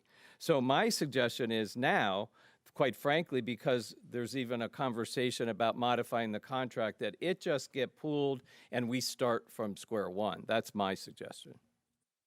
Mrs. Rose? Thank you, Madam Chair. Mike. Thank you. I am not suggesting to modify the contract. I am making a suggestion to the superintendent and the chair as we process through this of prioritizing what we do. I'm very concerned about the misinformation that goes out through this district that divides us. I think that if there was this much energy on focusing in on what we have in common, we would accomplish miracles. The intent is pure, and the intent is a focus on benchmarks and standards and assuring that that is the work of this district. So there's no suggestion on my behalf of modifying a contract. If I may make a quick comment, and then Mr. Edwards and Mrs. Marinelli afterwards. But if you review this, it's a sampling of materials from an alignment standpoint. But then, and I don't want to put words in your mouth, but there is clearly in here that it would always move to the superintendent for many recommendations after the board, and then align to the procedures. But I'm not sure. I don't know if that's what you meant. So I don't want to paraphrase, but that would be the follow-up step where that would include the superintendent after the sampling, and any recommendations or identifications would come through. Mr. Edwards. Thank you. And now that we're talking about the superintendent being intimately involved in this process, I guess my question now is to Dr. Foster. What is your position on Vermillion? So in my position as the superintendent, I believe my position is to run the operations of the district based on the majority of the will of the board. So what the vote is today is how our cabinet will move forward. Are there any questions or additional comments? No. Okay. Well, then if there are no additional comments or questions, did you have your, no. If there are no additional comments or questions, then members, you please vote. Madam Chair, did we have a second? I seconded it. Okay, that's right. Thank you.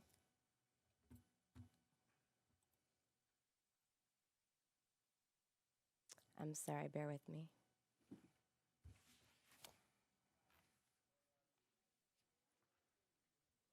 Mine's not coming up.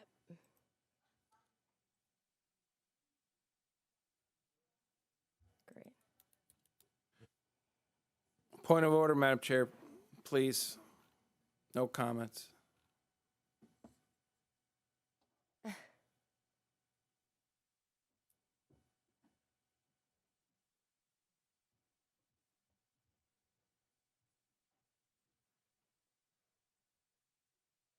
I did twice.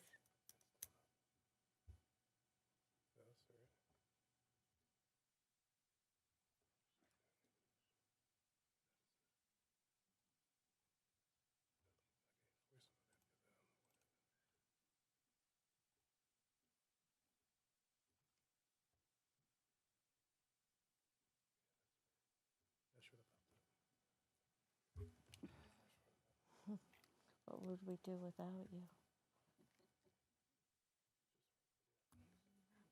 Okay. Well, then I guess we will do a voice vote. Mr. Edwards, No. Mr. Enos, No. Mrs. Rose, Yes. Mrs. Marinelli, No. and the chair votes aye. And the motion fails 3-2. Moving on to item number 34. Is there a motion? Good. I move for approval of the contract between Shoemaker Loop and Kendrick and the School Board of Sarasota County, Florida. I have a motion. Is there a second? Second. I have a motion and a second. Are they quiet, please? Thank you, ladies and gentlemen. Are there any comments? My just brief comment is to thank Mr. Duggan for the patience as we worked through this. I don't know if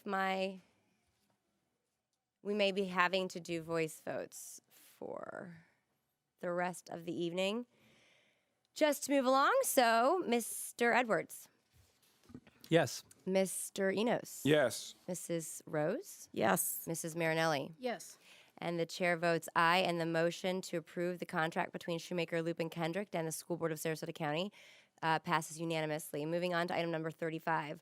I move for approval of the agreement between Exceptional Learning Solutions and the School Board of Sarasota County, Florida. I have a motion. Is there a second? Second. I have a motion and a second. Are there any comments?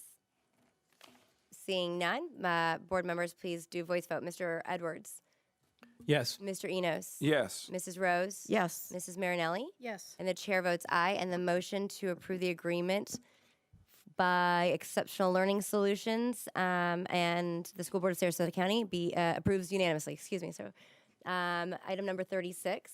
Is there a motion? I move for the approval of the final order.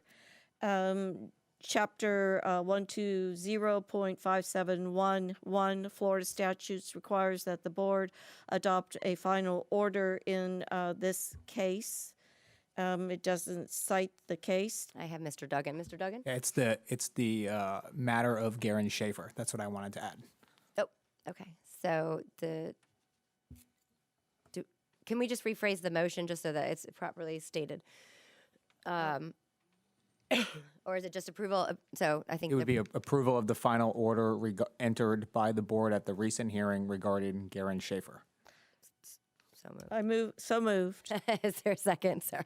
Second. Long night. I have a motion and a second. Are there any comments? Seeing none, we will do a voice vote. Mr. Edwards? Yes. Mr. Enos? Yes. Mrs. Rose? Yes. Mrs. Marinelli? Yes. And the chair votes aye, and the motion to approve the final order it passes unanimously. Item number 37. Is there a motion?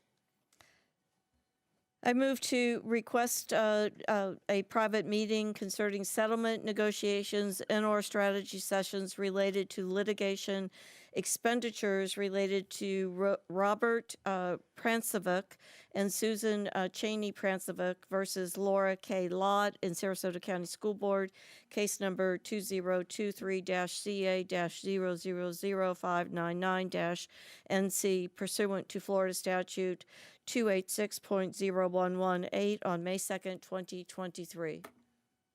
Is there a second? Second. I have a motion and a second. Are there any comments? Seeing none, please vote. Mr. Edwards? Yes. Mr. Enos? Yes. Mrs. Rose? Yes. Mrs. Marinelli? Yes. And the chair votes aye to move and authorize a litigation strategy on May 2nd, 2023. Passes unanimously. That concludes new business. Are there any comments? Mr. Enos. Yeah, so all I would like to do is I also like to thank everybody's input for tonight. Ultimately, like I said, one of the things as a board, I would recommend everybody watching the workshops prior to coming to board meetings to get educated information regarding to what we're actually doing and regarding, making strides towards our ultimately goal. I know that Ms. Rose and everybody else is here about the third grade reading levels. I think that, make sure that you watch those meetings. And again, I think that we made a lot of progress today, especially, and we'll have some other hard decisions coming up. And I appreciate everybody on the board as well. Thank you. Mrs. Marinelli. Yes, thank you, Madam Chair. I'd like to thank everybody for the long day and our staff who put so much effort in today's workshop. I appreciate it very much. And just on the Vermillion contract, even though I voted against it, I believe that if we could bring this up in a workshop and really talk about it, I would be much more open to that and to really get an understanding of the scope. So even though I voted against, I haven't shut the door. If we can bring it back up and discuss it in a more thorough way and kind of narrow really down the scope of what we're looking at. So I would like to have it be brought up again and talked about. Thank you. I just have a couple of brief comments. I think I do want to thank everyone for coming out. I think that it's important to note there's all different kinds of opinions. I think that my concern is that that there was a lot of commentary about the vote, the outcome, and I just want to put things in perspective because I think this is important. And I take elections seriously, and I don't want to diminish the importance of them. And I would say all of these are abysmally low, but just for clarification, so historically, school board elections don't really bode many, but we have 2014, we had 21.32% of the electorate vote, 2016, 26%, 2018, 31%, 2020, 32%, 2022, 36.76%. And I know there was a lot of people that made comment today that kind of dismiss the will of the people. Now, I would love to see those at 70%, but I also think it's important when we talk about our referendum, we also have low turnout where it's anywhere from 28% to 16%. So, I know these are done and probably to try to delegitimize or legitimize, however you look at it, but context matters. And that matters in all sorts of things that we're talking about, as does when we're using words like banning books. There's no banning books. If we really want to have an honest conversation about this, particularly because it's used to incite emotion, just like calling someone racist, just like calling someone a bigot, just like calling someone a groomer. I think they're all horrible. All of them are horrible, and they're all intended to incite division. They're all done to incite and to shut people down. I am well known that I will not back down from issues that I think are important, and that may offend people. That's not my intention. My intention is to fight what I believe is right. I have 3 daughters. I am welcoming of all people, but I am genuinely concerned about certain paths that are happening as it pertains to issues with women's sports, as I mentioned before, which has obviously caused some consternation. But moving to the issues at hand here, when we talk about banning books all the time, that is constantly used. That's not happening. We have staff. We saw a whole process actually work its way through here that required a substantial amount of staff time. There are books that are being removed in other counties, rightfully so. Thankfully, they actually weren't in existence here. But if you really want to get down to it, I'd be happy to bring those forward and say, I don't want these in Sarasota County, and then we have to actually take a position because they have no right to be in here. They're available elsewhere. Go for it. But we have to vet material for minor children because in our great community, there's a diverse set of backgrounds and religious beliefs, and I respect them all. And I'm not going to pick and choose which one's right or wrong because there is that diversity. So I just want to be very clear. When we use that kind of rhetoric and that language, it's wrong, and it creates division, and it's unfair. And that's what derails us. And that's a lot of why bringing in someone to kind of look through things to say, hey, we've got a clean bill of health, or there's some areas that we could improve upon that keeps us out of the fire. But I completely respect my board members from not going that route. That's, I'm willing to take the loss. I'm going to still fight for what I think that can get us back to where we're going. And I certainly think there's also going to be continuous opportunities, but I wanted to clarify some of the comments that were made. And I will say one final thing. Fortunately, it didn't illustrate itself tonight in the comments, but in the emails, and I said this last time, and I really can't underscore because it's taken me back. There's the level of anti-Christian commentary in emails is alarming. And I hope that the paper, if they cover a full spectrum of actual stories, would be happy to do a public records request so you can see that kind of rhetoric, because it's wrong. It would be wrong for any religion, any race, any sexual orientation.